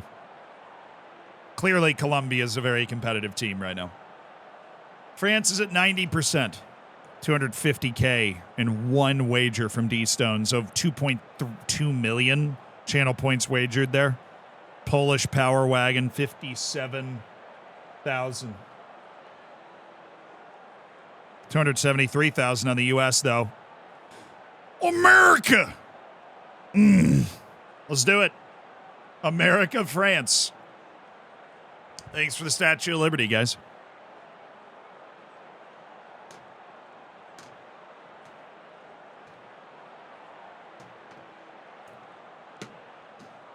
There's Cayman Farrow, man.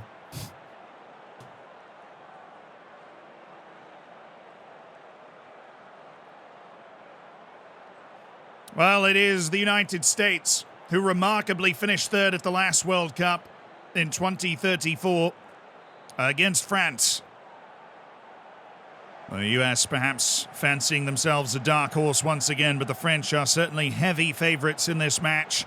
After a disappointing tournament from the United States so far, here's Fortune Maristel, well defended by Bragaroli.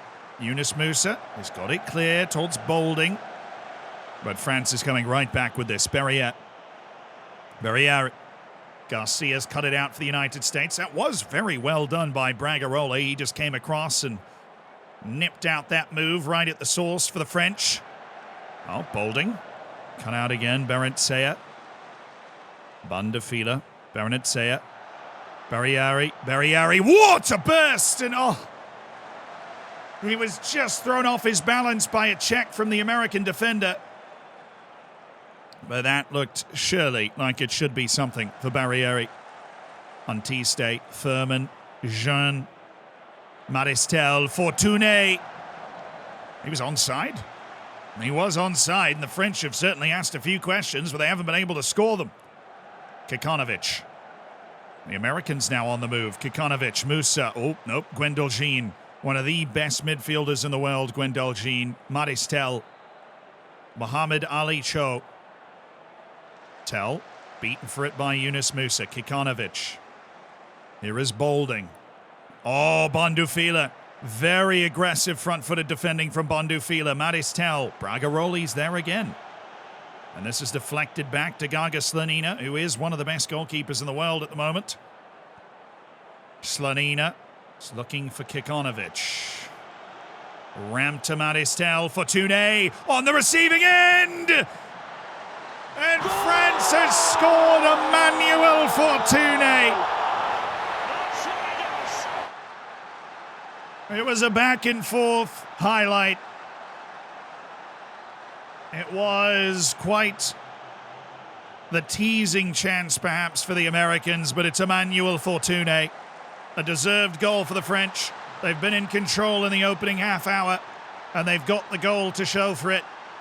The United States, who have not scored in this tournament, they made it to the knockouts in spite of that fact, but now they need a goal. Barrieri. Bragaroli heads it away. Barrieri back in. Baranitsea, Bondafila. A second goal might just dead and bury this one for the French. Mohamed Ali Cho, Fortuné, cleared by Gomez. Bondafila back towards Maristel, but Bragaroli's there again. Haynes. Keep that one in. Bragaroli, Yunus Musa, the wily veteran. Oh, he's got Quinn Sullivan, and there might be something here for the Americans. Quinn Sullivan. Kikonovic towards Hayden Redhaig! Oh, they have scored! With their first shot of the match, the Americans have leveled it. Kikonovic to Hayden Redhaig.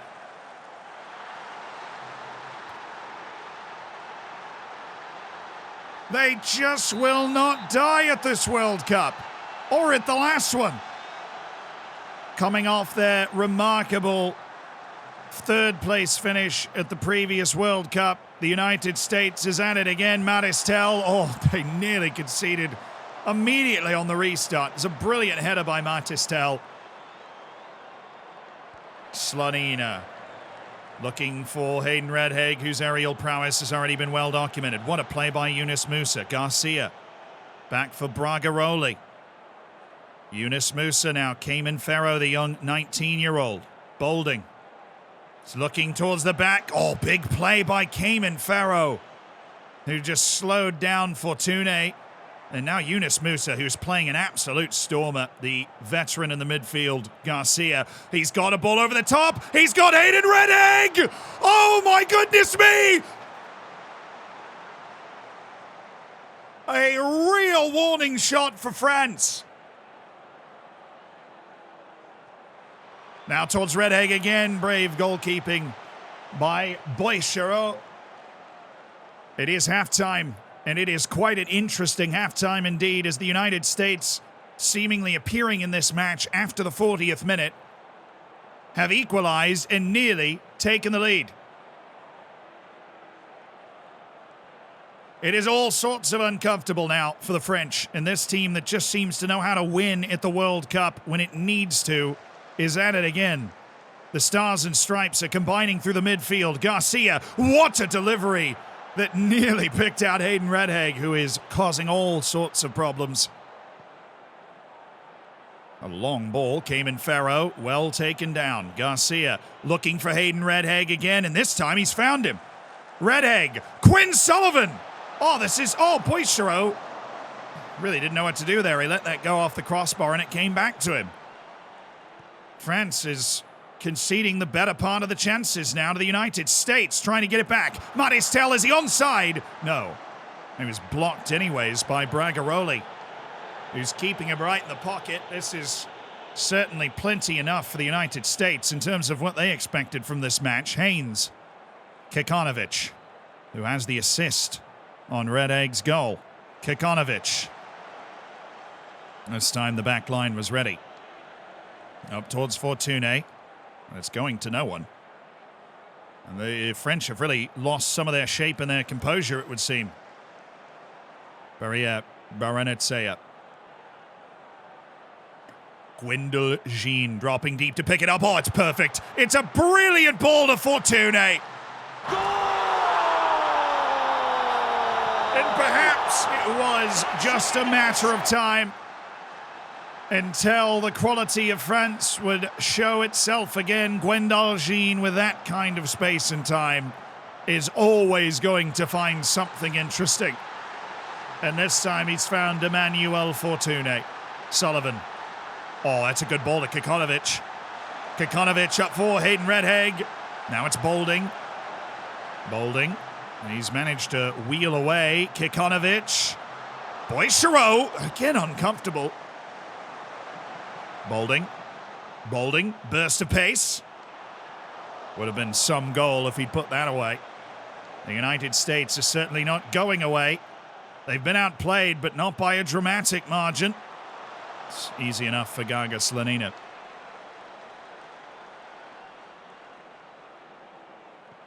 Going long, as is tradition here for the Americans. Sullivan.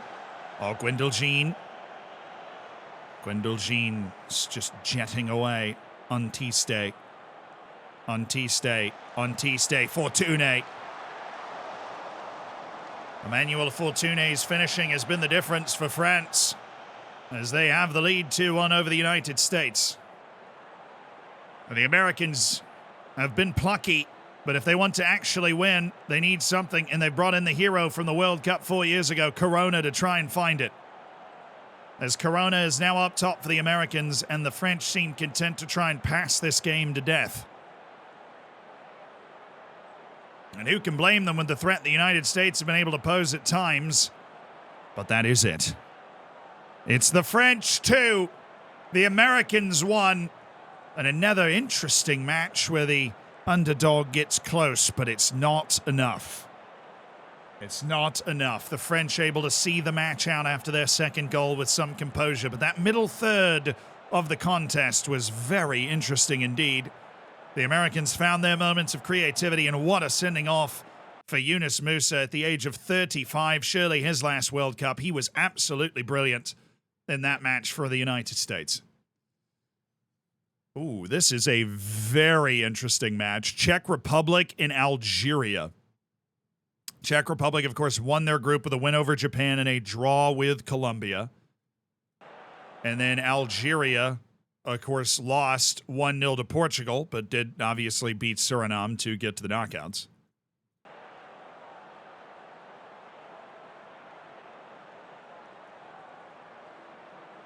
Yeah, this is an interesting wager right here. We've got 41,000 from Sensi on Czech Republic, 25,000 and 50,000 from Inskrov on Algeria. Hello. But a bit of a tentative wager, it seems.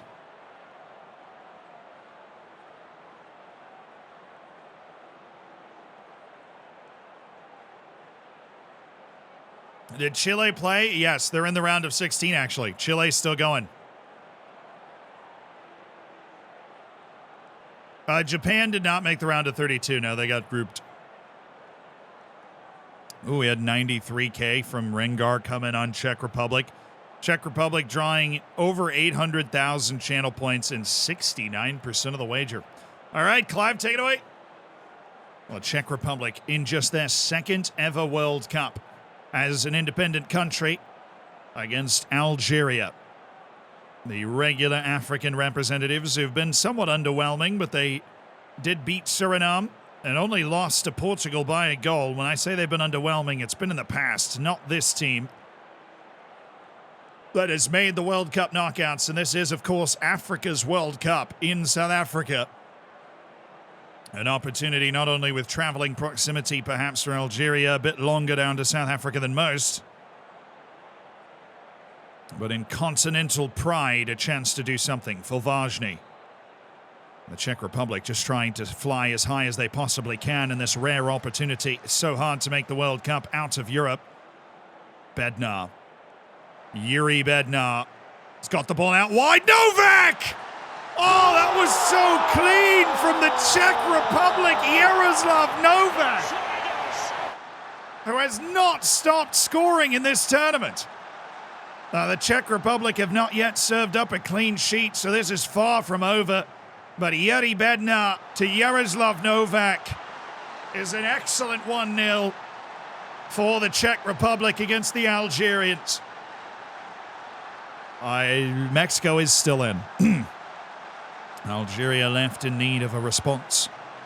Fulvajny, Michal Pokorny, Prokej, Kirijek. Fulvajny. Yaroslav Novak's dropping between the lines now. Fulvajny, he's got Oswald. Oswald on the run, Oswald on the gallop. Oh, that's just brilliant from Dominic Oswald. And what a start to this match for the Czech Republic. Portugal only beat Algeria 1-0. The Czech Republic are making it look like a stroll through the park on a Sunday afternoon. Dominic Oswald got behind his fullback and just kept on running. Oh, that's just wonderful from the Czech Republic and Dominic Oswald. China are not still in. They have been eliminated. Although they only lost 2-1 to Argentina. It was a very good match. Fulvajny. For this Czech team that is flying as high maybe as the Czech team ever has flown.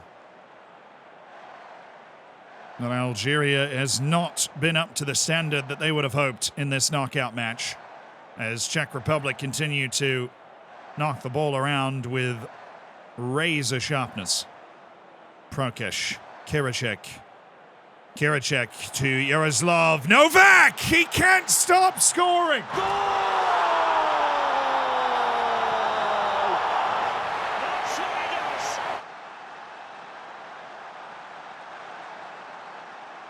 The warning is getting out that this Czech team might be around for a bit more than a participation trophy in this tournament. Yaroslav Novak with a brace in 25 minutes. And a 3-0 walloping from the Czech Republic on Algeria. Fulvajny.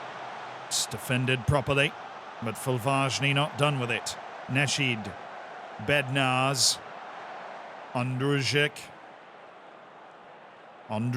now trying to stretch the defense. Yuri Bednar, this time well defended by Algeria, but they're in survival mode at the moment. Kiricek. Fulvajny. Oh, that is an unbelievable pass by Fulvajny. And Dominic Oswald should have been scoring. Algeria look like they are shell-shocked. They've not mustered anything in this match at all. The 50-50 ball finally won by Algeria. Ramdane very quickly hoisting it up and giving the ball right back to Czech Republic. Bakoni, Kiricek, Domani won it. Bunas. It's a long way back for Algeria, but you have to start somewhere. Shadouli towards Hamouche. At least it's something positive for the Algerians to back themselves to being competitive in a match like this. So the Czech Republic are outside the top 50 in the world in national ranking, but that's not mattered one bit in this match. Czech Republic's been largely unplayable. Shadouli. Algeria needs something positive to give them a chance. Khalifi. He's gone down. Oh, they're going to check this. I looked like he was outside of the area, but it's worth making sure. And it will at very least be a dangerous free kick for the Algerians if they can make something of it. Shadouli. Could go for goal as well. He's floated it, but Mikhail Pakoni's won the header and Najid makes sure it's clear. This has been a brutal first half for the Algerians, the North African nation. Always coming in with high hopes, a fairly regular participant in the knockouts at World Cups. But this one has come up very empty. Prokeš. Fulvajny. Oh, Shadouli with a clean interception. Bunas. Ramdane. The direct game has just not worked for Algeria. And now Yaroslav Novak bursting forth. Yaroslav Novak. That was deflected. A lunging block for the Algerian defense to keep the faintest of hopes alive, but Czech Republic have been startlingly dominant in a match that was supposed to be fairly even. And now we've got another foul that's clearly outside the box that we've decided we need to review. What's all this then?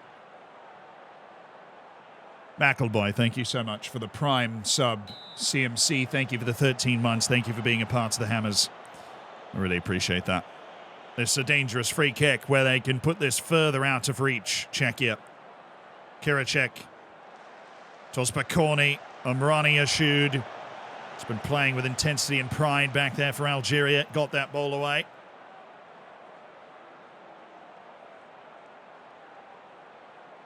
And if the script holds, this should be a fairly routine final 15 minutes.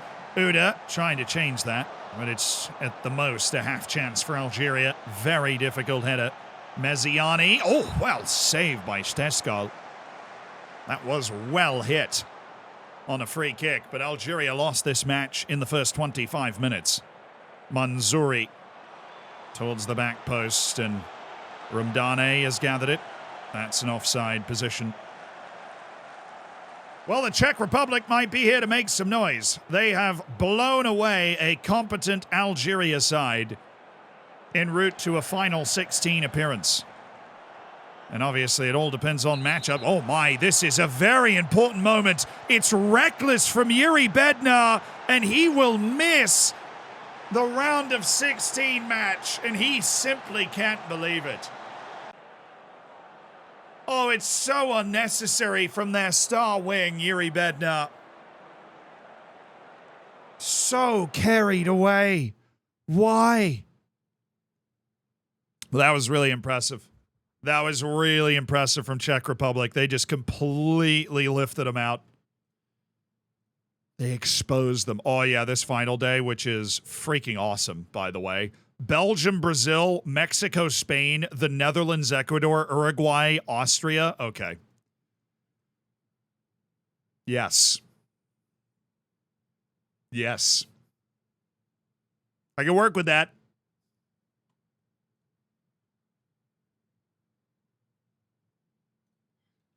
All right. There we go. We got to make sure we don't accidentally skip these matches. So we get, Italy, Germany, France, Colombia, Chile, Ghana. These are good. These are good. You finishing the World Cup today? Yeah, we're going to do it today. I am leaving for Colorado tomorrow to hang out with fam, so. You're in fam, bro. You're in fam, you know. We ride, brother.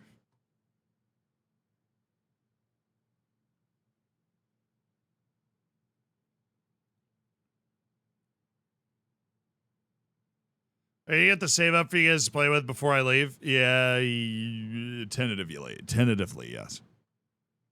Tentatively, yes. My Nuggets fan? No. No. I don't have an NBA team. That being said, I was happy to see him win the World Cup, the NBA title. I thought that was cool. What are the plans after the trip? I think I'm going to play Starfield. I think Starfield will be out. When does Starfield come out? I love big open world games. I think Starfield will be out. It's like, it was made by the same people that make Skyrim. It's like a big space Skyrim, kind of. So I want to play that. Why'd Starfield be rubbish? I really hope no. I really hope not.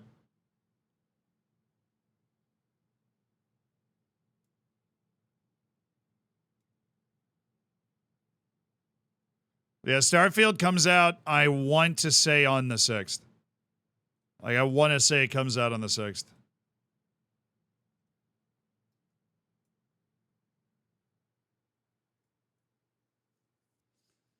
Premium edition lets you play it Thursday. How do you get the premium edition? Because I'll be back and, like, able to play on Thursday. It'll be buggy, but I don't think it'll be bad. Oh, I think it'll be awesome. I think it'll be sick.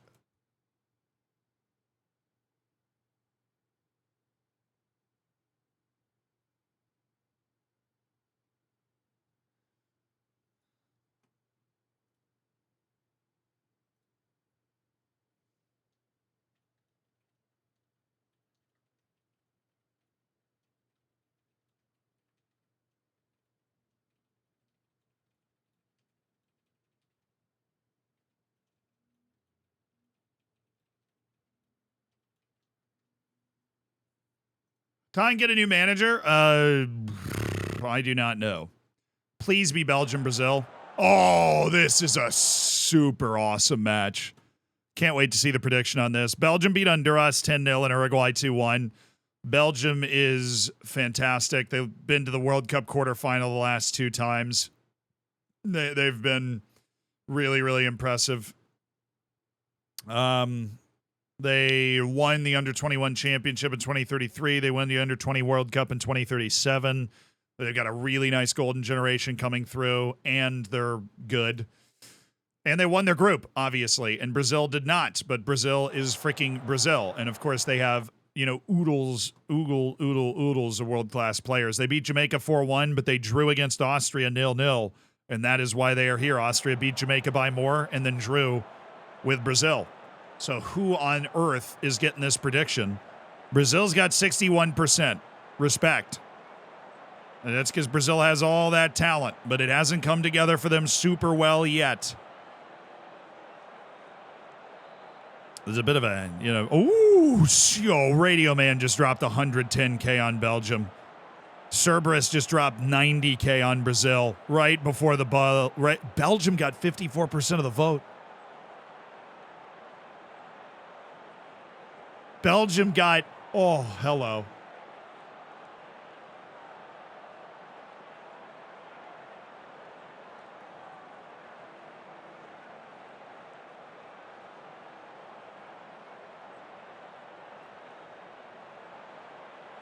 It's Mateo Mas against Milson in the World Cup knockouts. Let's do it. Is Mas starting? Of course he is. There's Mateo. Lorenzo Bacchini is our guy, too. He's just out on loan from Taunton right now. We do not have a member of the Brazilian starting lineup, but Adaliba is on the bench.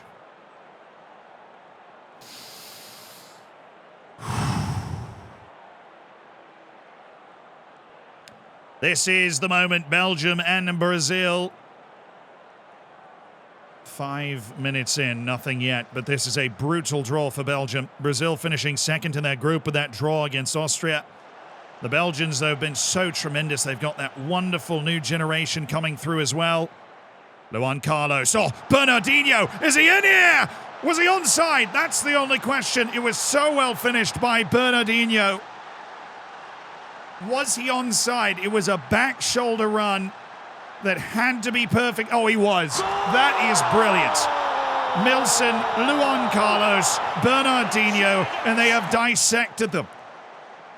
Brazil has heard the criticism, and they are here to try and win the World Cup again. Belgium, which has never won the grand prize, and certainly once again has come to the World Cup with a team talented enough to win the grand prize, has to bounce back from an early goal. They've got a corner. Duranville, claimed by Foucault, the Manchester United goalkeeper for Brazil. Foucault is up towards Bernardinho, who plies his trade in Serie A with Lazio. Michaud. Where's the space now for the Belgians? Mateo Mas has given the ball away here, but he's won it back. Mateo Mas of Taunton Town up to Julien Durand. Oh my goodness me! What a save! There will never be a better passing combination than that, convincingly, than what Belgium just put together. Brilliance from Mas to Duranville. What a ball to Inama. And Foucault just slammed the door on him. That was so aesthetically gifted.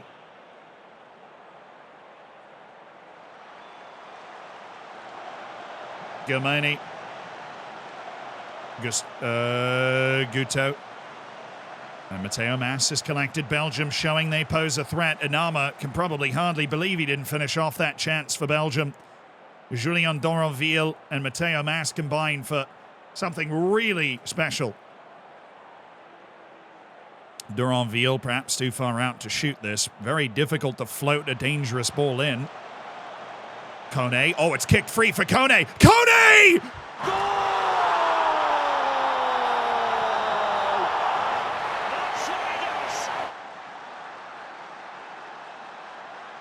Well, now then, the match is new again. Michel Kone with a, well, look what I found. What a play to touch that around the defender.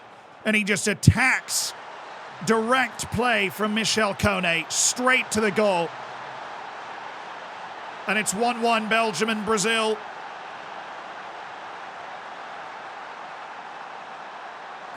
The Brazilians not able to show that quality. Indrik, Milson, Bernardinho, Marilson.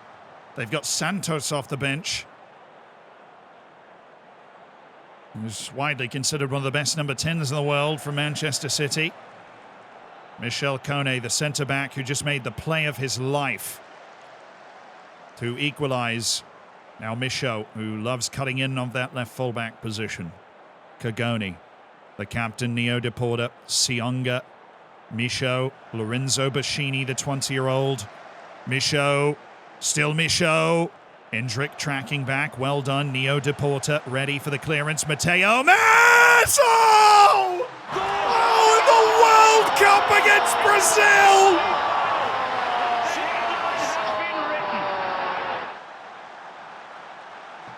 The football manager saint, Matteo Mas, pulls the rabbit out of the hat.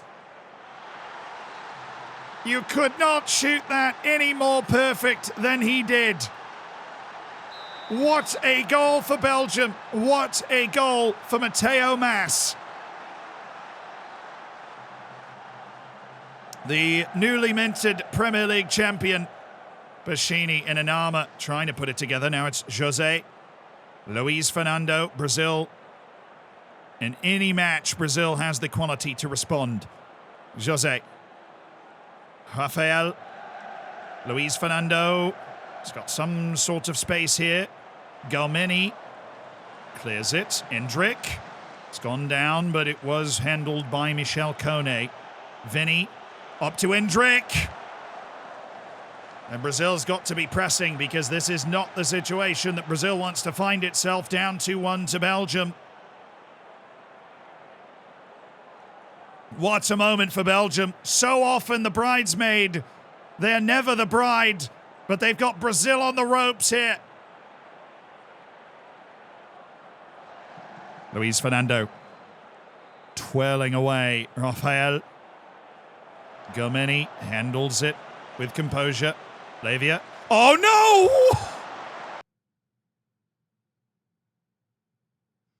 Oh, it looks like Lukaku has switched jerseys.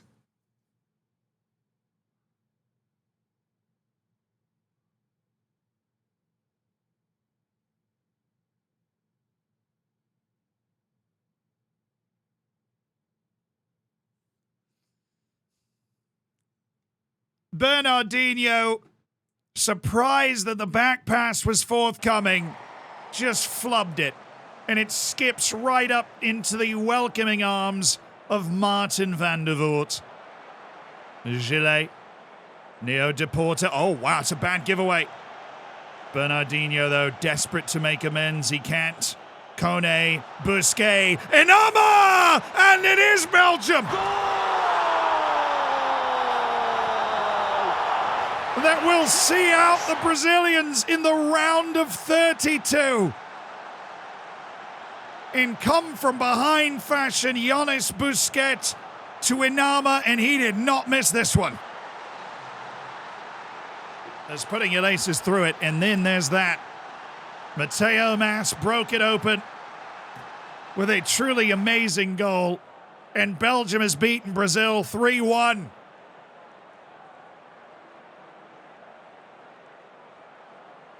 Wow, that is a statement from the Belgians. They got a difficult draw and they said, you know what? We've got this one figured out. Now Mexico and Spain, likely the first one. All right, Mexico beat New Zealand and lost to the Netherlands to get here. Pretty convincing in both. And Spain beat Dr. Congo 6-1, but eked it by Ecuador 1-0 to get here. And remember, Spain missed the World Cup 4 years ago, so that's like a relevant piece of information. But they do have Luis Fonseca and Ernesto Andreu. Big old derby here.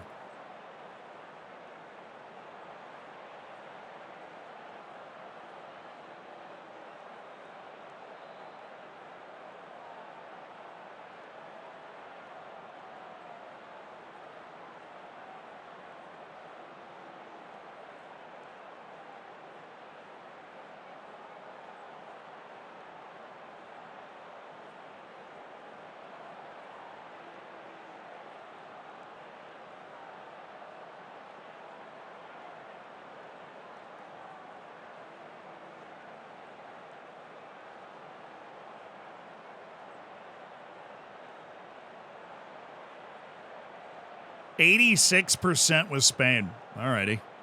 Sheesh. Sheesh.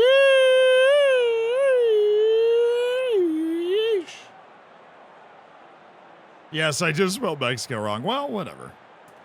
It's fine.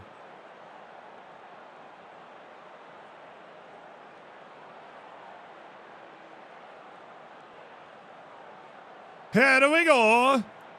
We've got Spain in a 4-2-3-1. Mexico have come out, and they are playing the exact same formation.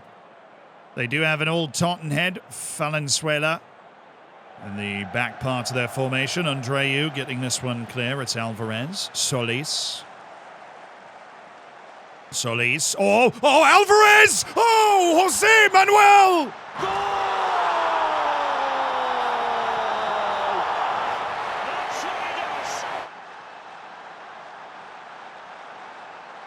Oh, it was improv inside the 18 by Jose Manuel Alvarez. He's headed it into an empty space, raced to beat the ball to the end line, and flicked it in. And Mexico lead. An immediate shot of adrenaline for Spain. Arteaga now for Mexico, and Verduzco. But they've won it back. Spain looking for space. Sanchez, what a pass to Lizarraga.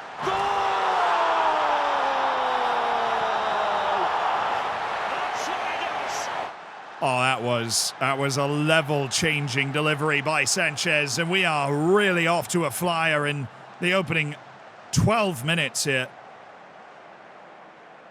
Sanchez to Lizarraga. No mistake in the finish, but the ball was sumptuous from Sanchez. Just right around a section of defenders, well timed to Lizarraga. And Mexico's early advantage has been squandered. Spain, who had something of an inquest in their national team after the failure to qualify for the World Cup 4 years ago. And now it looks like they might be put to the test in this round of 16 match by Mexico, because there is nothing between the two teams right now. Ignacio in stoppage time. Valenzuela. Ignacio, he's got some space. Sanchez harmlessly over. There's nothing there for Spain. And we do hit halftime, with Mexico and Spain level at 1 goal apiece.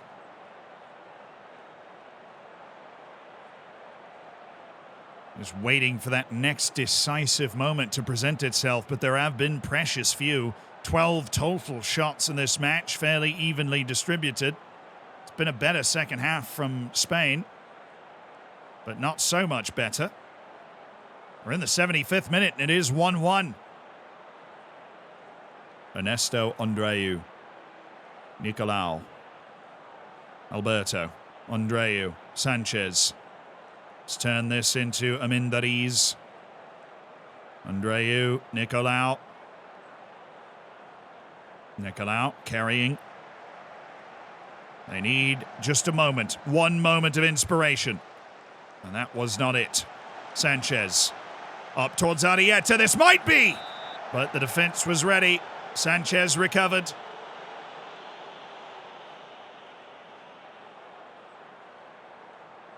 The hour is getting late, and the later the hour gets, the more possible anything becomes, and that's what Mexico will be hoping for.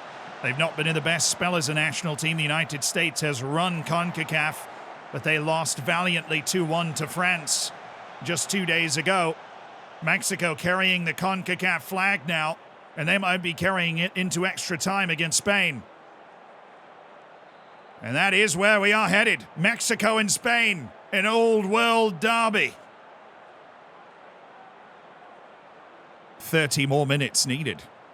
The 4-2-3-1's been preserved on both sides right now, so this option is still there. Maybe a tactical tweak to try and shake this game open. The substitutions have all been made, and penalties seem ever more likely between two teams that just have not been particularly incisive. It's taken one brilliant play apiece in order to score the goals. Here comes Spain. Amindariz, no, but he's won the ball back here. Has he? Yes. Arrieta! Arrieta! No!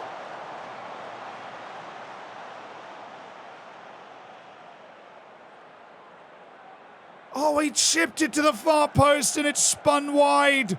Now Valenzuela. Ureña. Ureña. Lopez. Mexico. A goal now would be nearly decisive. Lopez. Testazo! Rolando Testos for Mexico! And Spain is on the brink!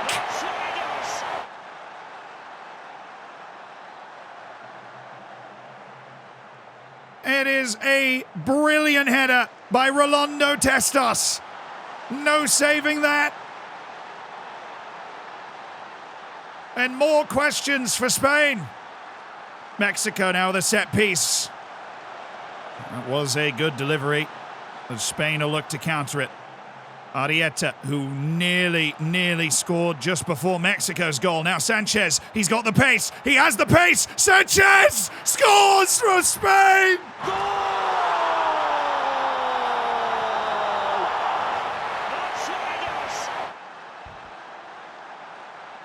Pedro Sanchez reaching all the way into his soul for an extra burst of pace. And he's run away from all Mexico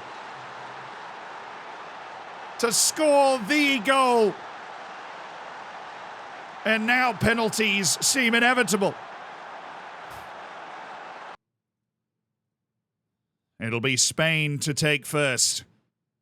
And a penalty shootout with Mexico for a spot in the round of 16 at this World Cup. Arrieta will shoot first against Alvarez. Oh, that is perfect from Arrieta.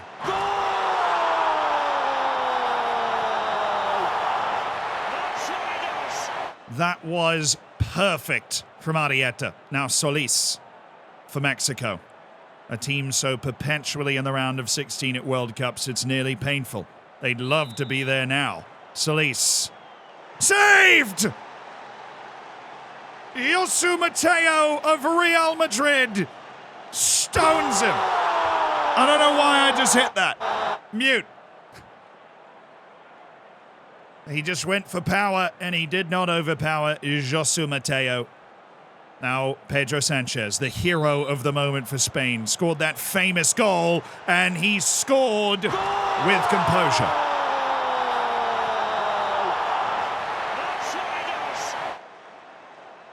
Alvarez, who his goal feels like a lifetime ago. But he will step up in a penalty that Mexico desperately needs to convert. Alvarez. Oh, it's really well taken against a world-class goalkeeper. All right, that noise is annoying. Just leave it. Leave it. Alberto.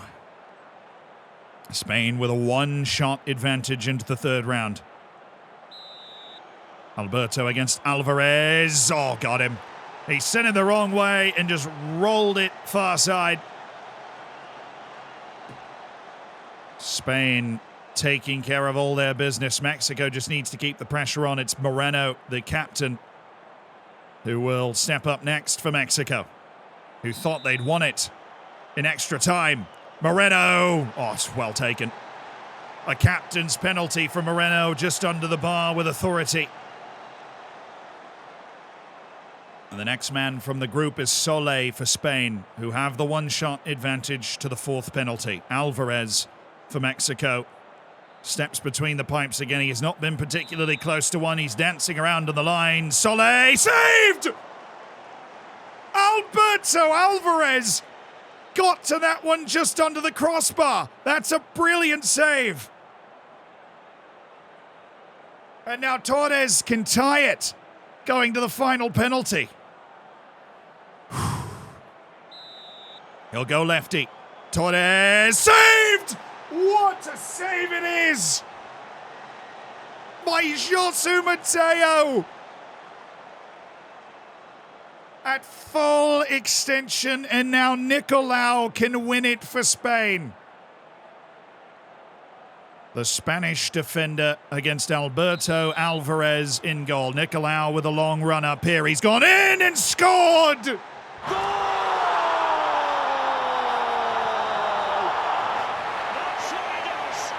And it's World Cup heartbreak again for Mexico with the lead in extra time. Spain pulls it back and wins the penalty shootout in dramatic fashion. 2 big saves from Josu Mateo. Hello. Okay.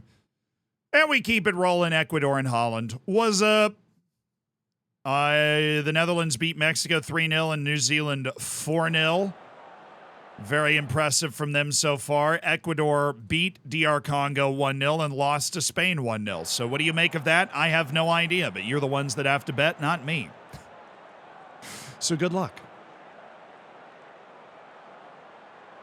I've got the wager up now, brother.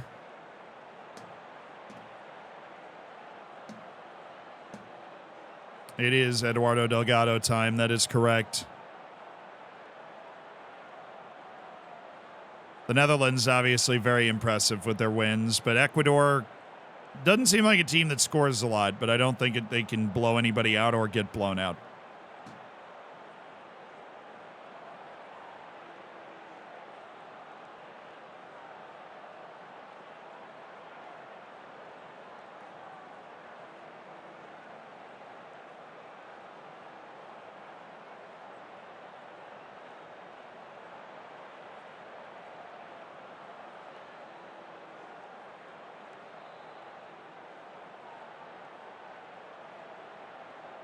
All in for the Dutch, dude. We got 90% on the Dutch right now. 91% on the Dutch. If Ecuador wins, somebody's getting a lot.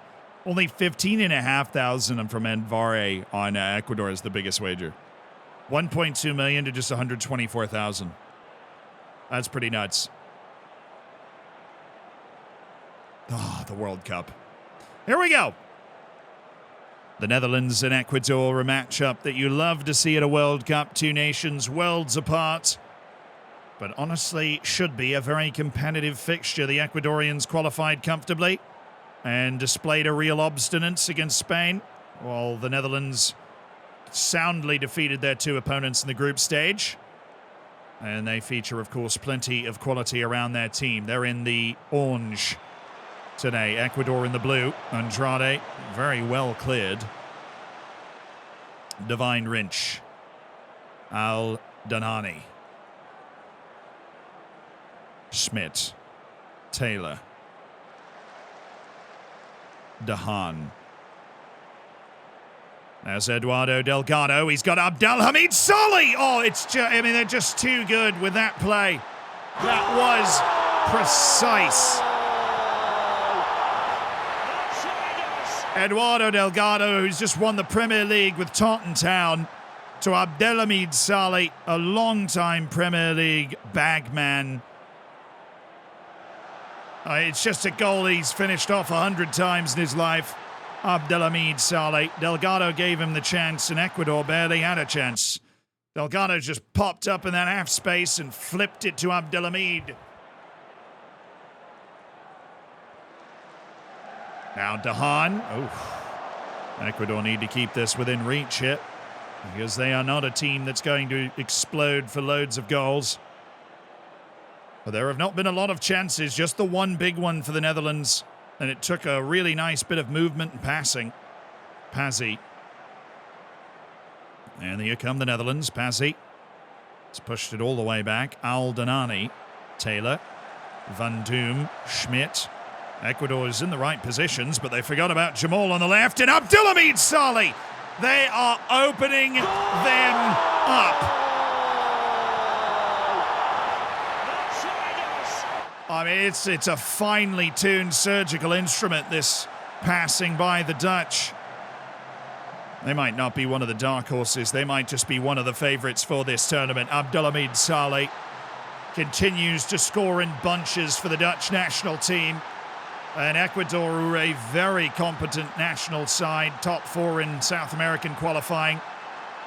A 1-0 defeat to Spain in the group stage that was very competitive, and they've been washed away by the Dutch in the round of 32.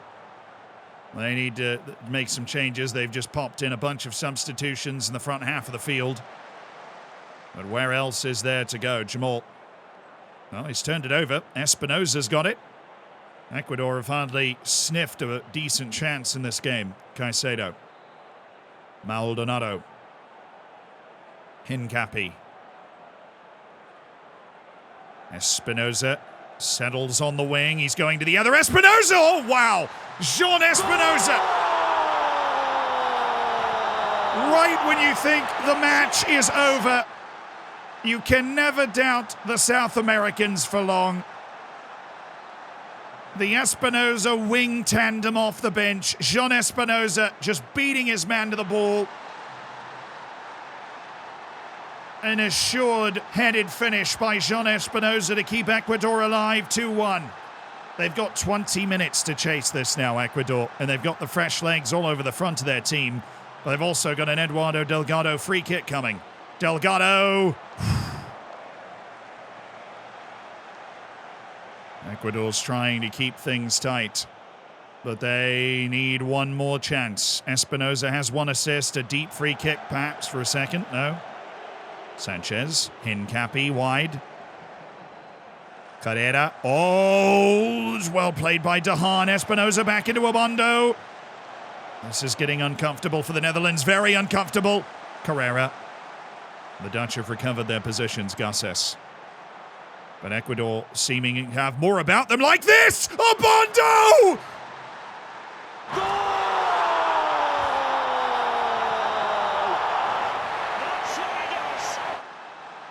A little Robin. Oh, it's offside.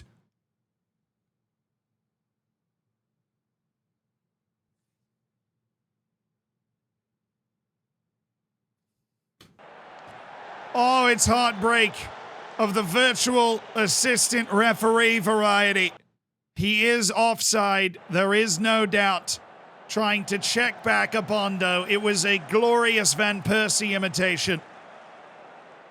But Ecuador's stunning equalizer is off the board.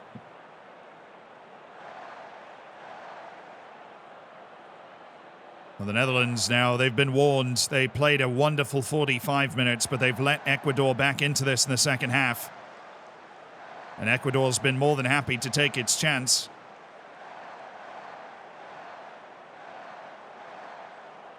This is more like it from the Netherlands. Van Doom. Wrench. Al-Danani. Fleur. Taylor. Fleur. Taylor out to Jamal. Where's Jamal looking now? Espinosa's dropped him. Oh, that might just do it for Ecuador. It's the goal scorer, Jean Espinosa, who's been sent off on yellow card accumulation. Oh, how close Ecuador came to overturning a brilliant first half by the Netherlands. Remy, oh my goodness, Van Doom. He's got pace, and Sky Vink couldn't finish it. The ball just got stuck up in his feet. Should have been a third goal. It should be over, but it is over now. The Netherlands 2, Ecuador 1. It was a very spirited effort from Ecuador, but alas, there was no more they could do. In the final round of 32 match, Uruguay against Austria. Now this is, this is a surprise here. Uruguay is the loser to Belgium, which you can't hold against them, and they beat Honduras to get here. And then, of course, Austria is very good because they drew Brazil and then beat Jamaica by more than Brazil beat them. I don't care if, you think Brazil was a little worse than usual. They're still crazy talented, so Austria's got a lot going on. But Uruguay's getting 93%. Hello. Well, somebody put 200,000. Radio Man put 200,000 on Uruguay. He's betting on Riquero. The Aaron put 55K, 64K from Inhuman Power.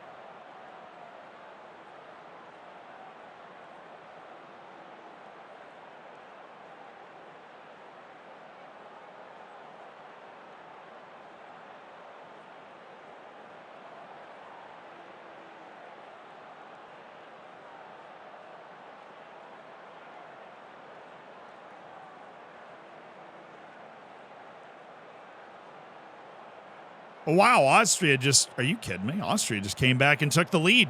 Austria is the betting favorite by 1%. It is literally 51-49 to Austria over Uruguay.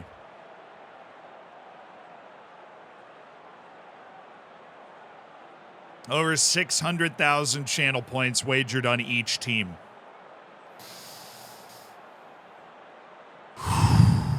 Here we go. The final round of 32 match, Uruguay and Austria. Two teams that have really shown out and shown some promising play at this World Cup, but only one will be in the round of 16.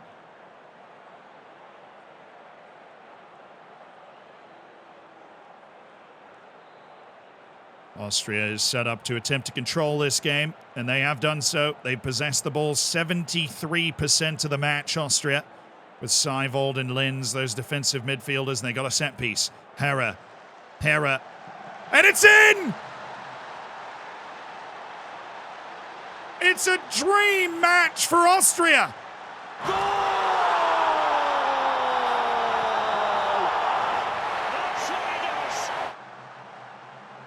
Alexander Rusch of a crowd of Austrians has won on the back post, and Austria have just limited the match and scored on a set piece.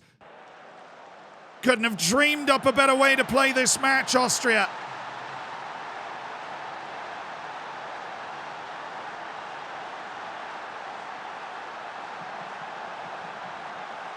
Recaro now, Uruguay trying to counter, but Nicolas Seivold's won the ball. Dedic, Beck, Antonio Conte's got his team playing some type of way here, Austria. Flavius Daniliuk, Rusch. Oh, what a pass by Rusch! Big save by Bueno. Needed to be made as Austria swaggering about. Rusch just made the pass of his life for Austria. And Uruguay need to find a way through. They've been thoroughly stymied by the Austrians, but they do have a corner. Camargo. Headed away by Hauser. Still alive, Recaro. The talismanic 23-year-old Rafa Recaro, who just won the Premier League with Taunton Town. Well, he's been exhausted starting this match and struggled to contribute to it, but here he is again. Recaro, good ball to Urrutia. Urrutia. It's controlled by Brocker. Becker. He's got Maus. Now here comes Austria. Maus. Running ball to Hera. Hera. On to Rusch! Wiener Schnitzels!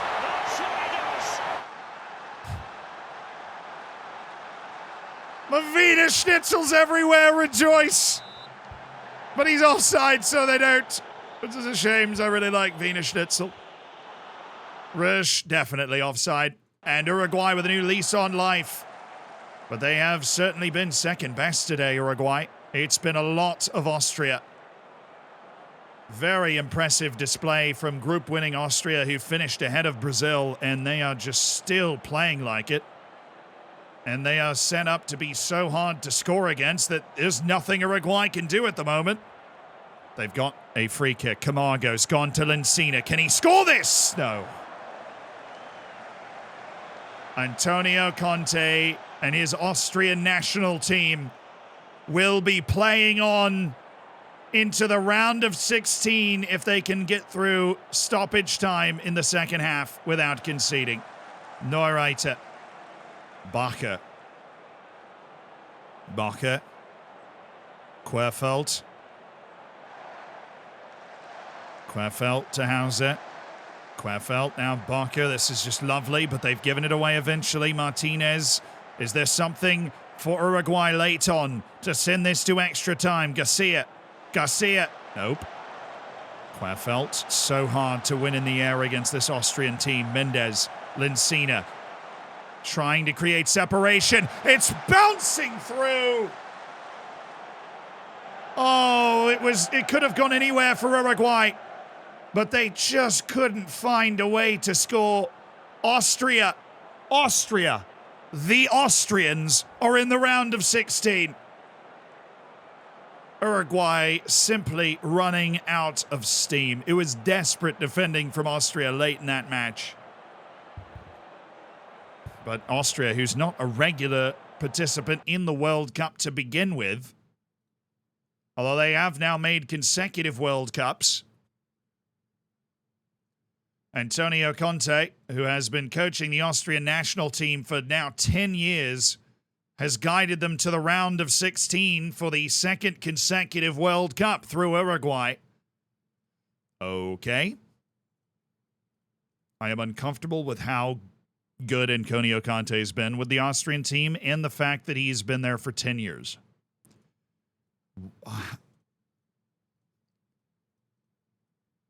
That's just very random.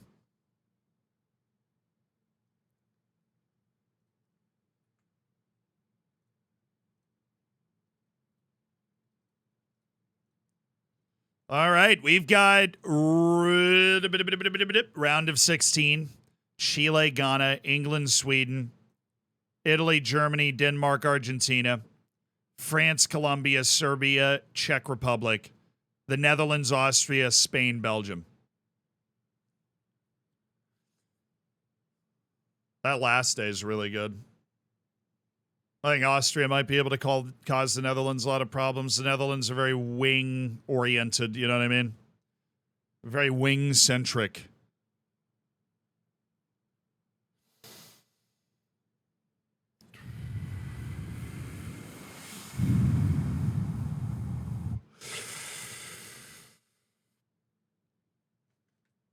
Do we finish the World Cup today? I'm thinking.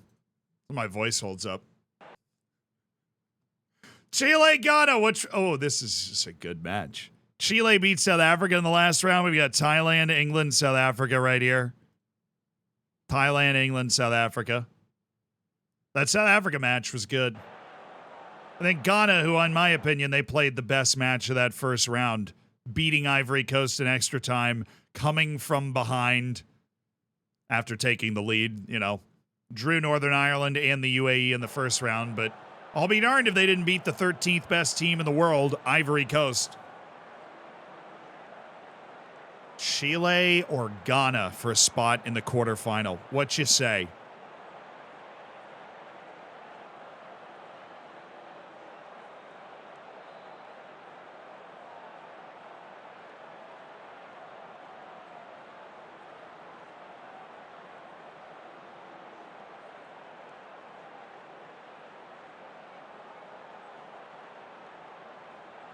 Yeah, it's 60% on Chile. This is certainly a match without like a convincing power team in it. Chile got 56%. Wager amount was pretty low. Some nervous betting hands around. I don't think people knew where to put their channel points.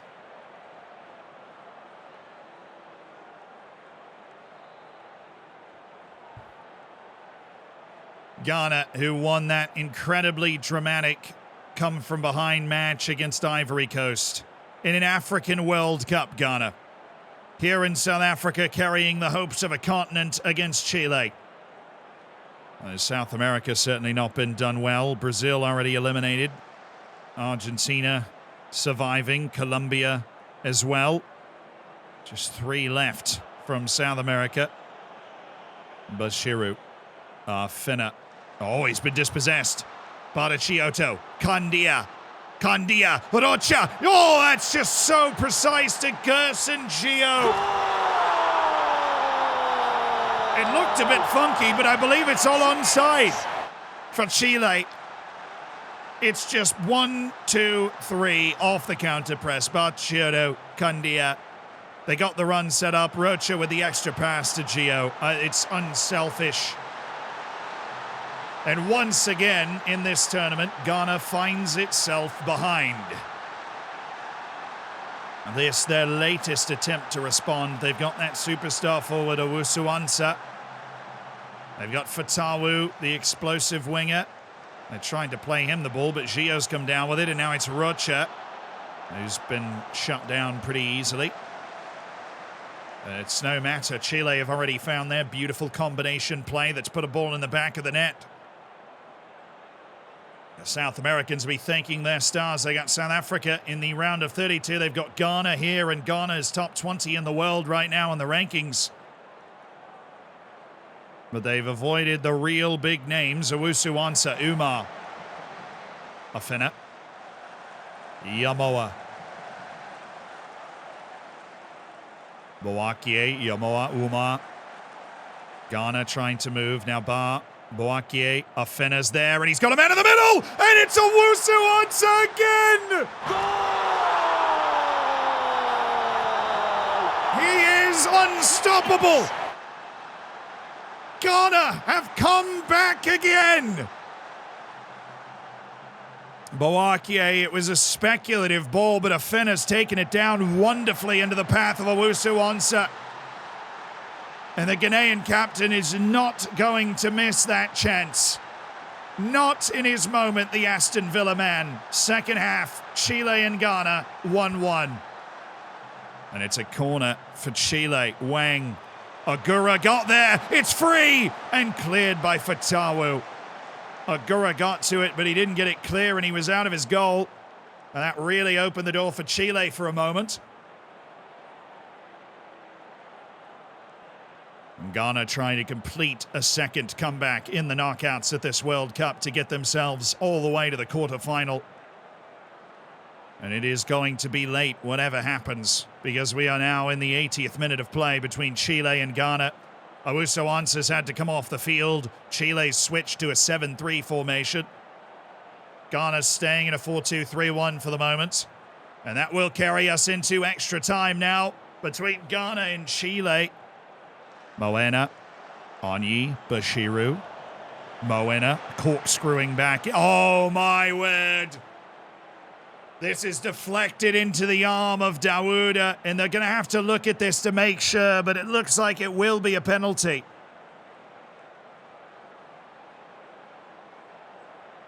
A small, potentially massive thing. And a penalty's been given by Mohamed Munaf Rishon. Dawuda handled the ball in the area. And it's a penalty for Chile in extra time. Retimal against Agura for Ghana. Retimal scores!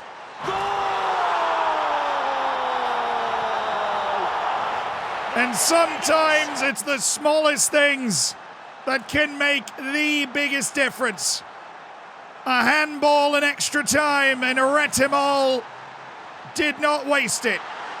Chile 2-1. And Owusu Onsa is not on the field to save Ghana again. Wang. Para. Now Wang surveying his options. Fabrero, Campos. Para. Fabrero. Wang. Searching around now, Campos, and back for Wang.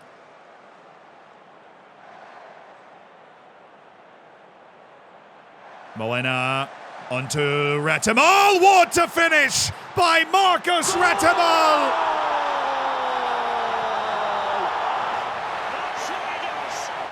Chile has shown its quality in extra time.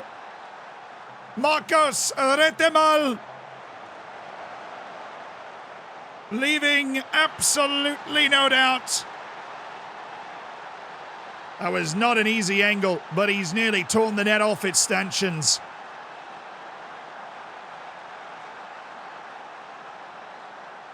And now Ghana needing 2 goals without Owusu Onsa on the field. Going to be very, very difficult for them. They're just trying to get that ball up the field, and they do have it. Apia. Bashiru. Looking for something, anything. Now, Afena. Spinning it to Donkwa. It's open! Oh, and it's in! And it's in for Ghana. 3-2.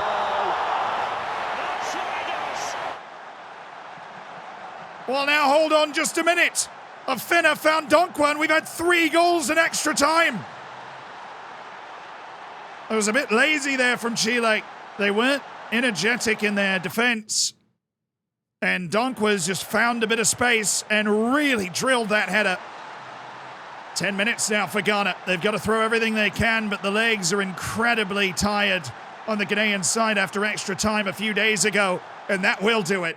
Despite some late heroics from the Ghanaians, it was Chile's day. They did create the biggest chances in the match, They had that fray in front of the goal as well that really padded their XG. The difference, that handball that has given Chile the win 3-2 in extra time to make the quarterfinals of this World Cup, Chile.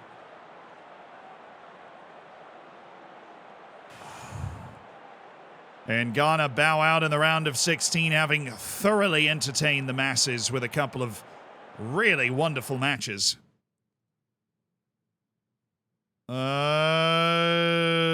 Okay, should be... We just go right into the England match. Ideally.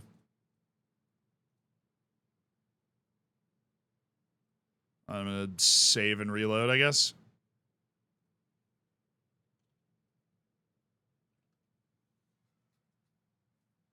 England, Sweden. I don't think Sweden's that good. This is probably going to be one-way traffic. If I had to bill it out, you know.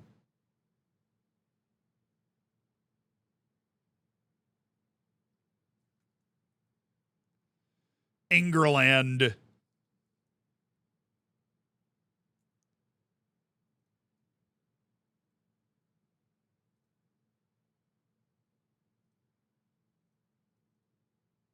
Come on, take me into the match. Why do we had this on our first day of the round of 32 too? I don't know why this is a thing.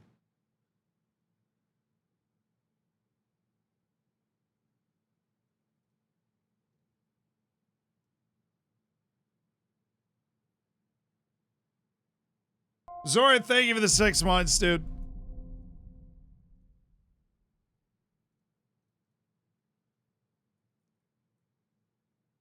I need a sandwich. Do you?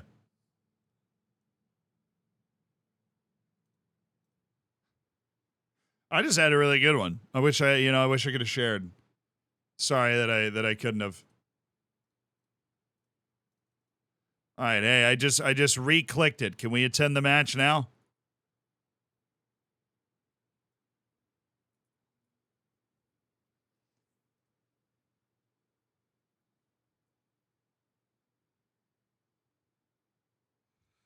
FM! Oh. FM, man, come on. Well, we go look at the Taunton job. The coach is... They haven't hired one yet.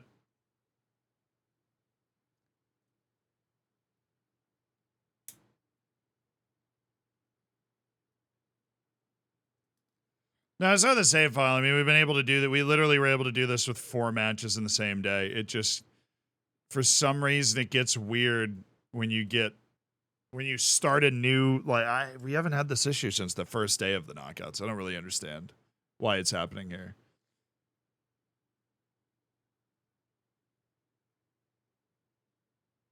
Young husband was favored personnel. Nice.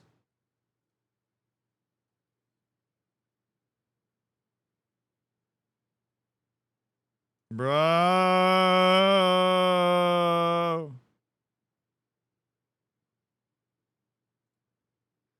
There it is. We got it. England, Sweden. No problem. Just takes a little coaxing. You know, you gotta coax it.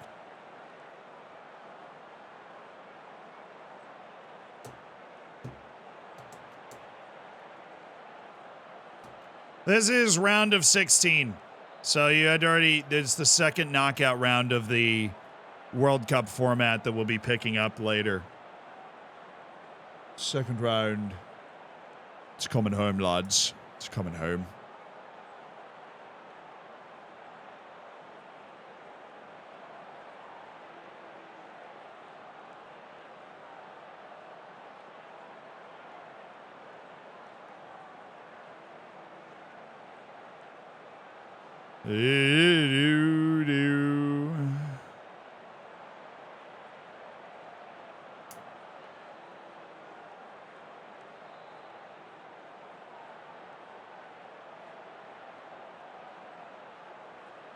Oh, yeah, I'm freaking spacing out. Wait, sorry. England beat Thailand, Chile, and Scotland. According to the pattern, they should win this match 1-0 because it's all depreciating. Sweden lost to Ivory Coast, but then beat Costa Rica and Northern Ireland to get to the round of 16.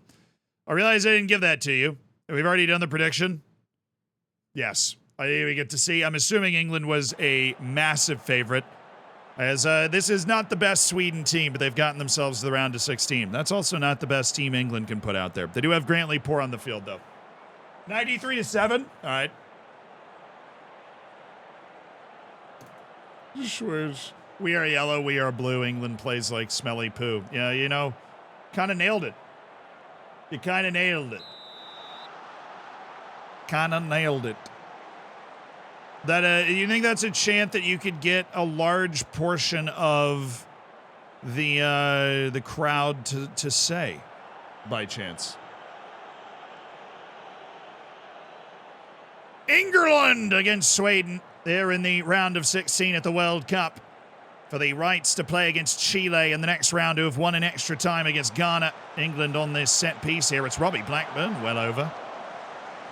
Sweden, of course, a team that always seems to find a way to the World Cup and to be competitive, even though this is well acknowledged is not really their best team. They did manage to break down Northern Ireland and beat them eventually. Blackburn, my goodness, got all of that header. But Antonsson has shuffled it away for Sweden.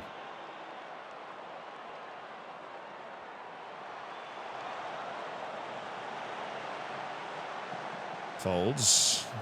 Taken care of by Willie at Swedberg, and now Cruz has got space against England. Cruz. Antonsson. Kunga.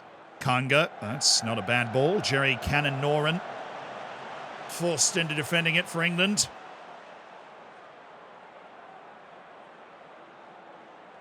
Well, this has been pretty much what Sweden would have been hoping for. A very tame match with few chances in between. Remy Folds has it. Murray. Perry. Young. Big Grantley Poor from the champion Taunton Town Peacocks. And he's making a run forward now. Perry. Cannon-Noren. Sweden shape holding strong. And, oh, they've taken the ball away. Cruz. Mboyo. Maybe a chance. It's been entirely taken away. Blackburn can't keep hold of it, though. And now it's Sweden. Yusuf looking towards Freeman. It's bouncing around again. Oh, pace in the attack now for England. Blackburn. Rod Reynolds, who is all pace and no brakes. Grantley Poor. How about that for a ball from Grantley Poor to Robbie Blackburn?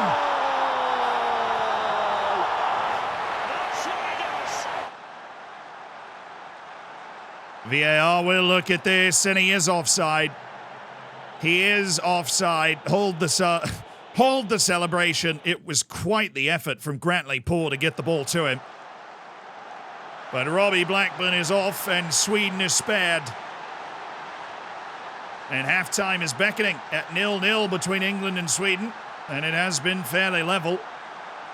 Bit more volume for the English.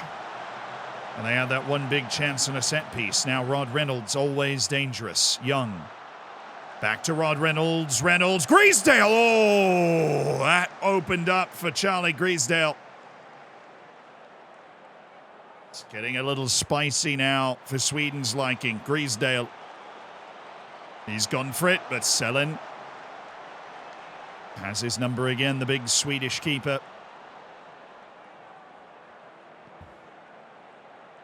Selin going long, and it will bounce free to Cruz, and Cruz looking to get Mboyo involved. It's been involved sparingly thus far. Mellum. As Rod Reynolds keeps it in. Grantley Poor. Oh, look at this. Grantley Poor. Oh, what a run by Grantley. Oh, Grantley Poor.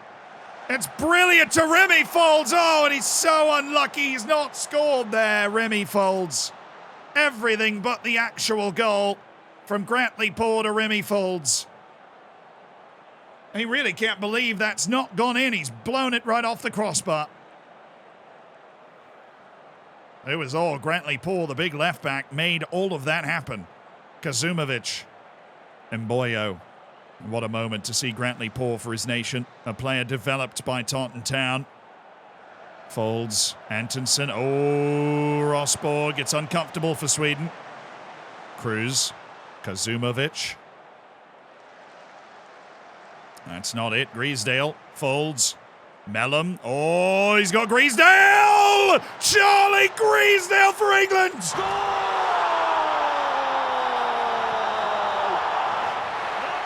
And this one counts.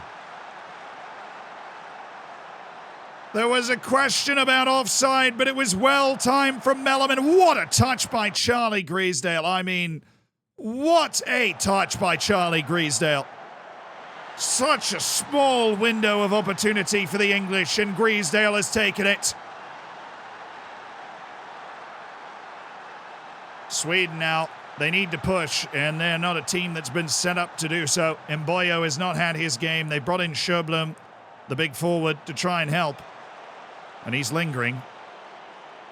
Selin brought the ball in for Sweden. Now, but that punt just missed its target. Taunton Town's Jake Edwards brings it down. Now Rod Reynolds. Young. Spinning backwards. Mellum taken away. Kazumovic. Oh, they had it. The defense was just wise to the ploy. Rod Reynolds. Oh, Griesdale!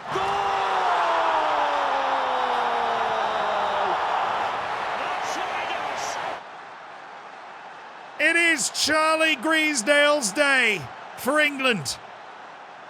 He missed the chance early, but Rod Reynolds gives him another one here. And Selin couldn't get across his goal. It's a couple of late ones for England.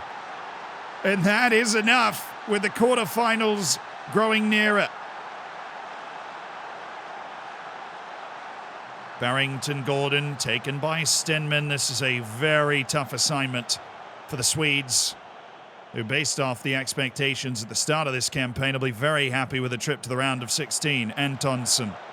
Cruz. Antonsen. Oh, bad giveaway. Connor Cutler with the fresh legs. He's got a ball in towards Reynolds. Barrington Gordon! And it's all lining up for England in the last 15 minutes. Sweden trying to open up, and all they've done is really open themselves up. Gordon. Selin lays claim to the ball.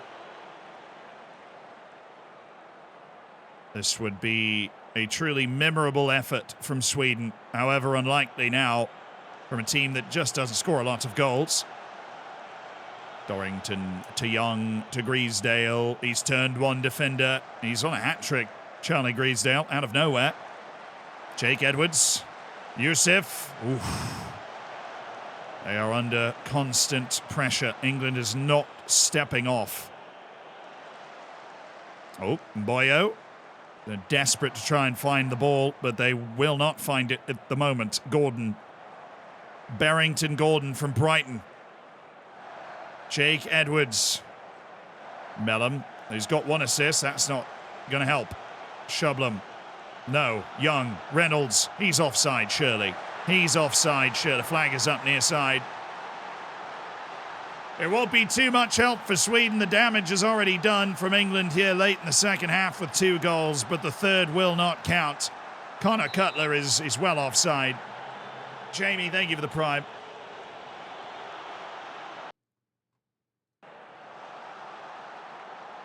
Oh, goodness. England have just... the substitutions they've made, the tactical tweaks have just opened this game wide open.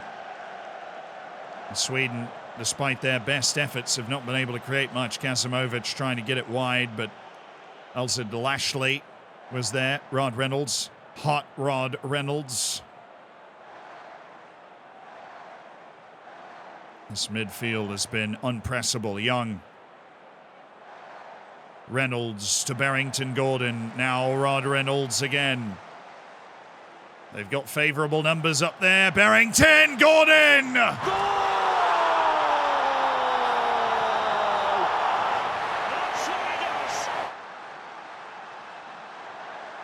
Well, this was a nervous game for England at one point. But in the final 25 minutes, England scored 3 goals, and that is so well struck by Barrington Gordon. Sweden has just run out of steam here in the round of 16, and England has well and truly seen them away. Well, I mean, I told you, I didn't think Sweden was that good. I really didn't think Sweden was that good. I mean, they got through, you know, Northern Ireland in the last round. No offense to Northern Ireland. But, yeah, it was going to be tough for them to hang on, and they hung on for 72 minutes. Really wasn't that much of a tidal wave of chances, and then all of a sudden after the 72nd, it was nothing but. All right, we've got a pretty low-key matchup between Italy and Germany, and then, you know, Denmark and Argentina. It's really pretty scaled down. Pretty chill.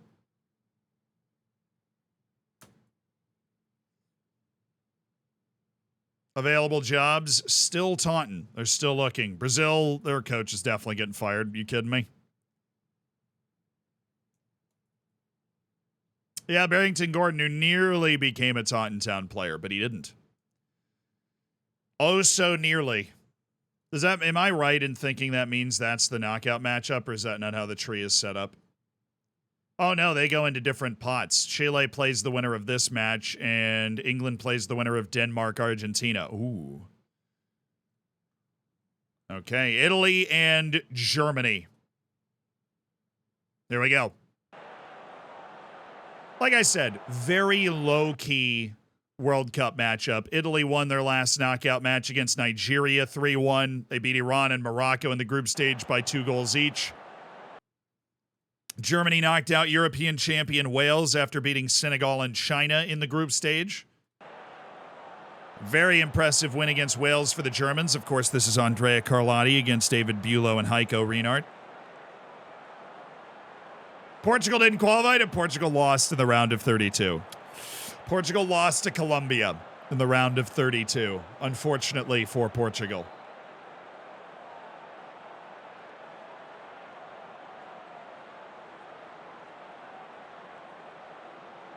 All right, the dang vote's going on right now. Germany has 84%.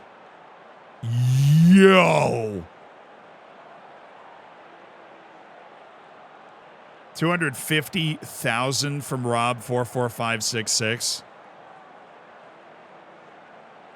Germany heavy favorites with Heiko and Bulow, apparently. Italy just not convincing enough, clearly.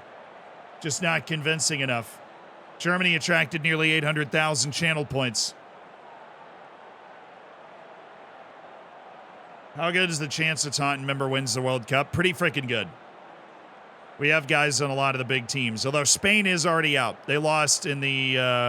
No, they aren't. They won that penalty shootout. Never mind. Spain is still in. So, yeah, a lot of the big teams that have our guys on them are still kicking. Italy and Germany, and we've got a corner early. Italy. Mancosu swerving inside. Carlotti. Andrea Carlotti to Mancosu. Tackled by Freeman. It's just a tremendous team, this German team. So much talent. Heiko Reinhardt. Heiko Reinhardt. He can score goals of that sort of majesty, but he doesn't on this occasion. Mancosu. Very deep ball to Petruzzi up towards Kerr. He just didn't win it cleanly. It was such a scuffle right on the penalty spot, but we have certainly started this match with our hair on fire. Migliavaca towards Kerr, through, turns it down to Schwab. David Bulow. Daniel Zimmerman. Mühlbauer. Freeman. It's got Heiko towards the middle. Freeman. Dancing inside Carlotti with a brilliant challenge to win the ball off him. Domashek towards Mühlbauer. Nope. Carlotti. Oh, he's lost it. Oh, it's in the middle. Heiko!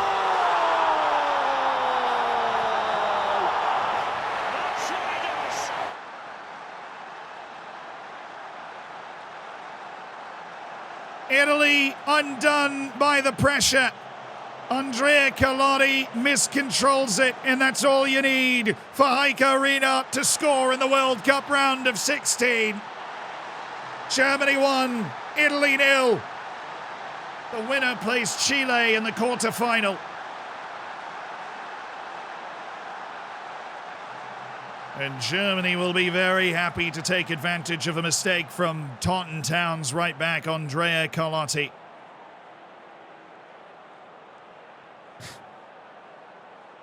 Yikes. Esfandiari for Germany. Now David Bulow and Damashek. Looking for Heiko, but Patrizzi has it down. Campana. Oh, Mühlbauer has won the ball again off the defense. Heiko, Mühlbauer, in on goal. Oh, he's missed it. And the Italians survive. Down just 1-0 into halftime, thanks to that miss by Mühlbauer.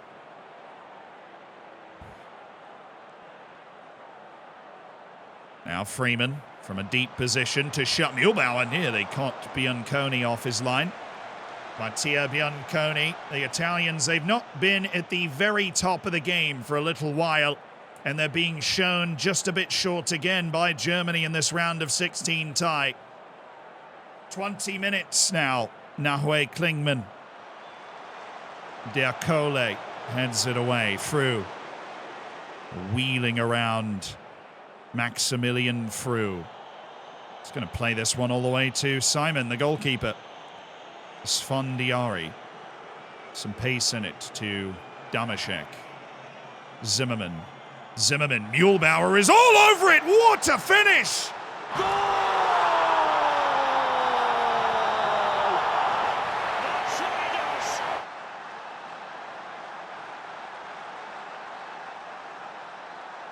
Adrian Mühlbauer has been the man in this match, and he's just caught everyone by surprise with a wicked quick strike. And Germany leads 2-0. They beat Wales 2-0, and now they find themselves up on the same margin against Italy. And who will stop this German machine? Nahue Klingman towards Aseku and Keeley, and it's over. Italy back to the drawing board, seemingly toothless against the Germans. Krasniki, Damashek, maybe a room to have a shot. Aseko and Keeley. Zimmerman, he's gone towards the middle. Giari, who's been very quiet in this game after a brilliant display against Wales. Nahue Klingman, Damashek. Krasniki had it taken away. They've got to go quickly now, the Italians. Giari, he's back on pace now. Giari, he's got Profondi, has to score, and he does. Asuri not done. Giari, when his team needed him, is able to create something. And he's able to time this ball up to Profondi to perfection. And Profondi's gone round the goalkeeper, created the angle, and scored on Simon. Well, the Italians have shown some bite. They need another one. Can they catch Germany out again here? We've got 5 minutes, 4 minutes, 3 minutes, 2 minutes, 1 minute. That's it. Oh, the Italians left it too late.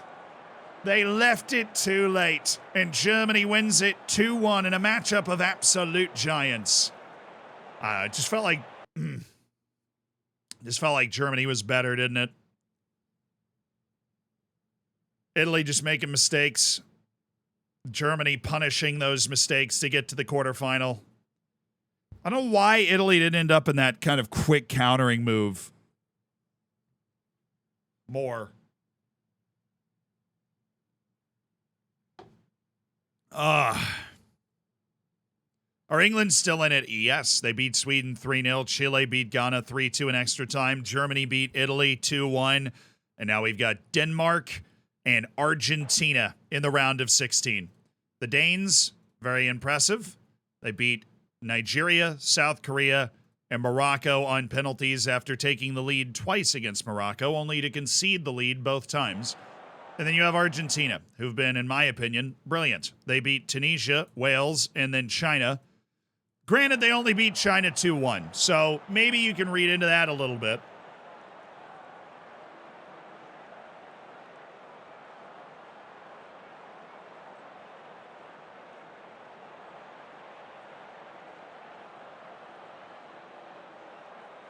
Argentina's getting a lion's share of the vote here despite their confusing 2-1 win over China in the round of 32.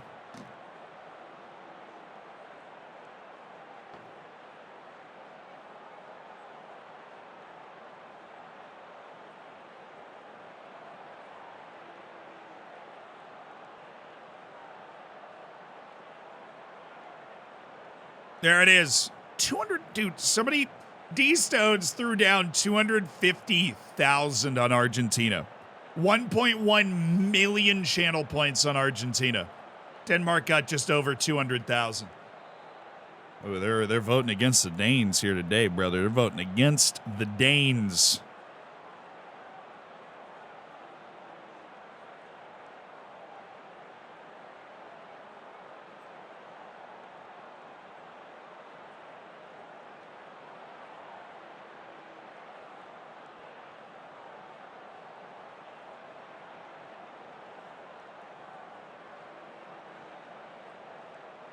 Well, we've got the Danish 4-4-2 against the Argentine 4-2-3-1. Former Taunton Town Peacock, Jeppe Norback, is out there for Denmark and see if the Danes can pull off the upset against mighty Argentina. And they are mighty.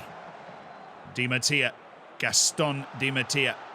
Oh, he's been bumped off it. Nike clears. Coelho. Oh, the Danes doing very well here with Asp Jensen, and he is really attacking Jeppe Norback. Hagen. Oh, they've got Norback! Oh, saved. Jeppe Norback asking a few questions here or there. That is a very good opening foray for the Danes, 18 minutes in. A team widely considered a dark horse with the way they've been producing talent. And, of course, players like Jeppe Norback at Real Madrid serve to reinforce that assumption. Oh, that was bold defending. They've blown open. Sioane's in behind. Federico Sioane.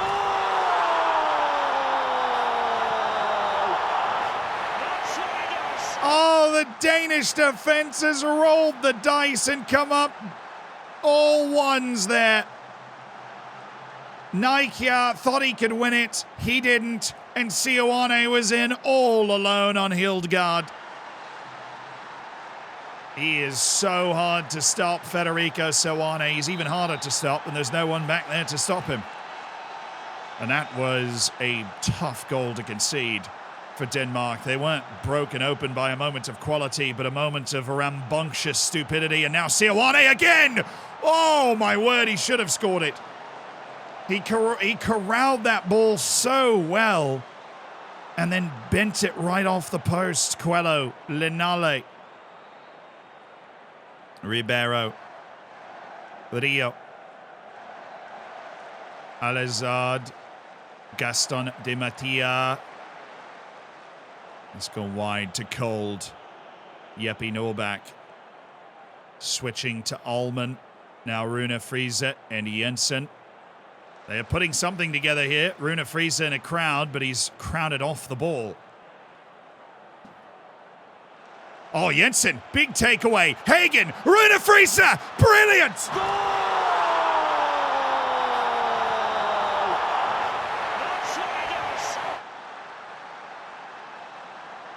Just like lightning. Great step by Jensen. Hagen, first time Rune Friese, settles himself, and an easy finish. Oh, it's just so perfectly timed. Clearly onside. And Denmark have bounced back from their mistake.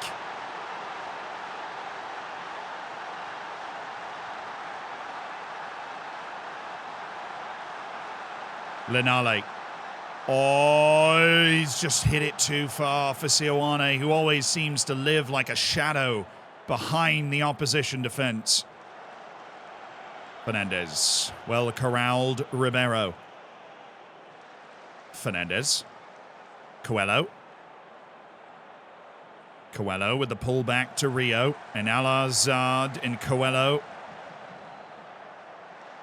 Coelho. I'm realizing it's probably said Cisneros, Alizard, Nahuel Cisneros, Fernandez. Oh, he was reaching back for that header and just couldn't get under control. Denmark survives a dangerous moment with the magical Nahuel Cisneros in space.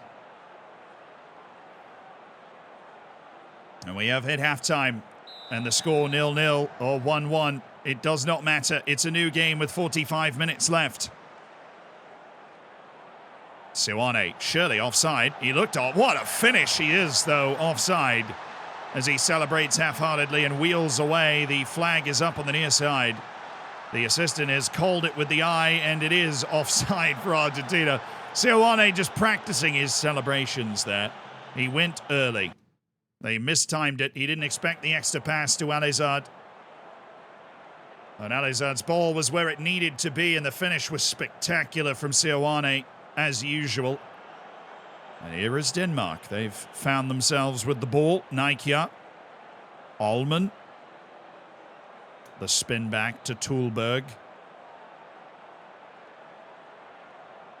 Johansson Pedersen. Asbjensen. Rune Friese, is he onside? Apparently he is. Allman. Allman on for Jeppe Norback. Norback steps through! Oh, and he missed it! The seas parting for the Real Madrid man, Jeppe Norback. But he missed his chance.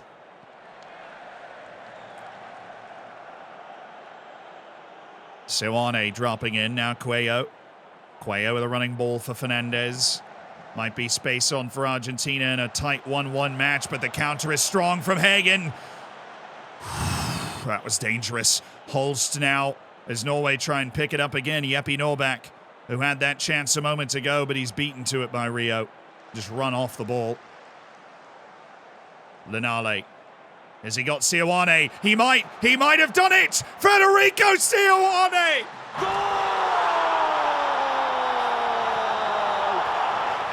How do you stop this man? He's just always timing up a perfect run. That delivery straight on, and he finds a way to turn it into an easy goal. Federico Sioane might just be the best player in the world right now at this tournament. He is having a golden boot type of tournament for Argentina. Denmark have come from behind once. They're going to need to do it again. They've certainly not been short on chances, Denmark. Good hustle by Norback. The service left something to be desired. Cisneros. So dangerous, Nahuel Cisneros. And he's just decided to slow things down. Giannini. Confident passing. My goodness, this is brilliant from Argentina, but a loose touch from Sioane.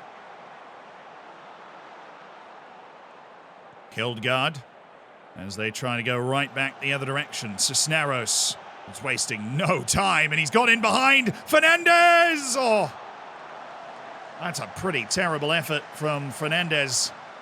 And a chance that could have put it away for Argentina, as Denmark are certainly very much still in this. But they look tired. Oh, what a challenge by Marfelt Zinkernagel.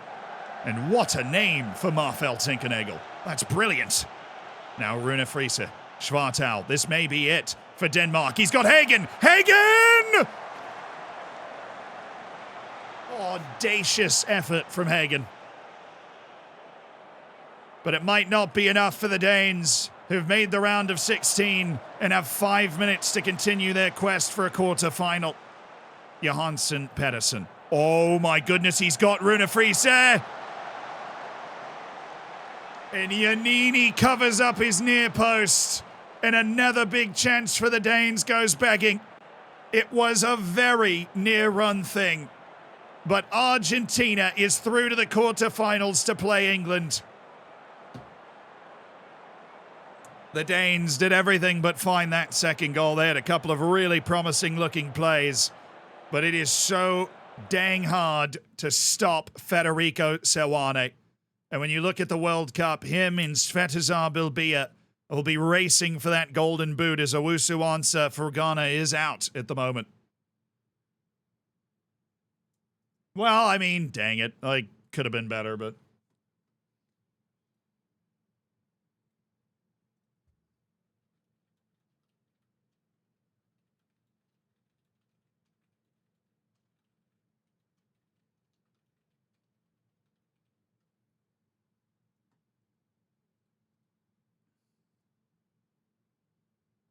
Siwane seems fun. No, he's not, dude. I had to play against him in the Prim all the time. He's a nightmare. He's like the perfect advanced forward for like he's always open behind your line, and there's nothing you can do about it. Siwane is a nightmare.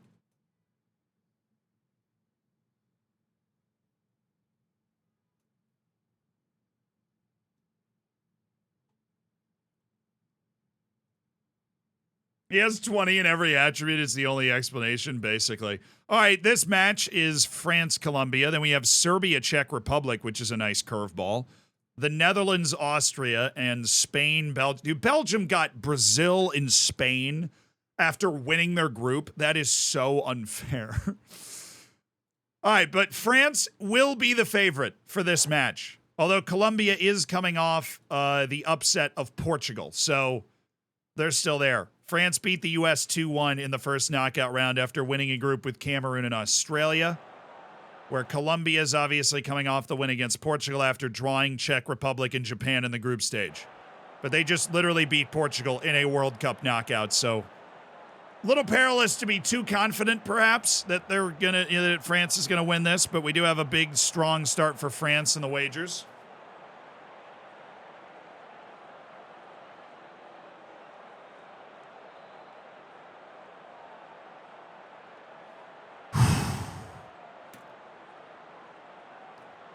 We got 78%, 77% for France right now.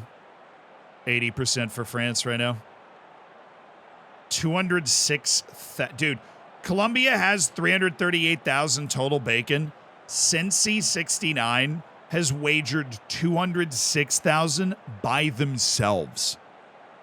They're more than half of the entire wager on Colombia. France has 1.7 million points. Colombia has 349,000, and well more than half of that is Sensi 69. Nice. Stone's also been throwing that big money around all day through 250K on France, who squeaked by the U.S. in the last round. We'll see if they can squeak through again. They do have Gwendal Jean, who's one of my favorite players in this save. Crazy talented midfielder.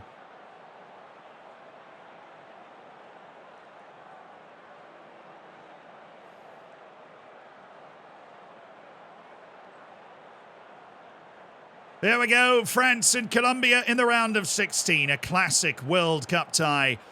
Two teams in Ocean away. The French. A ball to the back post that Foreman's dealt with. Gusto Malo. It's the guy that scored the goal to knock Portugal out. It was a big win for Colombia. Their reward for beating Portugal is a match with France. This is why you want to win your group. Zaire Emery. And Arisamendi there. Munoz.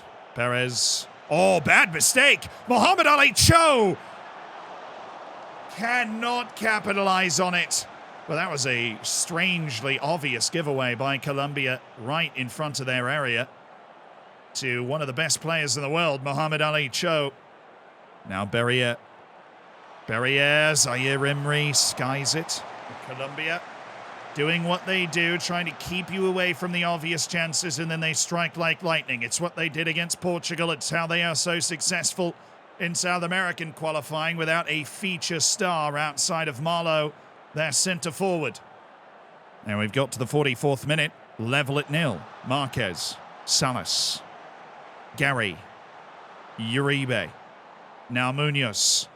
The floaty ball that's headed back to Boichero. Arisamendi, and Munoz. Colombia's won the ball back. Trying to build their attack more methodically, perhaps, than they have in the past. Marquez beaten to it by Furman. This French team's got so much talent, 1 through 11. Gwendal Jean. Oh, that's Fortuné. He's beat Uribe for pace, but what a recovery by Uribe. That is amazing defending by Uribe. to steer him wide and take away that chance. Second half 0-0. Heart in mouth moment for Colombia. Berrier. It's got to Fortune. Oh my word. He was offside. It wouldn't have counted. But that was terrifying for the Colombians. They've got to the last 30 minutes now. France and Colombia at 0 for a spot in the quarter-final. Surely Colombia isn't going to beat Portugal and then France. Berrier. Cleared away by Perez. Back in again. A jersey pulled. And nations' trajectories changed forever. Oh, there's been a foul committed. It's a penalty. And it's gone to France. Antiste on the spot against Ruiz. Antiste saved! Saved by Ruiz! Now they're not out of the woods yet. Now they are. What a save by Ruiz! And he's saved all of Colombia. And he's saved us from an anticlimactic ending. Marquinhos now, as Colombia try to steal this at the end. Munoz. Mejia has gone for goal. Wasn't a bad effort. But extra time is closing in. 89th minute. France has missed a penalty. The drama is heightened, and here's Marlowe. Oh, it's settled. Marquinhos. Manino, surely!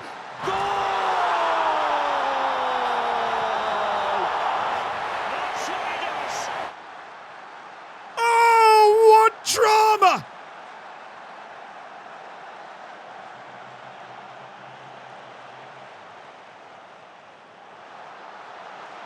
Marino wins it for Colombia! They've done it again! The number one team in the world has been defeated! Ruiz saves a penalty. And Marino from Marquinhos in the 89th wins it for Colombia.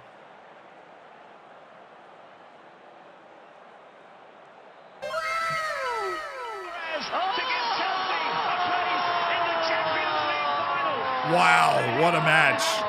Dude, Colombia is killing it. All right, we've got Serbia and the Czech Republic next. They beat Cameroon in the first knockout round, US and Paraguay to get here, and of course famously finished fourth in the World Cup 4 years ago. They're up against a Czech team that is only in its second World Cup ever. Won its group by beating Japan and drawing Colombia, then beat Algeria impressively 3-0 in the first knockout round. Dude, somebody redeemed a dab. Who redeemed the dab? Oh, Sensi? Well, Sensi definitely just hit a huge wager win, dude. Sensi. Well, Sensi bet 206,000 channel points on better than 5-1. Takitsi, thank you for the 22 months. Jamie, thank you for the Prime. Appreciate you guys being a part of the Hammers.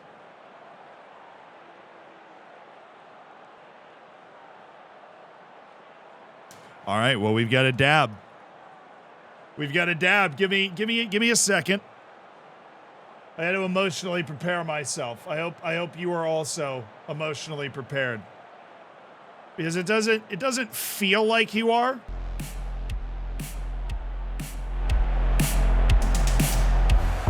Be sure to get the wager on Serbia, Czech Republic as well. I want to make sure we don't forget that. Because that's what allows people to redeem things like this, moments like this.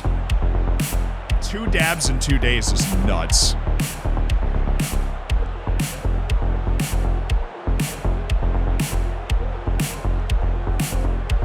I'll be right back while you figure out who's going to win this game.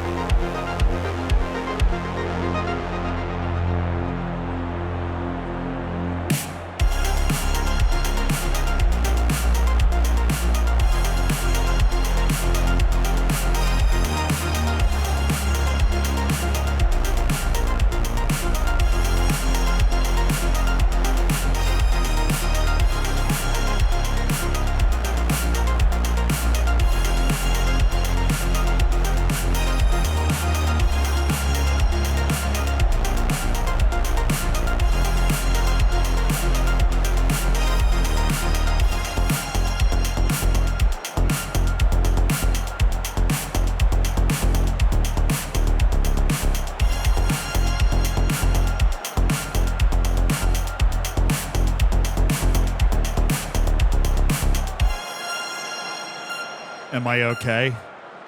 No, I'm not. I'm not okay. I barely made it. Dude, 2 dabs in 2 days. How could I possibly be expected to survive 2 dabs in 2 days? Serbia's 68% favorite in this one. We move in the round of 16.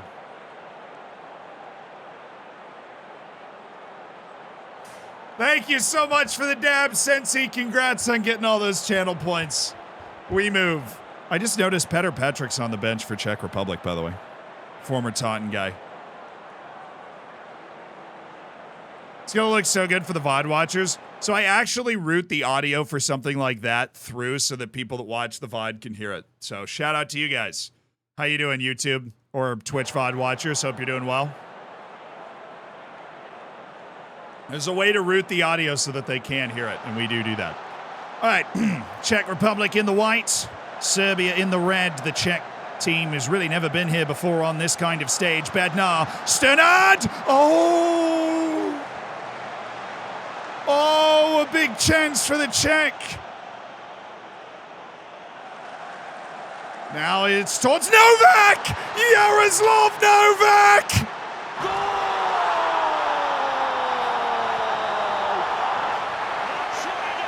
Oh, yes! What a finish!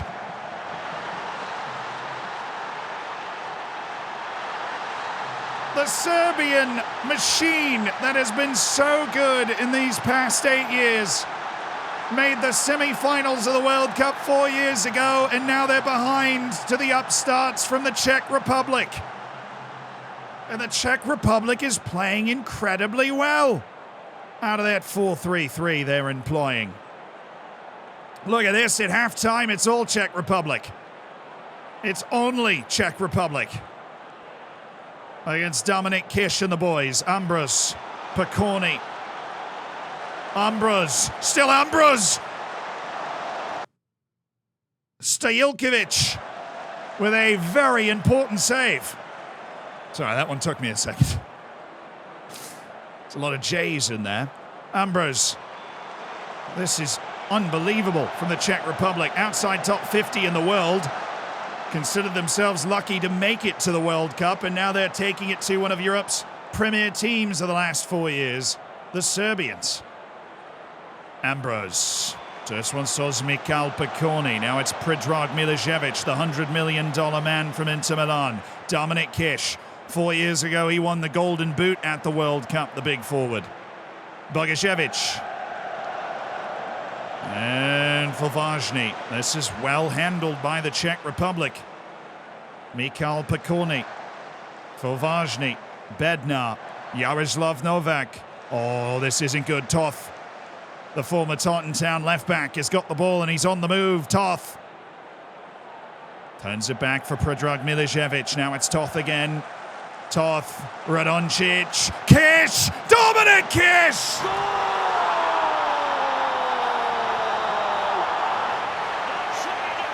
It was perhaps inevitable that Serbia would find a way back in this game with the quality they have in attack. And that's Dominic Kish that's done it. From Radoncic.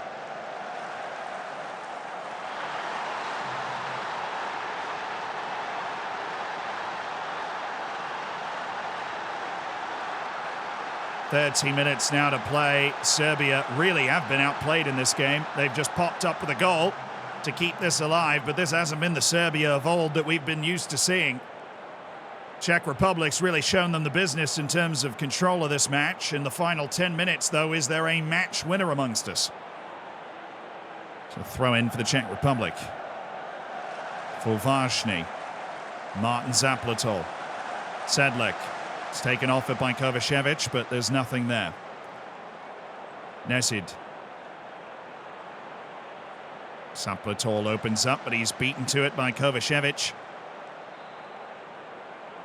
Rado Saveljevic to Martin Filipovic. Radonjic. Dominic Kish, who loves to drop off that front line. Kulshar towards Kish. He's got it! Dom Kish! Was he onside?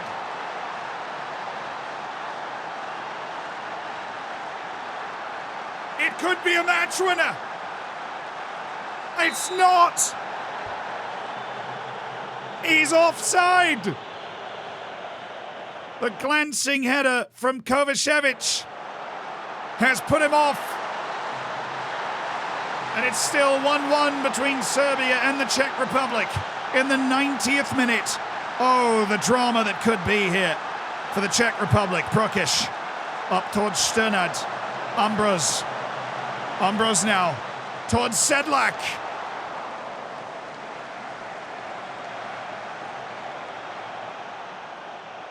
Extra time because, of course, for a spot in the quarter-final between Serbia and the Czech Republic.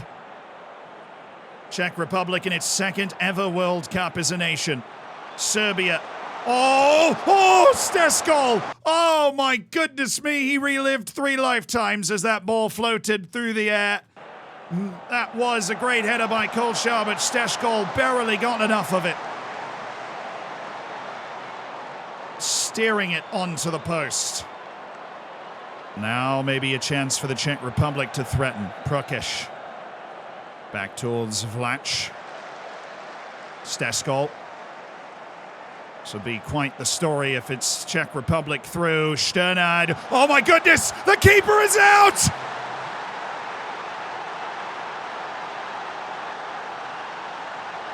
Stojilkovic is claiming offside. No offside, he's on! Stojilkovic all out in the wilderness, and Sternad found the net.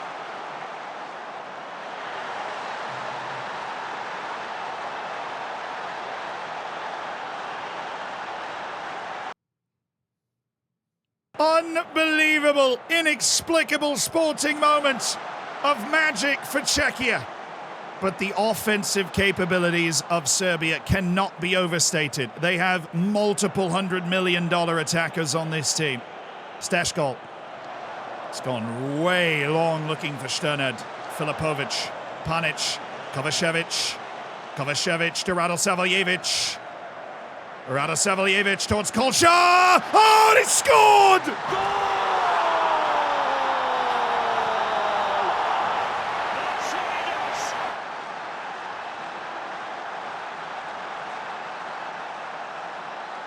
Kolchar powering the ball through the hands of Steskol. It was where it needed to be from Radosavljevic, and second half of extra time is here. Czech Republic have thought they might have had this one twice. Radosavljevic, Kolchar again! Oh, Sandor Kolchar, the king of the skies!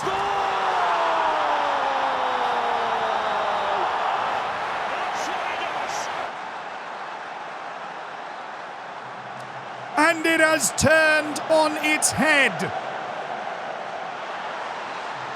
Sandor Kolchar, the hero for Serbia. And now it's the Czech Republic that has to come from behind.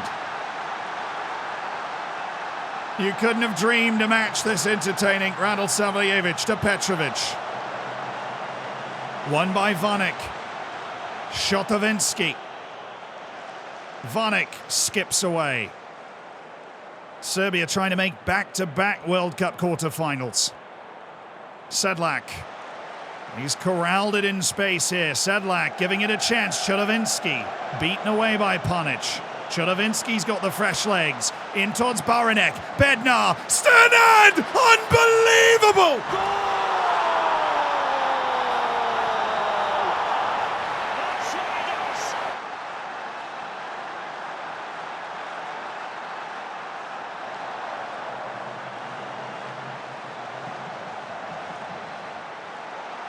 The composure of this Czech team.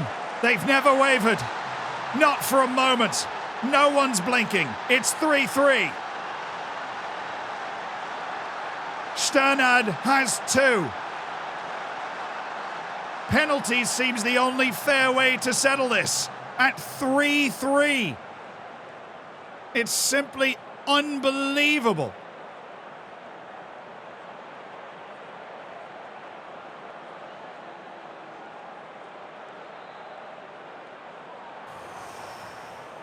Take a deep breath, because this is about to get even more insane.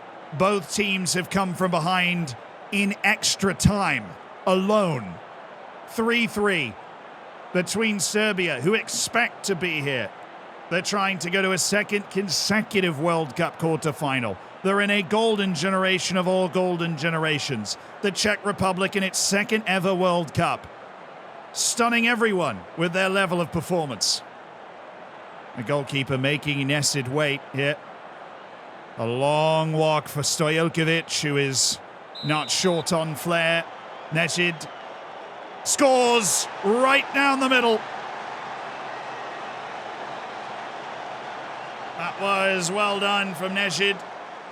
We've got a random obstruction of two Czech players who are trying to get in the way of Radel Savojevic, and they're talking a little trash here.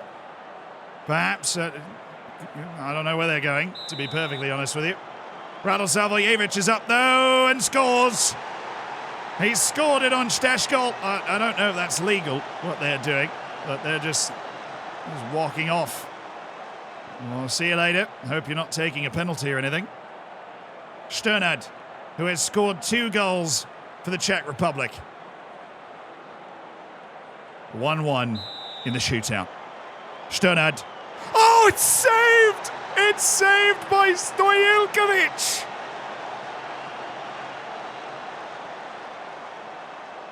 And now Vanek and Zapletol are walking back from holding counsel with Steshkol.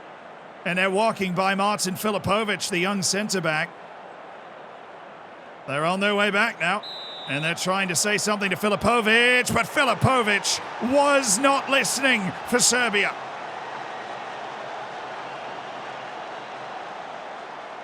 I don't know what's happening. Now it's Bednar. Remember, Yuri Bednar, the star winger, is not here. It's the other Bednar that's taking for Czech Republic. Against Stojilkovic. Bednar. Oh, he scored it. That nearly went wide. But it is 2-2. Serbia will send up the unstoppable Sandor Kolšar, who scored 2 goals in extra time with his aerial prowess, but he can't use his head for this. Steshkal saves it! Because of course he does.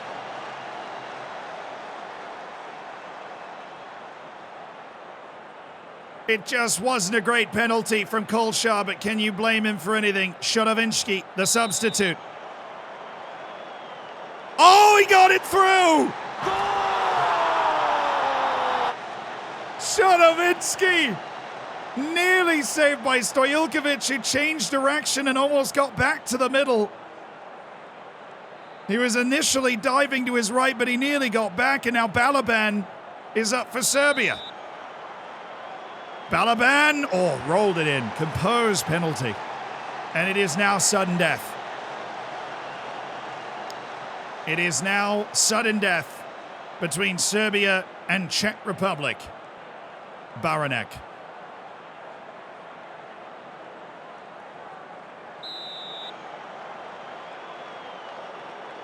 Oh, it's saved! He never moved! Stojilkovic never moved. He waited and waited and waited and waited until the ball came to him. Radonjic, if he scores, Serbia wins. Steshkol in goal. Radonjic scores it! Serbia wins! Unbelievably!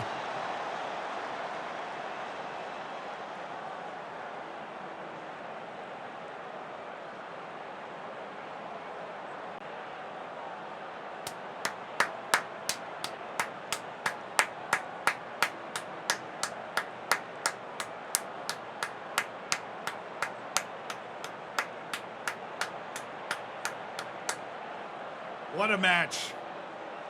What a freaking match between those two teams, huh? What a match.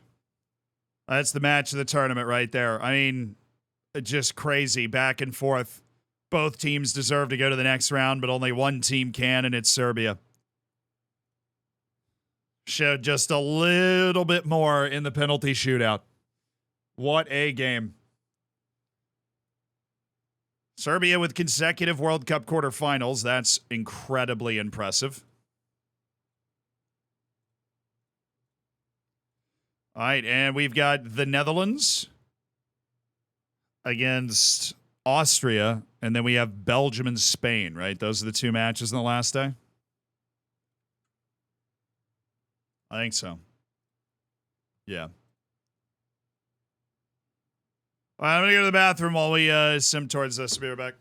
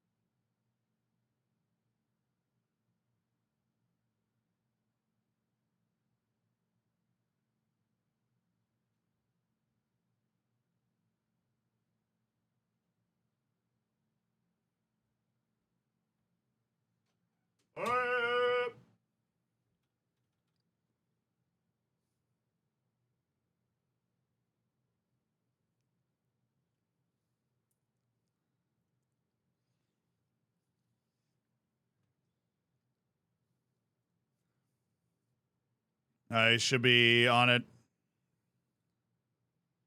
Wow, that was a great, what a day. Colombia's incredible, save the penalty, then score, play. Serbia with that ridiculous match. We got England, Argentina, Chile, Germany. Should be a fun day. That's our first round of the quarters. We've got two more round of 16 matches, starting with the Netherlands and Austria. Now, of course, the Netherlands with the win over Ecuador last round also beat Mexico and New Zealand before. Ecuador trying to scare them. Austria, though, have been the surprises of the tournament. They knocked Brazil into second position in the group, which obviously got Brazil knocked out because they had to play against Belgium, then beat Uruguay in the next round in a very, they were just the better team. It was kind of wild. So I have no idea what to think of Austria. Obviously, I don't think they're the favorite, but they definitely are showing something in this tournament. Remember, they're managed by Antonio Conte as well.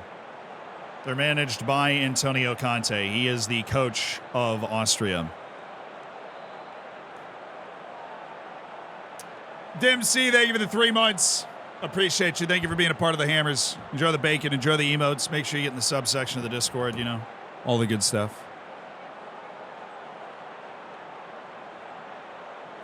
I have so many emails. Oh, my goodness.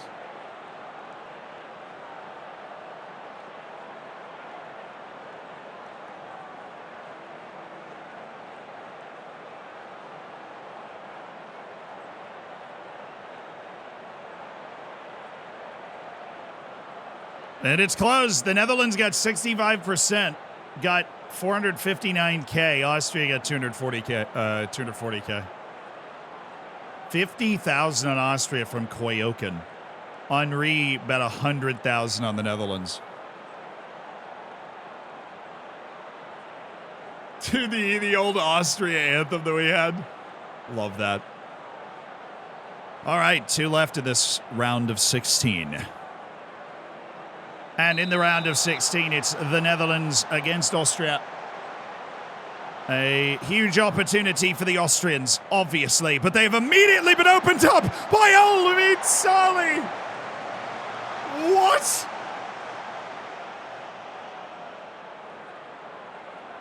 One of the most surefire forwards in the world, Abdelhamid Salih, has opened up an obstinate Austrian defense that has not conceded in this tournament.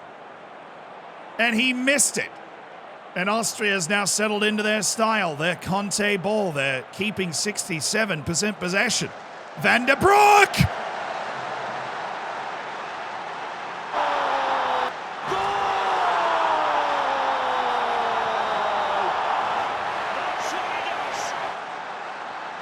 He's on.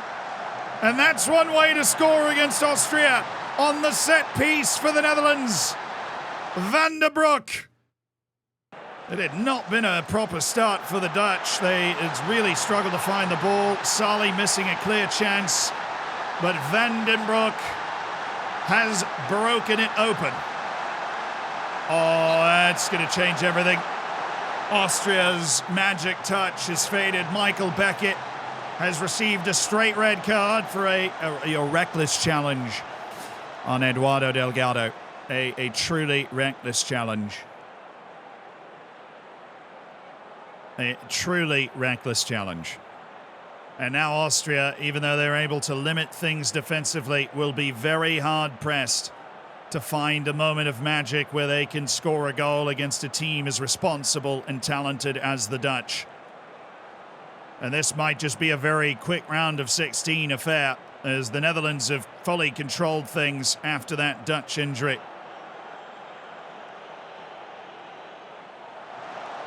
Seibold up for Dietrich. De Haan down for Howell. Howell, De Vizio, Van Imbrieks! It's over!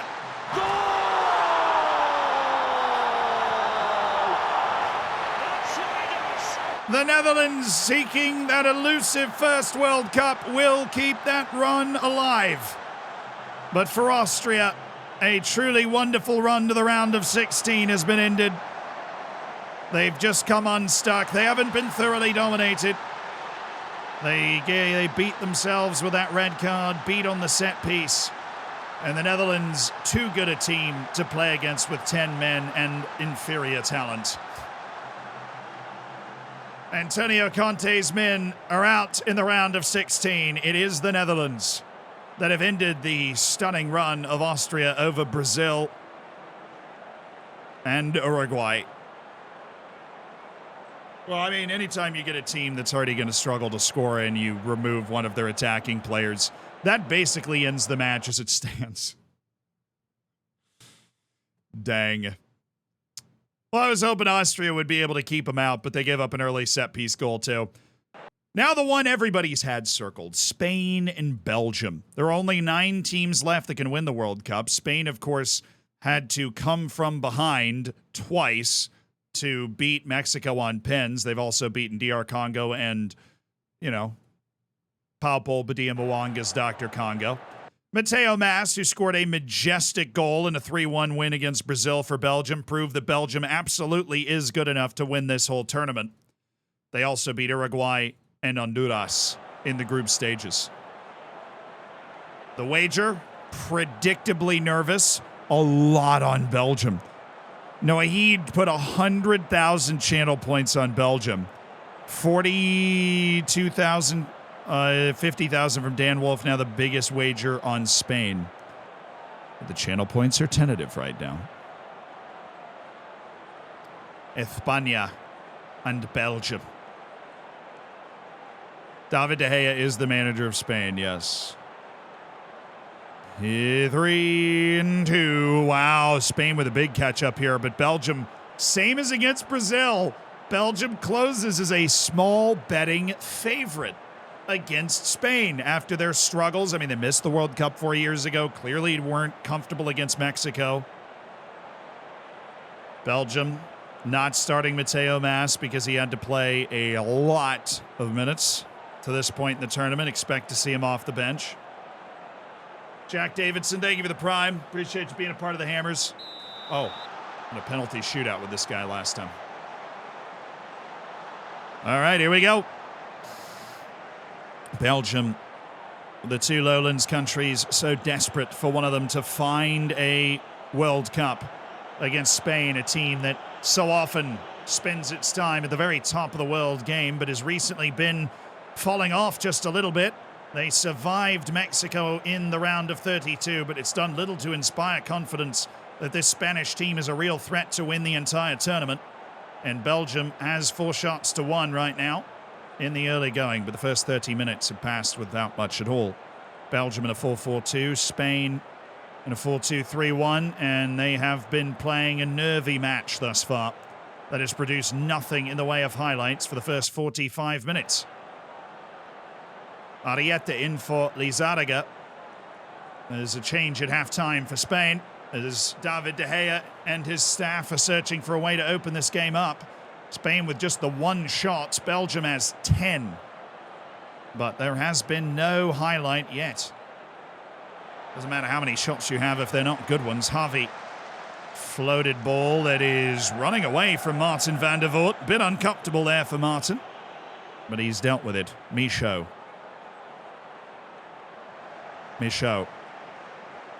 It's a wonderful run by Michaud. Now it's Duranville, Yannis Busquets. What a pass! And it's Gonçalves!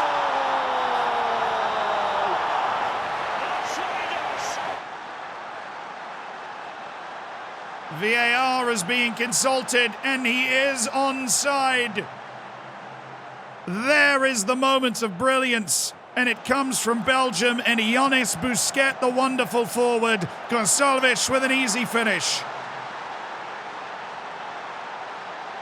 And this Belgian team that's been handed such a hard lot against Brazil and now Spain. It was Luis Fonseca that got beat. He's the guy that lost Gonçalves.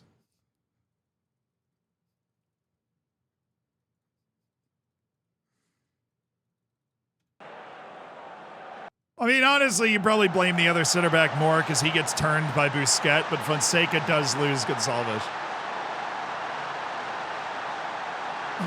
15 minutes now for Spain to try and avoid the axe that Belgium seems to be continuously wielding in this tournament. But the Belgians are all over it. They've got a corner to try and end this. Sindai, Donovan Gillet, Galmini, it kicks free for Justin Gonçalves. I don't know how to say it because it's a Portuguese name and a Belgian accent.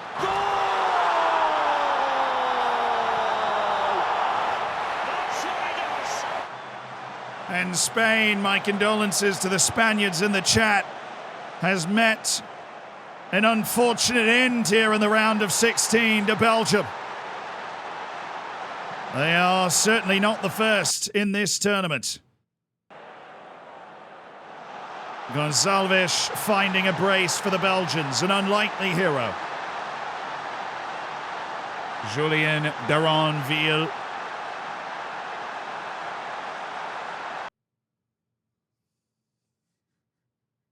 So he's onside because he was onside when the ball was played that went off the Spanish defender.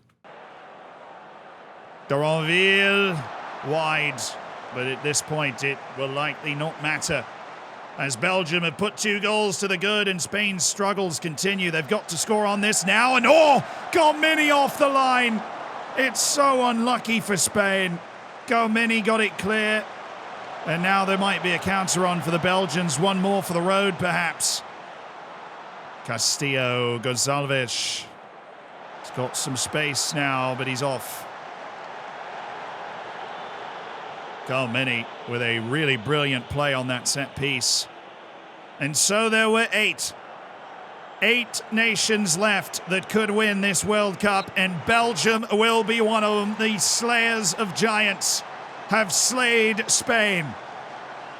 And Spain still has plenty of questions to answer, as making the round of 16 at the World Cup somehow still feels nowhere near good enough. Awkward for Spain, as they missed the World Cup 4 years ago and are pretty clearly outplayed by Belgium in the knockouts here after eking by Mexico, which, if you're going to be the best team in the world, you probably don't want to eke by Mexico, right? Ooh, England, Argentina is a huge one, obviously. Chile, Germany, Colombia, Belgium, Serbia, Holland. I'm here for that. I am here for that. Fonseca, hey, look, Fonseca gonna Fonseca, all right? The guy is a decorated player, all right? You'd say a lot about him. He's a decorated player with a lot of trophies. He just makes some stupid mistakes sometimes. All right?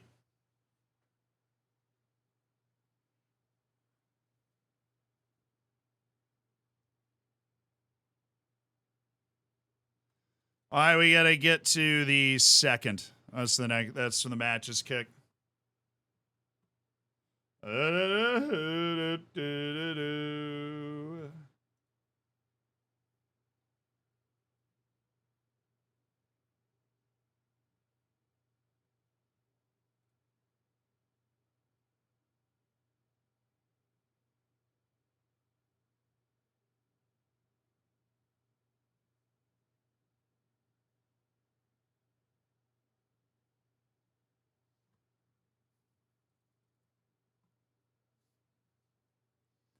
Schnippa, thank you so much for the prime. I appreciate it. Taunton, I don't know. Taunton still hasn't hired a manager. I don't know what they're waiting for. I mean, Argentina, England's probably the favorite, but Argentina has Cisneros. He's like the best player. Something like that. I appreciate it, Schnippa. Thank you for spending Jeff EB's money, too. If I was managing England, they'd lose to Argentina. How dare you? That's true. They also have Federico Sioane. Now, you telling me England's going to stop Federico Sioane? He's a beast. Sioane is a god. He lost to France. France is very good. They're the number one team in the world. Granted, they just lost to Colombia, but, you know, they missed a penalty and all that. What if De Gea gets sacked by Spain and hired by Taunton? That'd be kind of funny. David De Gea managing against who's Manuel Neuer coaching? Somebody in the Prem, like Arsenal or something.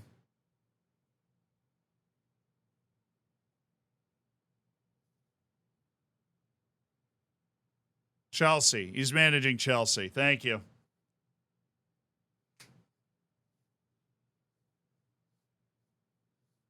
Do.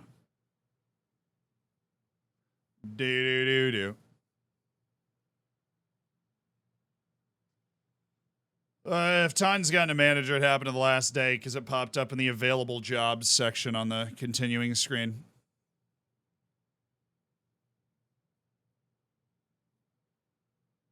Where the hair regrowth? I mean, I feel like the hair's coming pretty well, you know?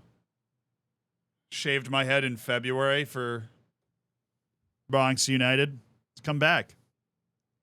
We're going to do another charity stream, though, in October. Raise money because I'm running the New York Marathon. I'm going to raise money for that. The charity stream in October. I have a few friends that are running it. I think we're going to do like a stream where we bring them on. Maybe play some beer pong, eat some hot wings, and try and think of what else you guys would enjoy watching us do to raise money. We're working on it. We're working on ideas.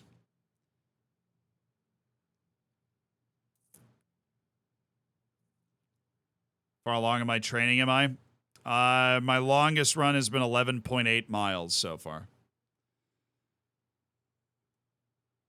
We'll see what I can do. Do my long runs on Thursday, so I'll be in Colorado at the elevation. We'll see what I'm able to do then. It's supposed to be like 13.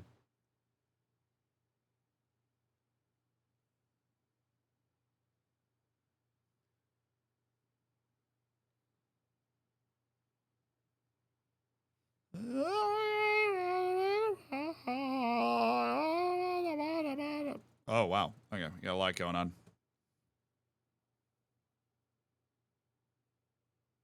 Yeah, my altitude training, it's going to hit.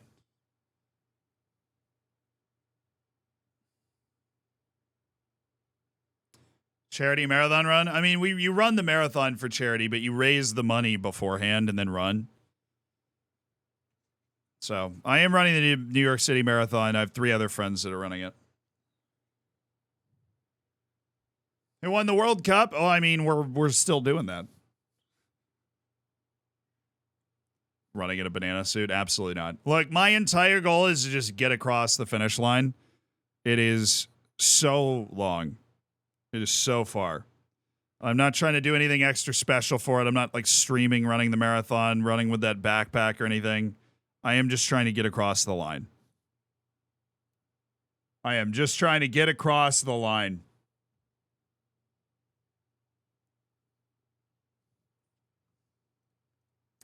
To put it in perspective, if you're running like at my race pace, like how fast I'm going to run the marathon, or at least the pace I'm going to try and hold for the marathon, it will take me 4 hours and about 15 minutes of nonstop running.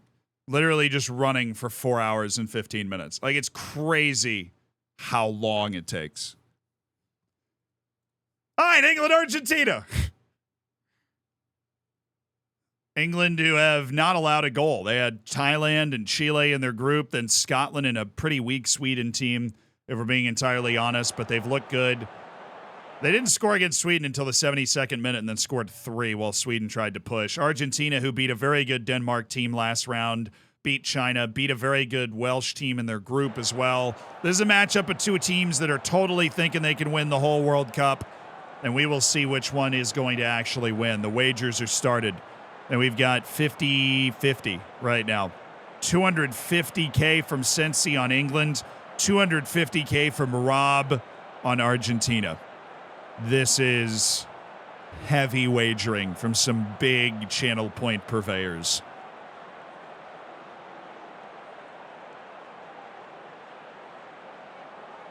Joe, I'm glad you're enjoying the YouTube stuff. Appreciate it. Run faster so you don't need to run for that long. I do want to run the whole thing. Some people will walk a half mile every now and again to rest. But it's totally fine. You stop to take pictures with family or whatever, but you really are running. I'm basically just going to be running the whole thing. And you just think about how long that is. It's like the length of a normal stream, right? Like you're just running nonstop for that that amount of time. All right, England is 54%. 54% on England. Big channel points on both sides. McNerney and Cutler are out there, and so's Jude. They're rocking Sewane, yes, but they don't have Cisneros out there. They'll probably come off the bench.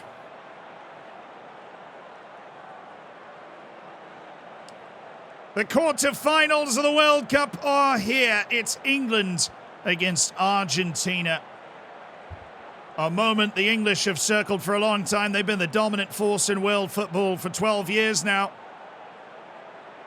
They've won the World Cup. And there's quite the kick clash here between England and Argentina. England have got the blue fronts and Argentina have got their blue and white stripes. Now, Joe Edwards. Oh, it's Jake Edwards. That's the Taunton Town fullback who's had himself a go for the top corner, and it's been saved away. Of course, Argentina, these are two of the top 4 teams in the world. Argentina's number 4, England is number 3 in the world rankings at the moment. Barrington Gordon, Cooper Dunn over everything.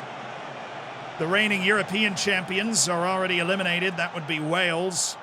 The reigning South American champions, Brazil, are already eliminated. And so we are left with 2 of the top contenders, Elzad Lashley, Bellingham, Barrington Gordon. England's been looking all right thus far. Gregor McNerney in towards Gordon. Now Bellingham and Cooper Dunn. Oh my goodness, Jake Wright's found himself some space! And he's found himself a goal!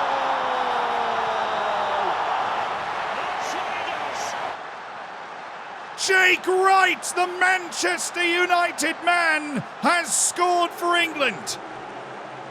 Oh, they just collapse on Cooper Dunn and Wright. Too much space. And he makes them pay.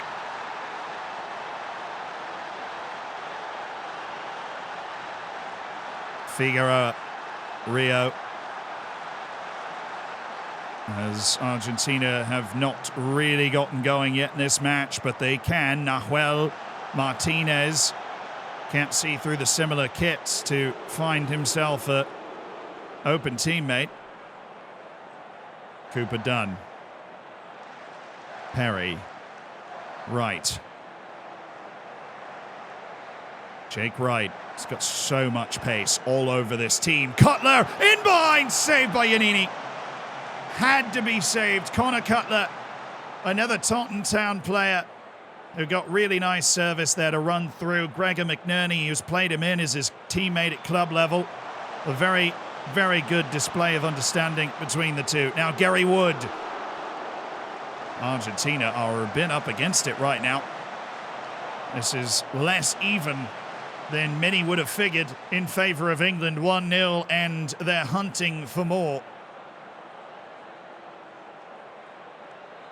They desperately need the injection of some of that quality they have, and there's been no sighting of Golden Boot contender Federico Seoane up top. They've done a very good job, Perry and Lashley, of keeping track of Federico Seoane. Right now, the difference is all Jake Wright. Argentina's managed to settle the match down, but they haven't created a chance. They haven't created anything here. They brought in Di Mattia and Fernandez, and they've now brought in Christian Spazzato with Torres. They've brought Seoane off, but they've gone with the two forwards, Argentina, for 10 minutes.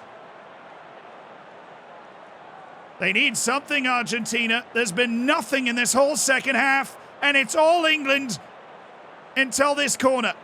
McNerney for Mellum, and England's going to the semi-finals.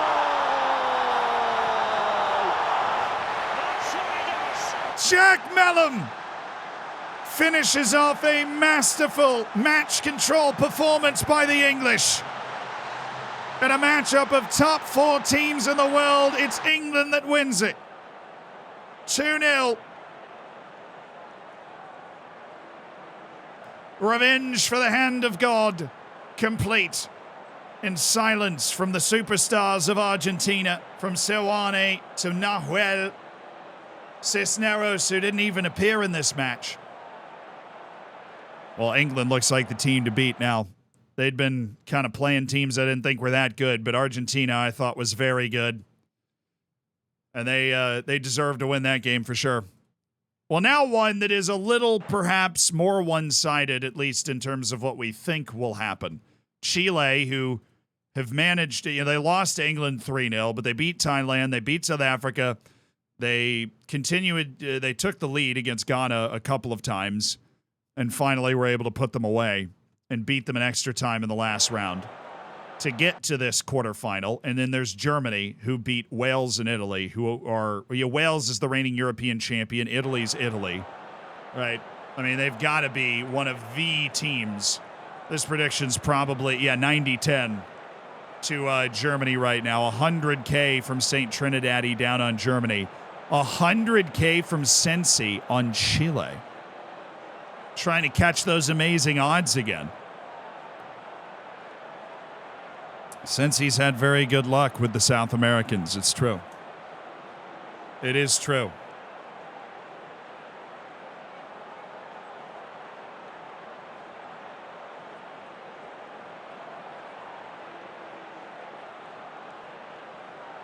There's another dab, bro.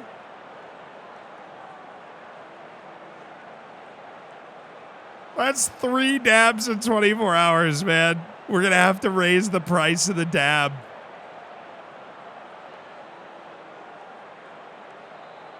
The time has come. Sometimes the world tells you what needs to happen. The world is in full. We're going to dab. We're going to dab. We're going to dab. It's been redeemed. It's been redeemed. But this is the 3rd dab in 24 hours. I might faint. I legitimately, totally serious. It's entirely possible that I'm just going to faint if we dab again.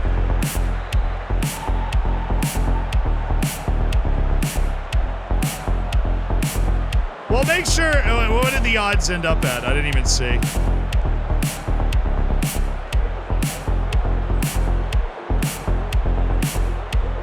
I'm sure it was Germany like 90%, you know what I'm saying?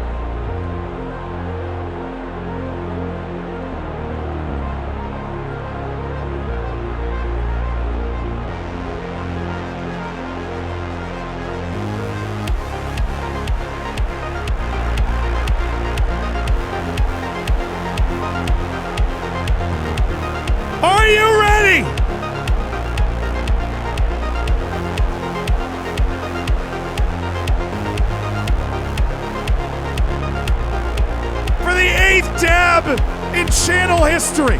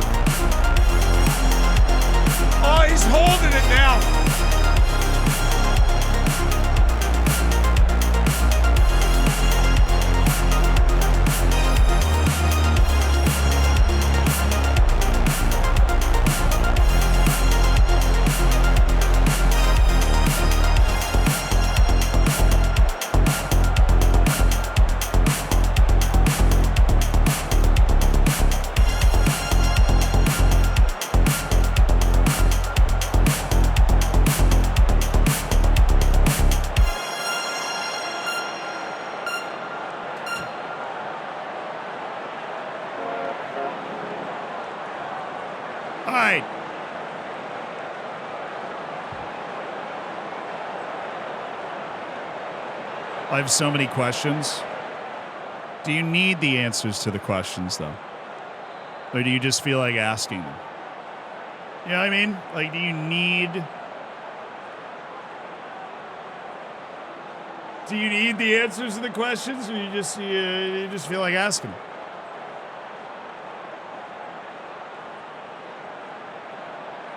All right, that being said, I want to make it clear, since we've only had 8 of those in history, I will be raising the price of the dab. Is it supposed to be an insane, incredibly hard-to-reach goal, and we've had 3 in 24 hours? Apparently we just don't have enough things to spend our channel points on. I am very sorry if you were getting close to the dab, but we are going to be raising it. It is a pyramid scheme. It's rigged. It's all fake money anyways. The dab is now 2 million channel points, which honestly is what I thought it was already. I don't know if we changed it back because it hadn't happened in a while, but I thought it was 2 million already.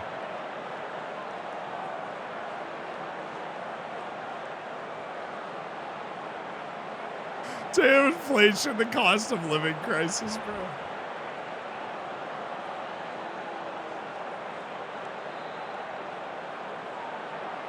Thank you, Little Bear, for the 8th dab in history. Congratulations on hitting 1 million channel points. Well, if you guys can think of other stuff that we can add to channel point redemptions, I'm all ears. Typically, hold on. Typically, I don't like doing. I'll just say the prediction already happened for this game. Typically, I don't like doing stuff that will actually affect like a save or whatever we're doing. So like a buy or sell a player or like look up this player or whatever. But fun things like dab or whatever,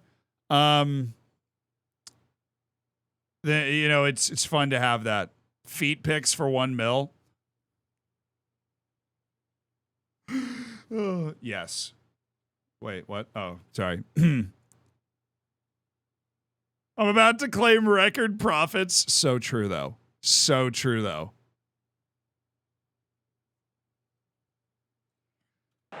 World Cup. Oh, please. Asfondiari has scored for Germany in the 2nd minute against Chile. The biggest moment for the Chilean national team since their Copa America win in 2016. They've made it to the big stage and immediately conceded to Mosen Asfondiari. The big centre-half for Germany has left no doubt this German team is a real threat for the whole thing, and Chile, we're going to need a special day to pull it back. Monke, Figueroa's got it back for Monke, on towards Rocha. That was well combined by Chile. They're used to playing against the world's best. They spend their time in South America. Now Klingman towards Esfandiari again. Now Aseko and Keeley. Oh my goodness. It's cleared away, but under some duress by the Chilean defense here, who are up against a really trying time. Freeman. Saved by Paredes, as it should be. The World Cup quarterfinals between Germany and Chile. Norway, Klingman towards the back post. Figueroa hoofed ahead. Zeech keeping a lid on it for the Germans, who I believe would be set against the English in the semi-final. In a match between arguably the two best teams in the world, it would seem at the moment. Steen, Aseko and Keeley. Wadrogo, Nahue Klingman. That's quite the tackle by Andurfa. But Germany just looking a cut above right now. Sentamu. Esfandiari. Esfandiari out for Zeech. Zeech lofting it back to Wadrogo, and that, again, an aerial threat mustered by Germany. They're not blowing Chile away, but they've certainly been the team with the better chances thus far.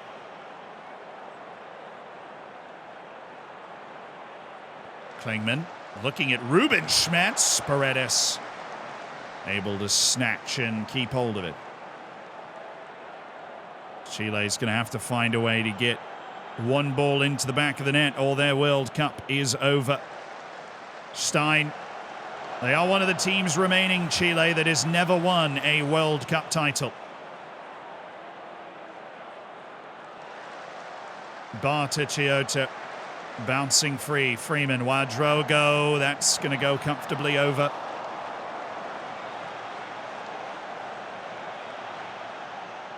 Chile certainly in the XG hanging around. That's 0.96 to Germany, 0.48 to Chile. Freeman.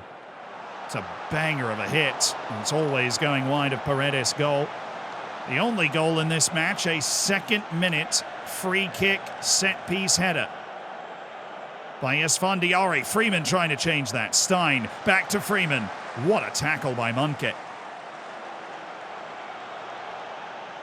Oh, now Stein. Oh, surely offside. Ruben Schmetz. He'll celebrate for the moment, but he looked miles off, the Liverpool front man.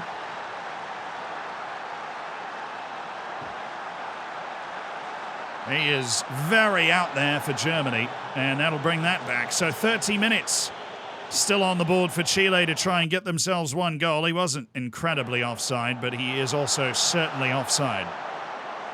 Substitutions now. Andorfer is off. Chile's looking for one player who's got the right idea, the right gumption to find a moment. Alcaíno. Barrios. Oh, he's lofted one for Alcaíno, but Nahue Klingman's outpaced him. Sentamu. Nahue Klingman covering loads of ground, and he's been fouled by Rocha, who's on a yellow. That really could have been a second yellow card. That was very close. Villaseca. Barta Chioto. There is a pocket to pass here for Rocha. Alcaíno. Somebody in the middle!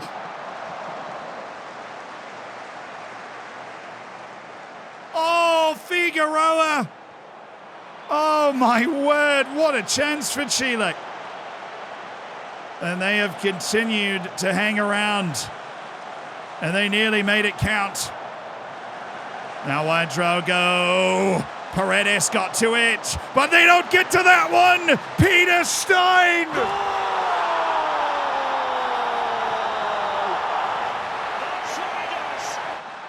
And Chile, in a matter of moments, has gone from nearly equal to anything but 2-0 Germany.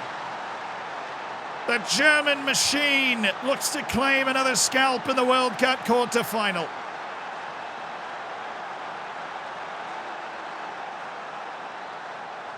Mühlbauer, who's had quite the tournament. Zeech has just hoofed one up. Rocha, nowhere to go with it. Just get the feeling that Chile's fired off its golden bullet with that one big chance. Damashek. Oh, that was quite the effort by Damashek. Paredes is fortunate to have hold. The XG is not too far apart between these two teams when you look at overall chances, but Germany has certainly been the more dominant side.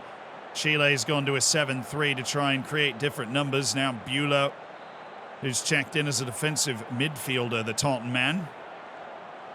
readying himself for the next round. Freeman, Muehlbauer, who's there? Ruben Schmetz, the Liverpool lad, saved by Para. And that keeps a slim hope alive for Chile. With 4 minutes to play, they keep it 2-0, and it was a competitive effort. It was a very game effort for the Chileans. They certainly weren't washed away in a tidal wave, but they also were certainly defeated by Germany. I guess it's probably what we should have expected. I mean, there was a version of that match where Chile was able to hang, but we didn't get that. That was a good, I mean, Chile's probably shaking your hand off if you're like, okay, you get to the quarterfinal, is that a success? They'll be like, yes, very much so.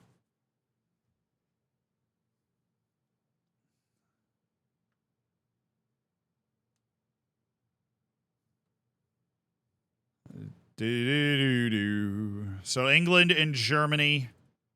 Oh no, they're going to meet in the final, aren't they? Because they're on different sides of this dang thing. England's on the Serbia and Holland side. Germany's on the Colombia-Belgium side. Weirdly enough, for Belgium, this is like their easiest round. They've had to play against Spain and Brazil. And now they have Colombia in the quarterfinal.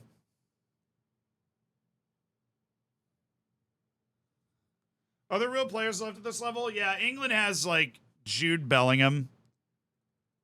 England has Jude Bellingham. The U.S. had Yunus Musa. There's, like, one or two, you know. Goalkeepers, often. Martin van der Voort's the goalkeeper for Belgium. Vinny Jr. was playing for Brazil, yeah. It's their last World Cup, though. Zaire Emery and Maurice Tell are both on the French team, which is out.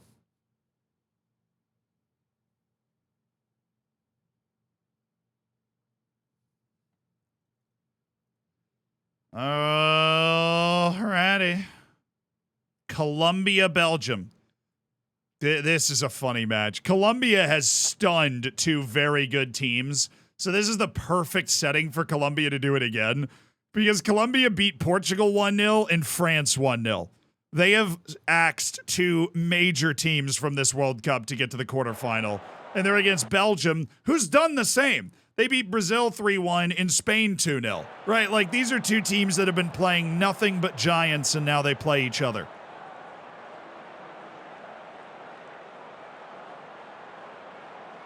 Oh, yeah, Moises Caicedo for Mexico. Yeah, Gaga Slanina for the U.S. Very true. All right, how's the prediction going? Belgium's on 61%. Alrighty.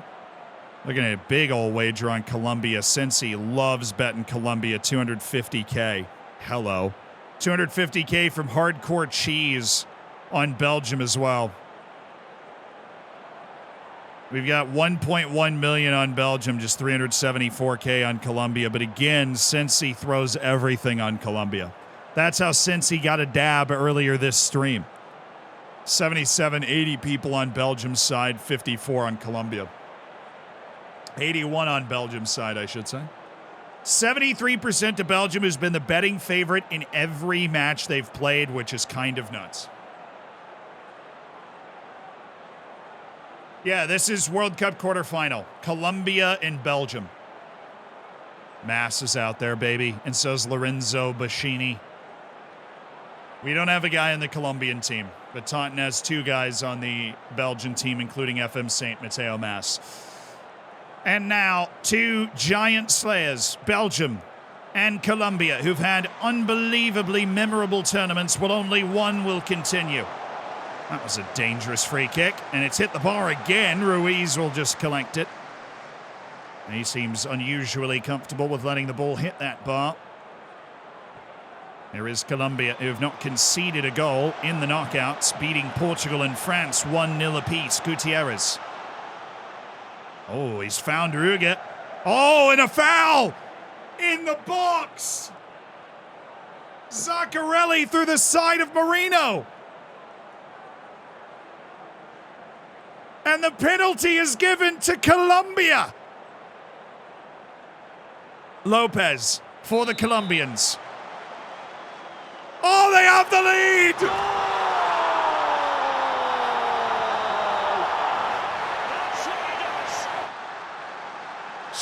Surely Colombia will not do it again.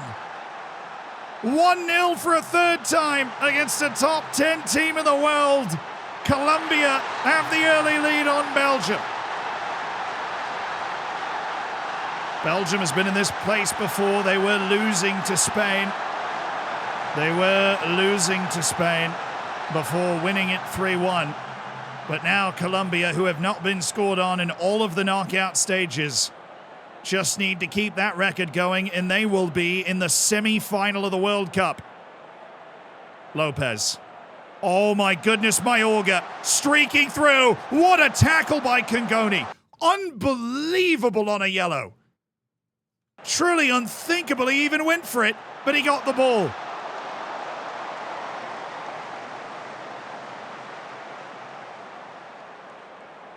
Oh, that was bold from Kagoni, to say the least, with the match hanging in the balance. It is 1-0 Colombia at halftime. Belgium, having beaten Brazil and Spain, are stumbling on the South Americans. Where is a moment of ingenuity for Belgium? Amazingly, Colombia is just holding on here. Big changes for Belgium. They've gone to a 4-2-3-1 with Busquets, Gonçalves, and Schoffers behind Bashini. Salas, 70th minute now. Gutierrez. They've got the ball out for Lopez. Lopez. Still Gutierrez. Marquez.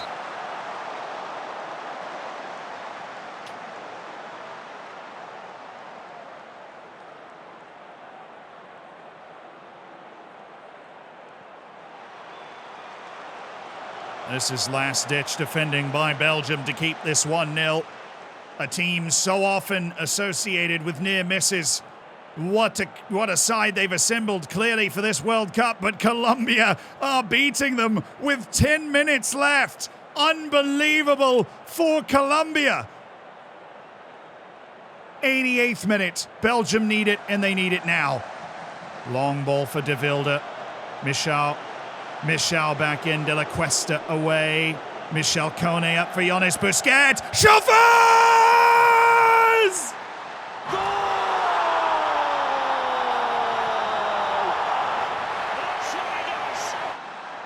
It's as old school and direct as it gets. It's right over the top and right in for Belgium. Once again, Jonas Busquets sets the table for Schoffers to finish. Well, they left it late, but Belgium has equalized. Jonas Busquets, the most important player for this Belgian team. And Colombian heartbreak as they were 5 minutes away from the semi-final. And now we are in extra time. Colombia does have the superior XG, helped by that penalty. They've got a corner in Marquez. Oh, that was nervous for Martin van der Voort. But here comes Belgium. Van der Voort. Arizamendi. Colombia's controlled it. Lopez. Schoffers. The hero of the moment. Schoffers, the smiter of the underdog Colombians. Michel Kone. Castillo. He's lofted one. Uribe has got rid of. Marquez. Oh, spins it to Marquinhos.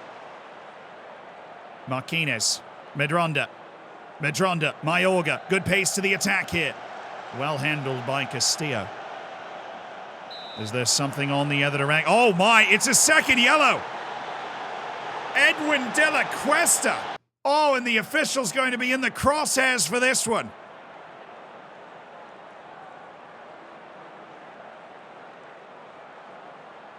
An elbow thrown on the aerial, and Edwin De La Cuesta is off. They've had to move Mayorga to center half. Now Marquez is there. And Colombia's hanging on for penalties if they can get there. Or are they? Perez. Marquinhos, unbelievable. There's space here for Colombia. Mayorga.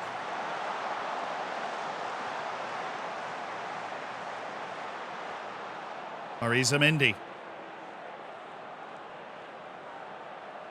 Peñalosa now for Colombia. Is there space? There is! Marquinez! Oh, saved by Van der Voort. Unbelievable. With 10 men, Colombia come closest to winning it, and we are in penalties.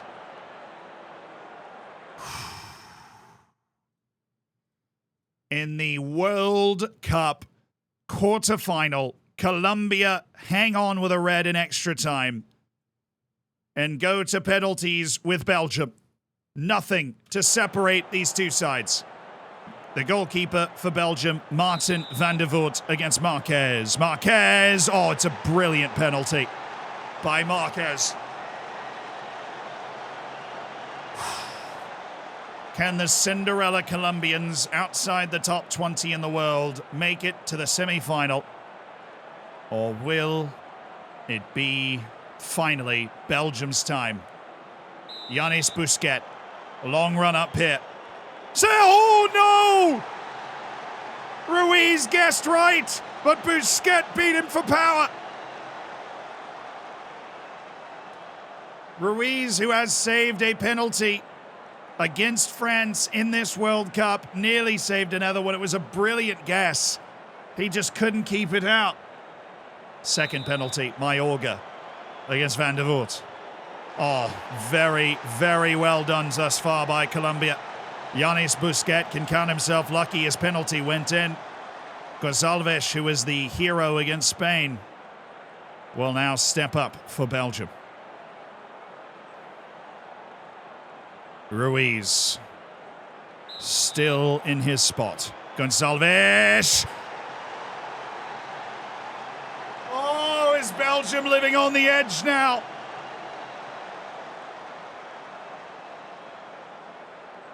Ruiz is reading it right. It's just inches from being saved in both directions.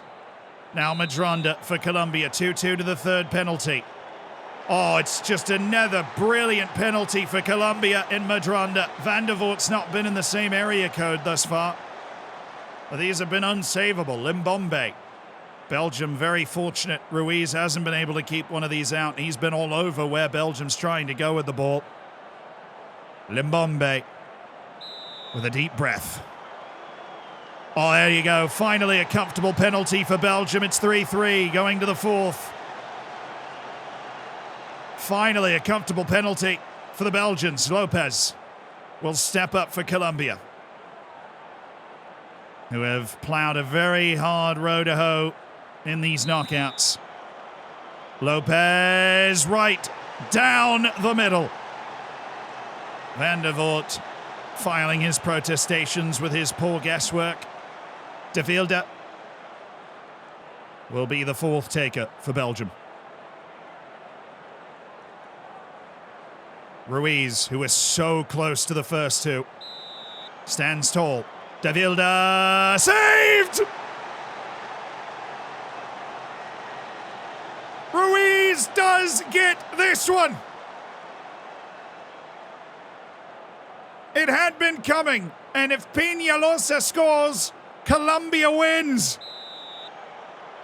Peñalosa scores for Colombia! And Colombia's going to the World Cup semi-finals. And once again, Belgium finds heartache. A third consecutive elimination for Belgium in the World Cup quarterfinal. And Colombia to the semis.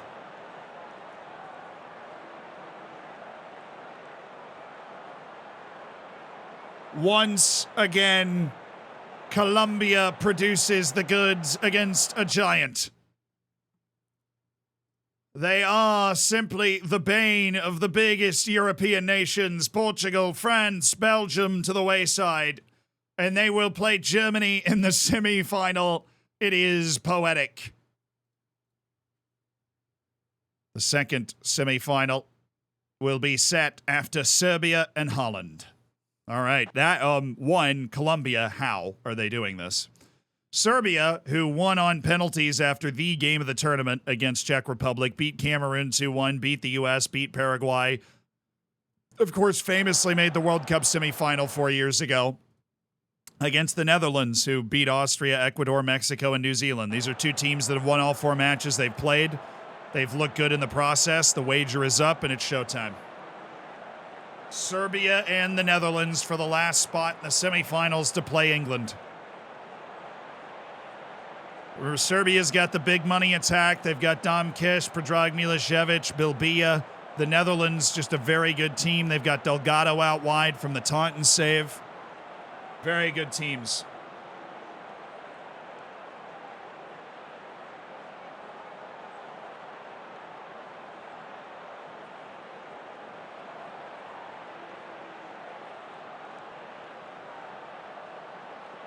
Serbia's got that 62%. But now big wagers coming in on the Netherlands. 250K. Sensi's throwing the chunks around. 250K from Sensi on Serbia. Slim Jim's got 100K on the Netherlands. 52% to Serbia. 83 people wagered on the Netherlands, though. Only 76 wagered on Serbia, just so you know. Here we go. The final quarterfinal of the whole shebang.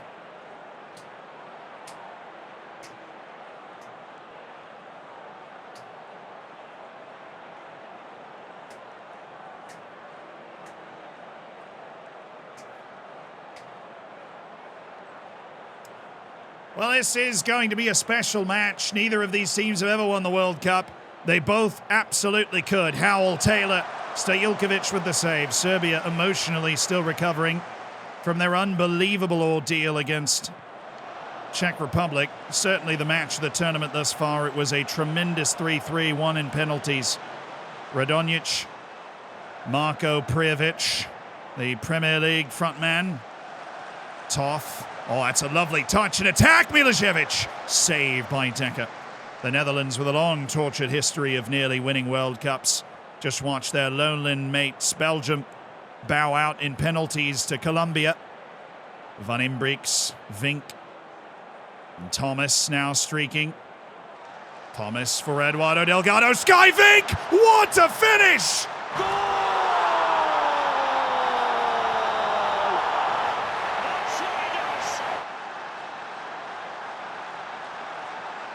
With authority from Sky Vink, from Eduardo Delgado.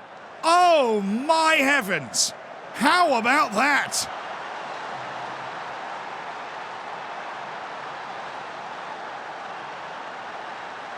That was a brilliant hit by Sky Vink. And now Howell.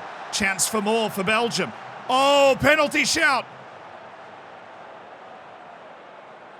And Serbia's brilliance at the World Cup is unfolding. The Netherlands have a penalty. And it's Taylor, the captain, who will step up to take it.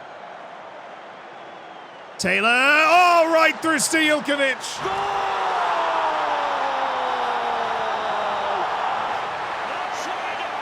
Wow, the Netherlands in 15 minutes have undone the myth of Serbia's rise. Stojilkovic started to his right, tried to get back, got fingers to it, but was overpowered by Taylor. And that famously fabulous offense of Serbia is going to need to pull a rabbit out of a hat here against a very stubborn Dutch defense, because the Dutch have 4 shots and 2 goals, including a penalty. The precision of a samurai for this team. Taylor, now he's gone for it. That would have been something special from Taylor. We've seen Serbia come from behind in the knockouts already against the Czech Republic. It was spectacular in their capacity to continue scoring. Thomas. Prijovic, well taken. Stojilkovic, bad giveaway. Jamal with space. And Jamal will spin this one back to Al-Danani. Now Jamal. Jamal to Delvizio Van Imbrieks. Oh, bad giveaway. Predrag Milicevic. Saric. Hamstrung by Divine Wrench, but Saric has it back. Saric on the spin. Marko Prijovic. Kovacevic. Oh, Skyvink has won it, and he's got it back. Skyvink! Kovacevic desperate. Delgado! Oh, it's just wide. Second half beckons, but the Netherlands looking brilliant. There are some weapons to be played off the bench for this Serbian team, namely former World Cup Golden Boot winner Dominic Kish, the big forward Thomas Diovizio van Imbreeks. It was always going wide. Would have been something, though, for the Netherlands. And this has been some performance for the Netherlands. Divine Wrench. Howell. Aldanani. Oh, it's taken by Svetozar Bilbia. He is capable of individual brilliance that could save this team. Bilbia in the Golden Boot conversation. Oh, bad giveaway. Radonjic hiding behind the referee there. Toth. Privic. Kovacevic. Serbia need 2 goals. We know they're capable. Will it happen? Omanovic. Speculative ball. Saric collects. Bogacevic. Bogacevic. Omanovic. Kovacevic. Aldanani's won it back. Oh, frustration. It's boiled over for Serbia. Saric, who's had a brutal day, commits the unforgivable sin of losing his cool. And Serbia's World Cup magic has surely expired now, down 2 goals and a man. Balaban. They still might be trying, but Saric, that's a desperate tackle. He was nowhere near the ball. Radonjic. Oh, they've got him. Lukic is in. Oh, he was off. He was off. Slaviša Lukic was offside. And Serbia has run out of fairy dust against the Netherlands. A World Cup semi-final 4 years ago. It is just a World Cup quarter-final at this instance. 2 early goals for the Netherlands, and they never look back. They were in control the whole way, and they're trying to ice the cake now. Van Imbreeks. They're in no rush. Remy. He's got it back. Remy.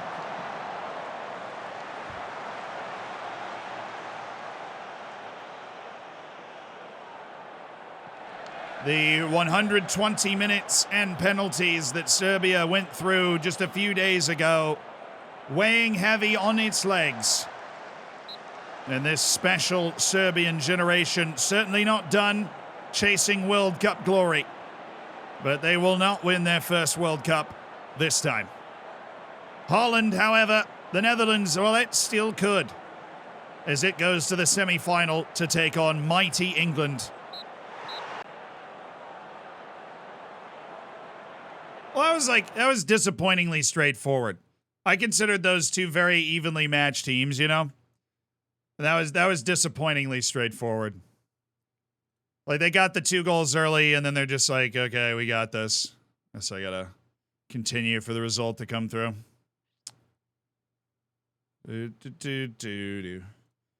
All right, we've got Germany, Colombia, and England, Netherlands. First match, Germany, Colombia on the 6th. Nothing like a 2-day turnaround for Colombia after playing 120 minutes. Who am I backing? I think we end up with a wonderful England-Germany final, to be honest. If either the Netherlands or Colombia pull off the semifinal upset, that would be huge news. That'd be really interesting.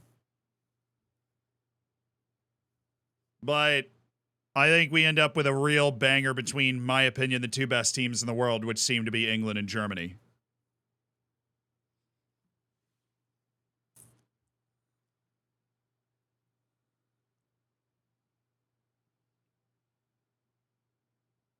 Don't worry, guys. I will once again bet on Colombia, so they're sure to win.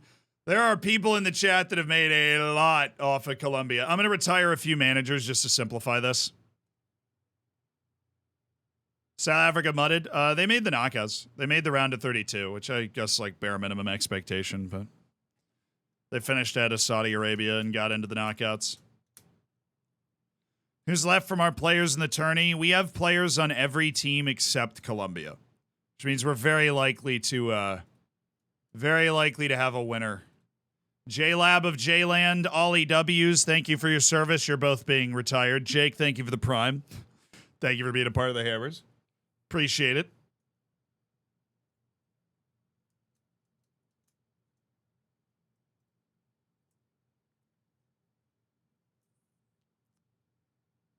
And we retire J-Lab of J-Land. Brotato Chip Broheem. Gonna be retired as well.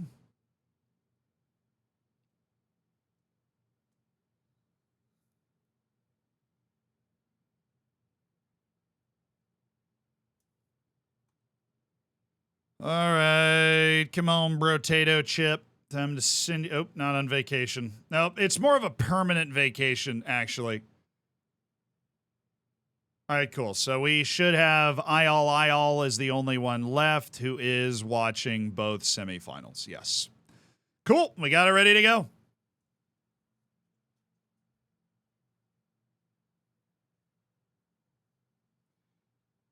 Colombia also has one less day to recover than Germany. Like, it's going to be really tough. It's going to be, they're going to need like a penalty or something. I mean, I don't know. Colombia's apparently entirely impossible to score against, so they should probably just channel that. This Ruiz goalkeeper is also a baller that they have.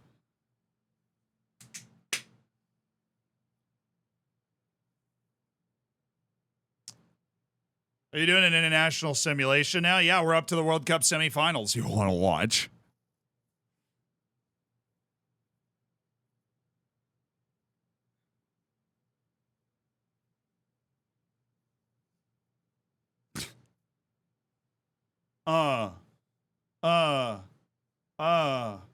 Hey. What? Hey.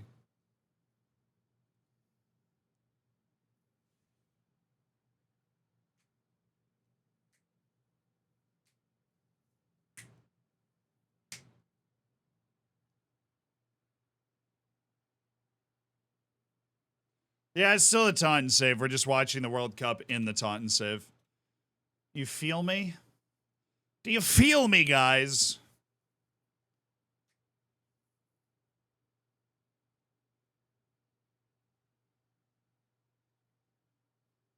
Yeah, we're going to get a dose of Bulow and Heiko here. Against Colombia, who I'm sure have some fantastic Wonder Kids kicking around.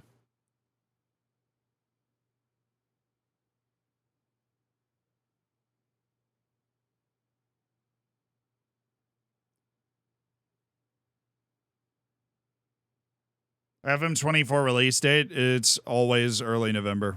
I'm going to say always, but expect early November until you hear otherwise. Basically. What if Nick McCooty just gets promoted? The funny thing is he'll probably get fired the moment somebody else comes in because his reputation's not like high enough or whatever.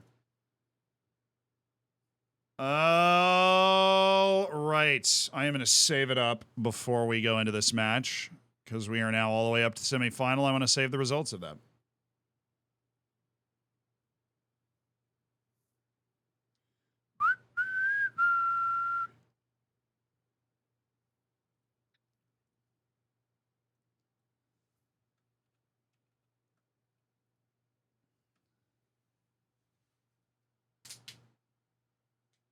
When are you going to get FM24 announcements? I don't know. It's still like 3 months away. So I probably, I would say maybe a month from now, they'll like rev it up. All right, here we go.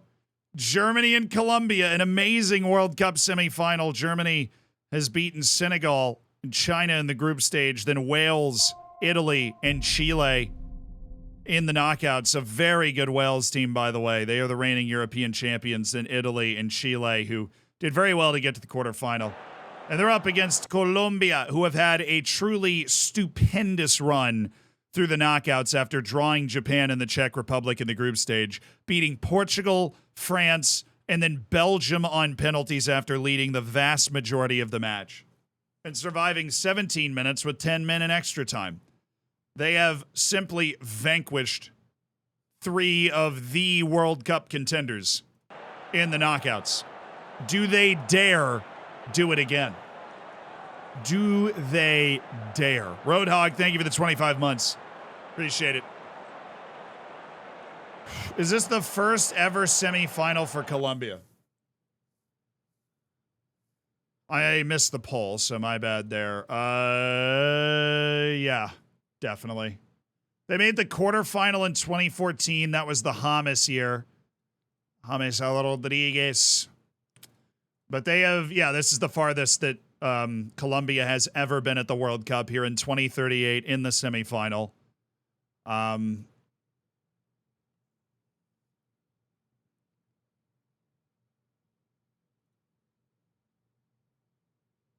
They've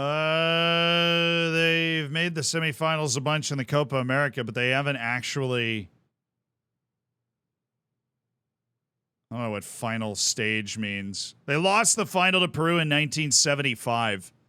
But I mean, we're talking about a team that really just hasn't. Oh, they won the Copa America in 2001.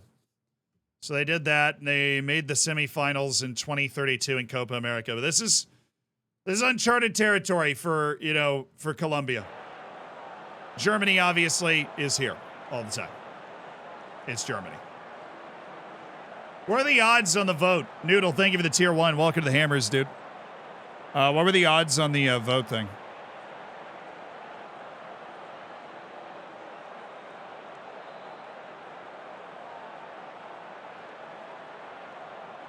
%72% for Germany. All right. It's the World Cup semi-final. Germany and Colombia and all the pageantry you would expect here in South Africa. Only 4 teams left that can win the World Cup. Colombia in its first ever World Cup semi-final. Finally eclipsing the magic of James Rodriguez and company in 2018 with this perhaps even more magical run through 3 of the best teams Europe has to offer. And now they're up against arguably the best team that Europe has to offer, the Germans. And they have eased their way through this in a 4-2-3-1. Germany in a 4-2-3-1 as well. Heiko Reinhardt out wide to the right. Bülow in that back line for Germany. This is a tightly contested affair here between Germany and Colombia. This Colombian team has got something really special about it. Would you look at this? No highlights. Second half. It's still 0-0. 4 yellow cards for Colombia. 2 yellow cards for Germany as we hit the 58th minute. Marquinez to Malo! Oh, nearly! Still going, Arizamendi. And it's a corner. Colombia nearly scored a goal to put a foot up for the World Cup final. Marquinez away by Bülow, but Germany can feel the nerves now. This is not going to be an easy day at the park that some, including me, expected for Germany. Colombia is once again showing everyone it is very much the real deal. 20 minutes left to play now. Germany and Colombia. The Germans cannot find a way through this Colombian defense. The difference between this and the other matches is Colombia hasn't scored either. Germany switching to a 4-3-3 with Ouedraogo, Freeman, and Aseko and Keeley in the midfield. It's a corner. 93rd minute. Colombia! And now Germany perhaps looking for the counter. Heiko Reinhardt with a minute to go. Is there a hero out there for Germany? Peter Stein, surely for Germany. Ahmed 7.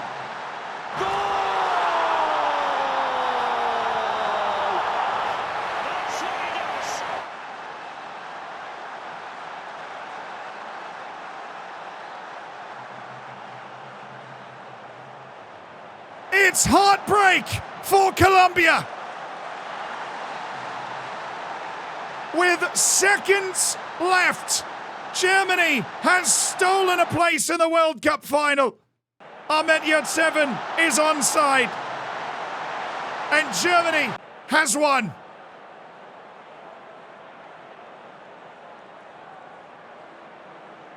Oh, my heavens. 93 minutes of tension and one euphoric moment for the Germans. Colombia's greatest ever quest in the World Cup ends in the semi-final in heartbreaking fashion. What a team.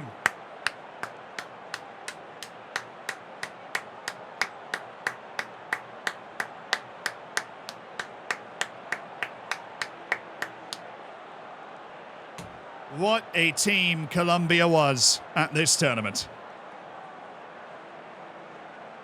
They beat Portugal, they beat Belgium, they beat France. Germany, a bridge too far.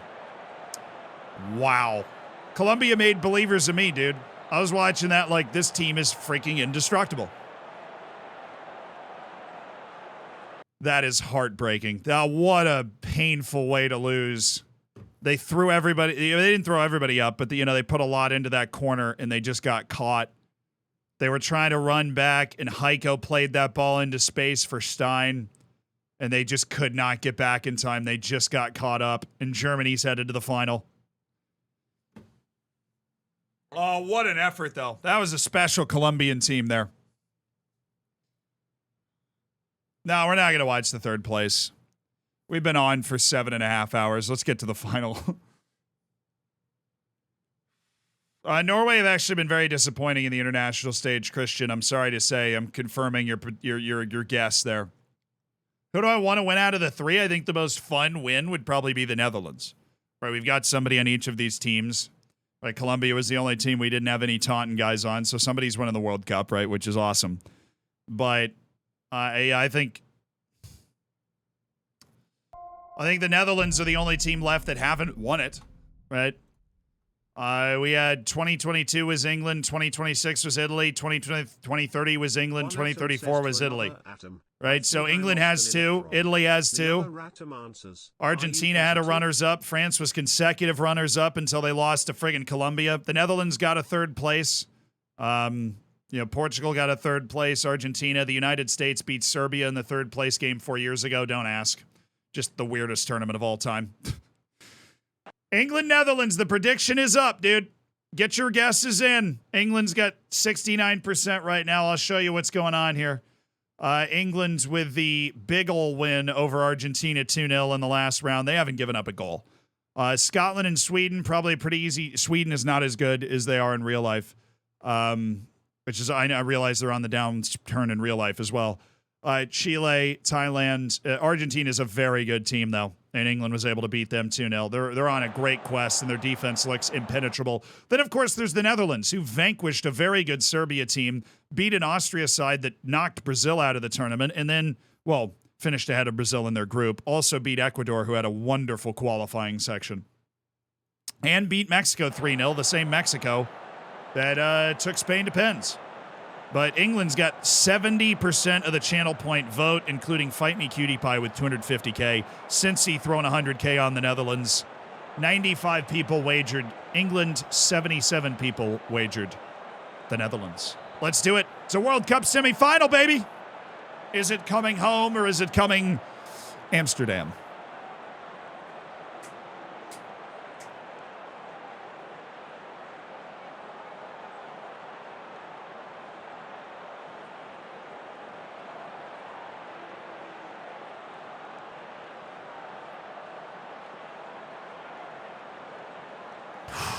England and the Netherlands, familiar foes on the world's biggest stages in the World Cup semi-final.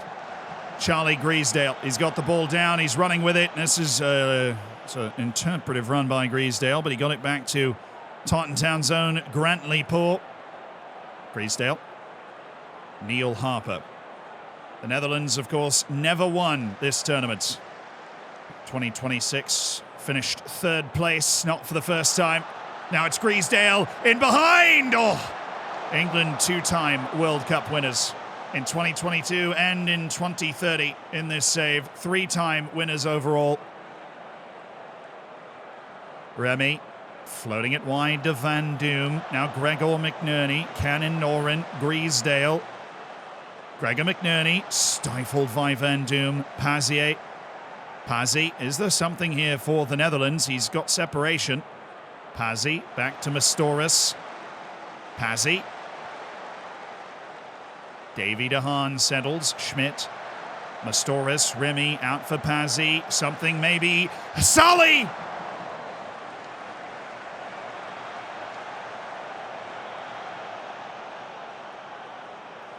Who's over this free kick? It's Charlie Griesdale. He's had a wonderful World Cup, the former LAFC winger in MLS. The counter might be on here. Remy. No, just a bit big ball of nothing here for the Netherlands. Van der Broek. Frozen Blitz, thank you for the 2 months. I have been good, thank you. Oh, Gregor McNerney, known for his ferocious driving runs. Griesdale. This is brilliant with Griesdale and McNerney. Blackburn. Oh, that's so hard to score from there, though, for Robbie Blackburn. England trying to maintain their presence as the team. Gary Wood left that one out there to be considered. Mellum. Griesdale. It's Rod Reynolds spreading the love for Gregor McNerney, who's had himself a match. And that's a difficult go for Rod Reynolds at the end. Not a natural centre-forward, Rod Reynolds, but the fixture congestion of the World Cup demands a certain element of rotation. Delgado. Abdelhamid Saleh. This is excellent tight space passing by the Netherlands now. Smit. Eduardo Delgado. Oh, my goodness, was that? Are they going to get a penalty for this? Right on the edge of the area. Questionable contact. Tom Owen's got his hand to his ear.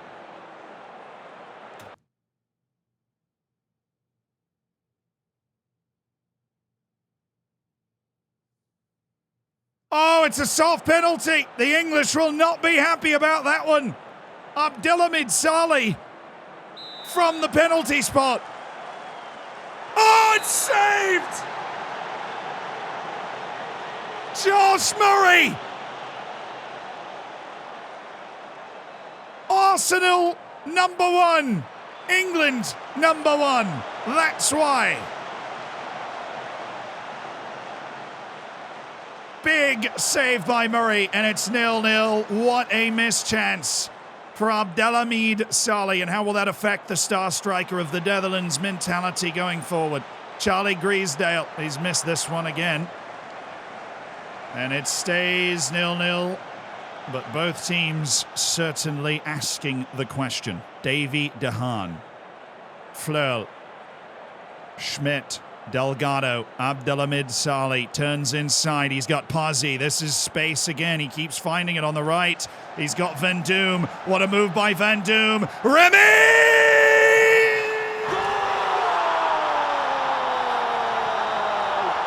Johan Remy!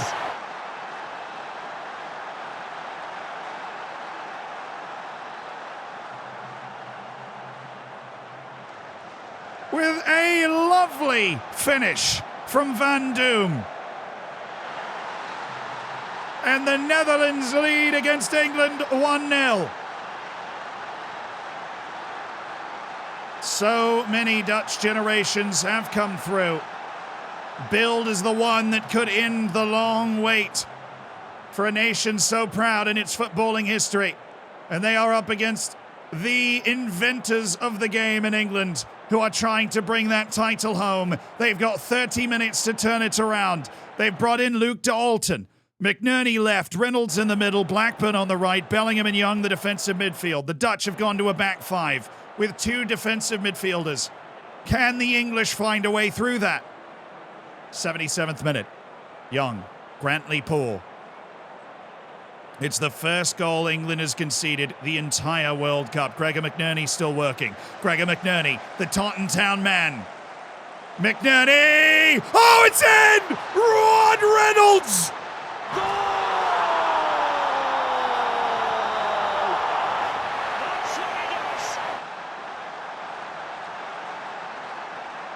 A scramble in front of Decker's goal. And Rod Reynolds provides the ever-crucial touch.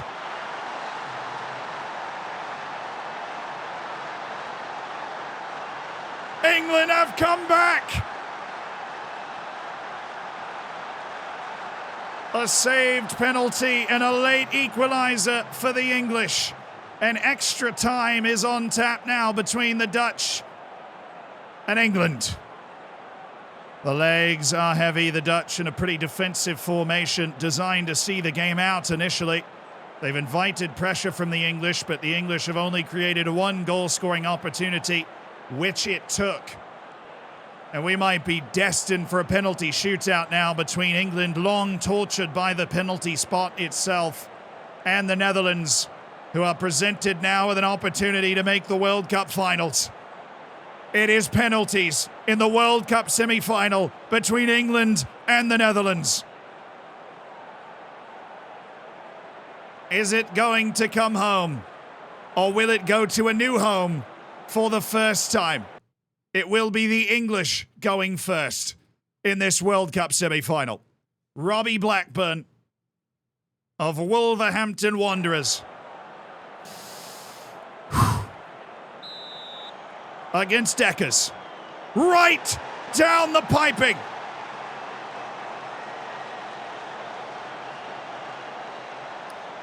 It's a smashing finish. And now Mansveld for the Netherlands against Murray. So tremendous, saving the penalty of Abdelhamid Saleh. Oh, he's done it again! He waited for Mansveld's Panenka.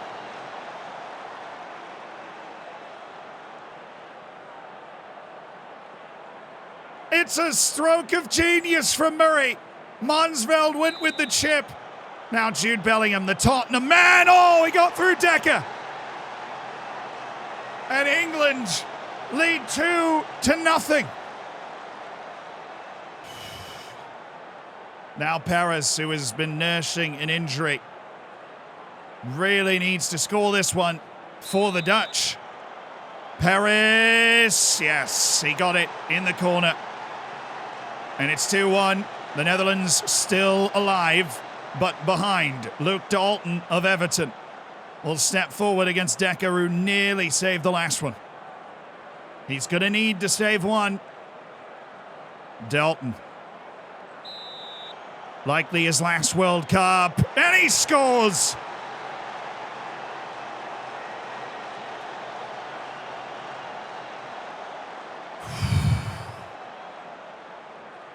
Al-Danani for the Netherlands. Every penalty absolutely necessary for the Dutch. Murray, who's shown a real knack for this. One in regulation, one in the shootout, but he didn't get that one. Al-Danani right in the corner. And it's 3-2 to the fourth taker. And it's the man that scored the all-important goal in a wild scramble in front of the Dutch goal, Hot Rod Reynolds of Manchester City. The paciest of pacey wingers. It won't help him here. Oh, it went in! I thought it was over. Rod Reynolds just under the crossbar.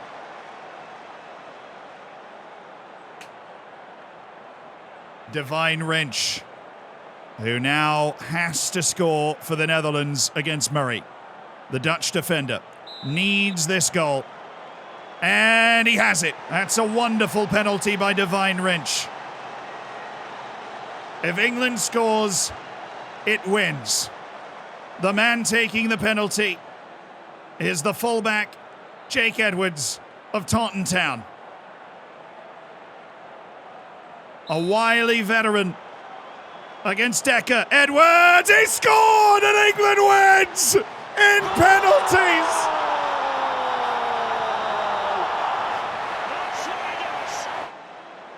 And the Dutch are the bridesmaids again. England to the World Cup final against Germany. The Netherlands squander the early lead and missed a penalty for good measure. And they will have to continue their wait for world glory. Germany and England for all the marbles in the World Cup final. Jake Edwards, the Taunton man, 2 two Taunton players with pens. Edwards won it, and Jude Bellingham also bagged one there. So it's the Netherlands and Colombia for third place. We aren't watching the third place game. And then Germany and England on the 11th for the World Cup. A classic World Cup final. Germany hasn't won since 2014. England won 2 World Cups ago in 2030. Trying to bring that trophy back home and really rub it in Germany's face here.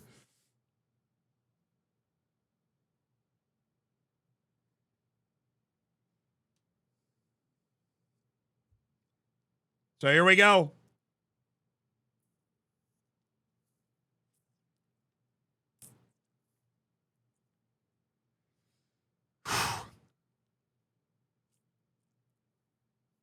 Well, this is going to be a fun one.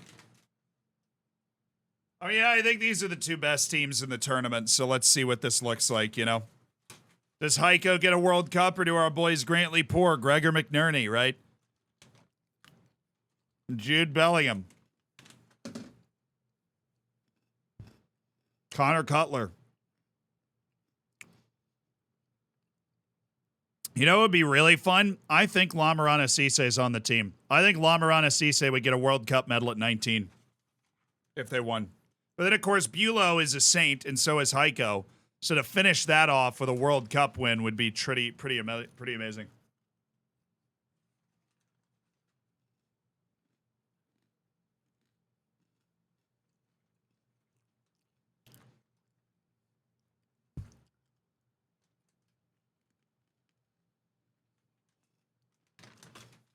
Guys, the wager is up now. Be sure to get your prediction in.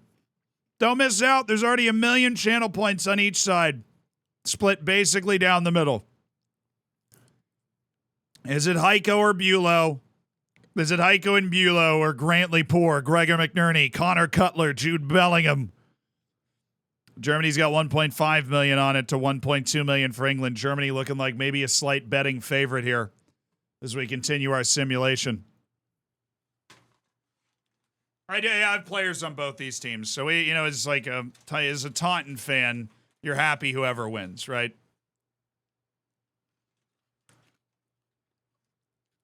I don't think Cisse's played, though, unless it was like group stage.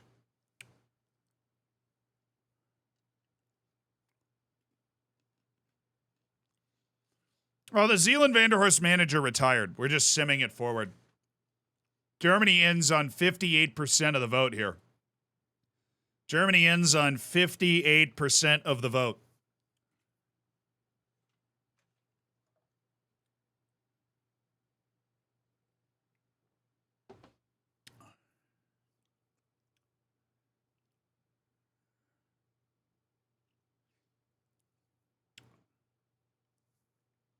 All right, the third place games today. We'll obviously check to see who won.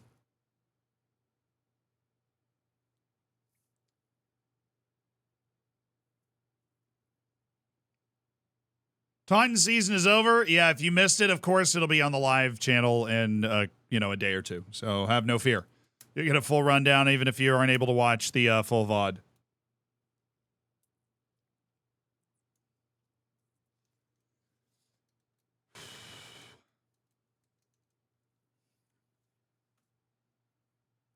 Be cool if Colombia got third.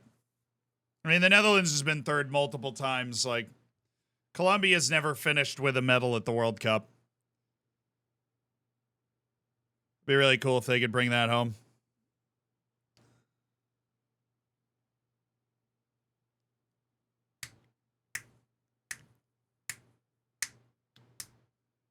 The U.S. ginned up any good players? The funny thing is the answer is no. The U.S. hasn't created any, wonder kids. And yet the U.S. finished third at the World Cup 4 years ago and got that close to beating France at this World Cup.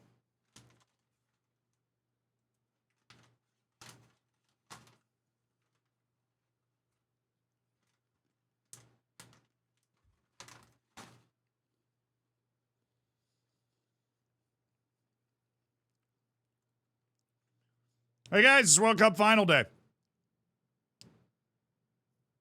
Colombia got third, bro. They did it again. 1-0. Always 1-0. Always 1-0. Colombia got third with a 1-0. Malo in the 87th. We'll watch the goal. Matt Renegade, thank you for the prime. Thank you for the 6 months. Part of the Hammers. I appreciate it. Hi Zed, doing a climber with Acres FC and just got the best Romanian region ever. It's great. It's classic. Just dump it in and Malo's up there somewhere, you know? Malo's up there somewhere. Surely he's up there. All right, we are up to the final, baby. Congratulations to Colombia for their best ever World Cup finish, a magic third place run. They beat so many massive teams. The Netherlands, Belgium, they beat France and Portugal. That's an incredible run to third. But only one team gonna win the whole thing. Germany, who has 4. England, who has 3 World Cup titles. Well, if England wins, they tie Germany with 4 World Cup titles. If Germany wins, they tie Brazil with 5. There we go. Germany and England for the World Cup final. This will be played on extended highlights. Thank you very much.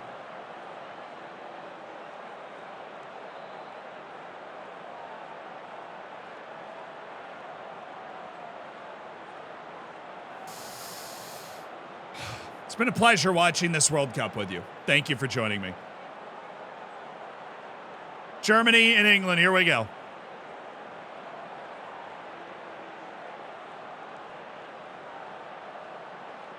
Connor Cutler got the start. Let's go. Connor Cutler got the start. Dude, they're starting Jake Wright at left back. That is a very offensive take on this formation. But they are starting Connor Cutler as the center forward.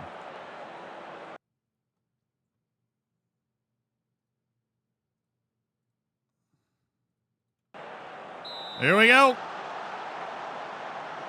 They've got Ruben Schmetz. Dude, neither Bulow or Heiko are starting. I expect them to come in. But the attrition over the course of this tournament is crazy in terms of like fatigue and fitness. And here comes Germany, trying to ask the first question of what we assume will be many in most directions. This is an occasion that no player is familiar with in their life. An occasion that is unpredictable, volatile, and unbelievably emotional for these two teams, these two nations. Germany, England, 3rd minute, England corner. Sentamu heads away. Now Barrington Gordon's got it back for another corner. The Brighton man towards the middle. Simon, easy enough for the German keeper. England having survived a penalty shootout. Germany having survived a last gasp effort against Colombia. Here's Frew. Maximilian Frew. Frew. Dorrington. Oh, he didn't clear it! And Sentamu skies the opportunity. Well, that was nervous from Dorrington. Edwards wide to the right, right wide to the left on this defense. It's a very offensive pair of fullbacks. They're really relying on Perry and Dorrington to settle things down. Jake Edwards lofting one wide to Rod Reynolds. Oh, Luke Dalton. Dalton. He's on the move, Luke Dalton, but not for long. Esfandiari sees to that. Oh, Rod Reynolds. Look at the pace for Rod Reynolds. But he ended up on his weak foot trying to finish that play off. Scored the all-important goal against the Netherlands to equalise late on. Parry up for Barrington Gordon, won by Ouedraogo. A long-time stalwart in the German midfield and for Liverpool as well. Ouedraogo, Freeman, blocked by Dorrington. That was close for England. You could see it in some of their lineup selection, the attrition of just 4 days ago, running 120 minutes at the end of a long tournament. A few names that have not been regular starters in this tournament. We expect a lot of subs. Look at Barrington Gordon, though. Trying to make a name for himself. That driving run, long been considered a class player. Jake Wright onto Barrington Gordon. Now Rod Reynolds. Oh, nice move by Rod Reynolds. Oh, look at this from Rod Reynolds. What a save by Simon. Connor Cutler did well to stab it towards the corner, but Simon with a big save. Griesdale now for Dalton. Simon's there. Should have been, and he was. But this is a spell of English pressure for the first real time. Barrington Gordon. It's lofted towards Cutler and done away by Germany's defence. Very even in possession, even in shot numbers, 6-5 to England. But set pieces coming for the English. Mellum!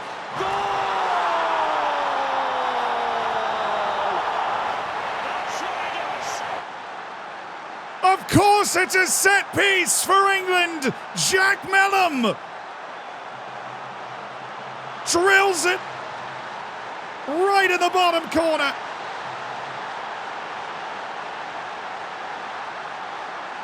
And England lead. Jake Wright. Oh, good save by Simon. And after that England goal, a bit toothless now for Germany. England can smell a World Cup title. For a player like Jude Bellingham, it would be his third in an unbelievably illustrious career. Dorrington cuts it for England. What a World Cup Jack Mellum is having. He's got multiple knockout goals as a defensive midfielder.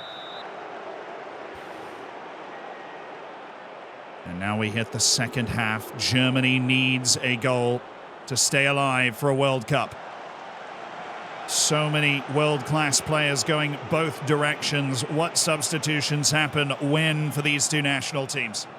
That is the question. Freeman. Sintamo. Freeman, one of the best players in the world. Freeman, and he's lost the ball. Cutler. Barrington Gordon. He's got Connor Cutler. The Taunton Town forward.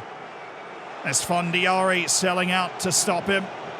Rod Reynolds, Gordon, Griesdale, always defence in front of him, and they've settled things down with Simon. England have slowly but surely taken control, and they've got another set piece towards the back post, but away by Zeich. Griesdale. Really good defence from Wadrogo, but now it's Jake Wright. Oh, it deflects to Griesdale!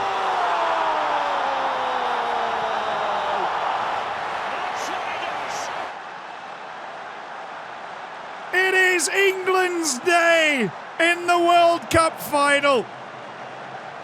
It's Jake Wright with a penetrating run. His cross deflects just by Simon and straight to Charlie Griesdale.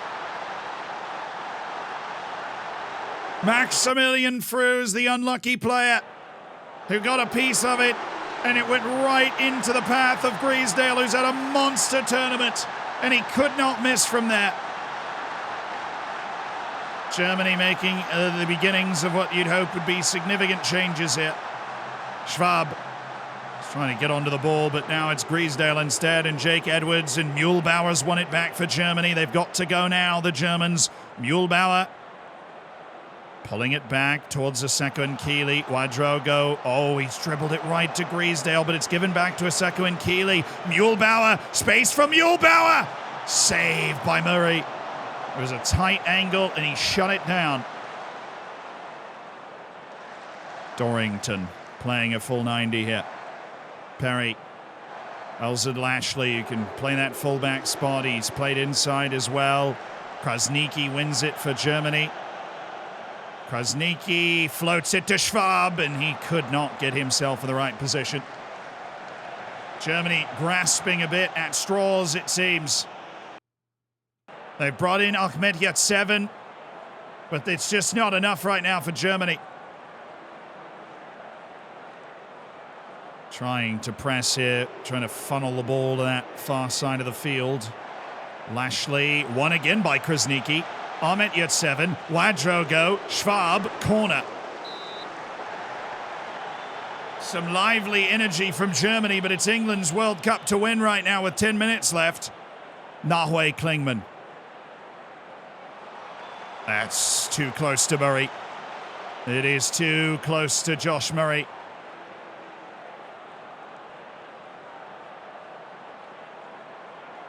Well, England can smell it now. Dalton up for Cutler. He's given it away. Unnecessary pass, but Lashley, who's been out there the full match, but he doesn't look it. What a ball up for Connor Cutler.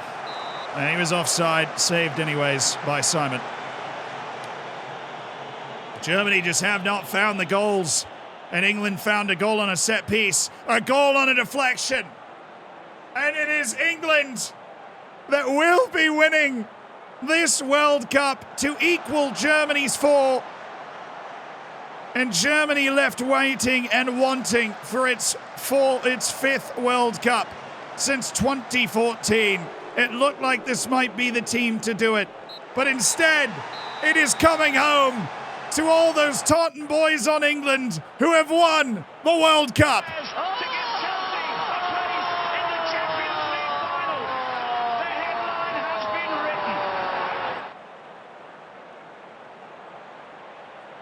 Hey guys, we've long known that's a problem with international tournaments. SI always try and tell me it's not a problem, but like Ballon d'Or winner, 2-time Ballon d'Or winner, Heiko Reinhardt doesn't even play. But like the same thing happened to England. Gregor didn't play, Grant Laporte didn't play, Jude Bellingham didn't play, right? Like these guys didn't play either, and England managed to win the World Cup. A great win for England. They have had a generational run throughout the course of the Taunton save, and they crown it with a 3rd World Cup in Jude Bellingham's career.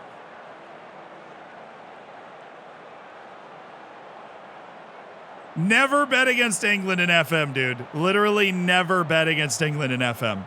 It is what England does. Granted, this was a pretty tight match. That deflection was obviously super unlucky.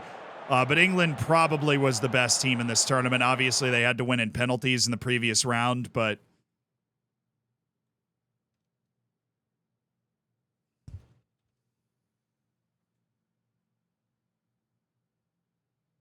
congratulations to the English fans in the chat on bringing it home. Jack Mellum and Charlie Griesdale, who, for the record, played for LAFC for 2 years as part of his career. Those are the goal scorers. England wins the World Cup. Germany finishes 2nd, which it is not updated yet. And Colombia finishes 3rd. And what was, it must be said, a thoroughly entertaining World Cup to watch. Thank you guys so much for joining me today. Long stream. I got to go rest my voice. I got to go for a run. Do normal adult life things. I've been on for 8 hours. But thank you guys for hanging out with me for all of it. Very fun doing this tournament. I am not here Thursday, Friday, Monday, Tuesday. I am in Colorado for a week, starting this Wednesday, to visit family, see family, take a big family picture. Thank you guys for being a part of this. Love you guys. Fist bump. Thank you for all the subs, for allowing me to do this random sort of stuff that you enjoy watching. Matt the Renegade, thank you for the 6 months. You're doing a climber with Paris FC. Just got the best Romanian regen ever. That's for you. Congratulations. All right. No raid today. Have a good one. I'm so tired. I can't even figure out a raid. I'll see you guys on Thursday next week. Okay? Eyes on the schedule updates in the Discord for what's going on. And we dropped the video today where I'm speaking my mind. So check that video out. Hope you have a good one. I'll see you in a week.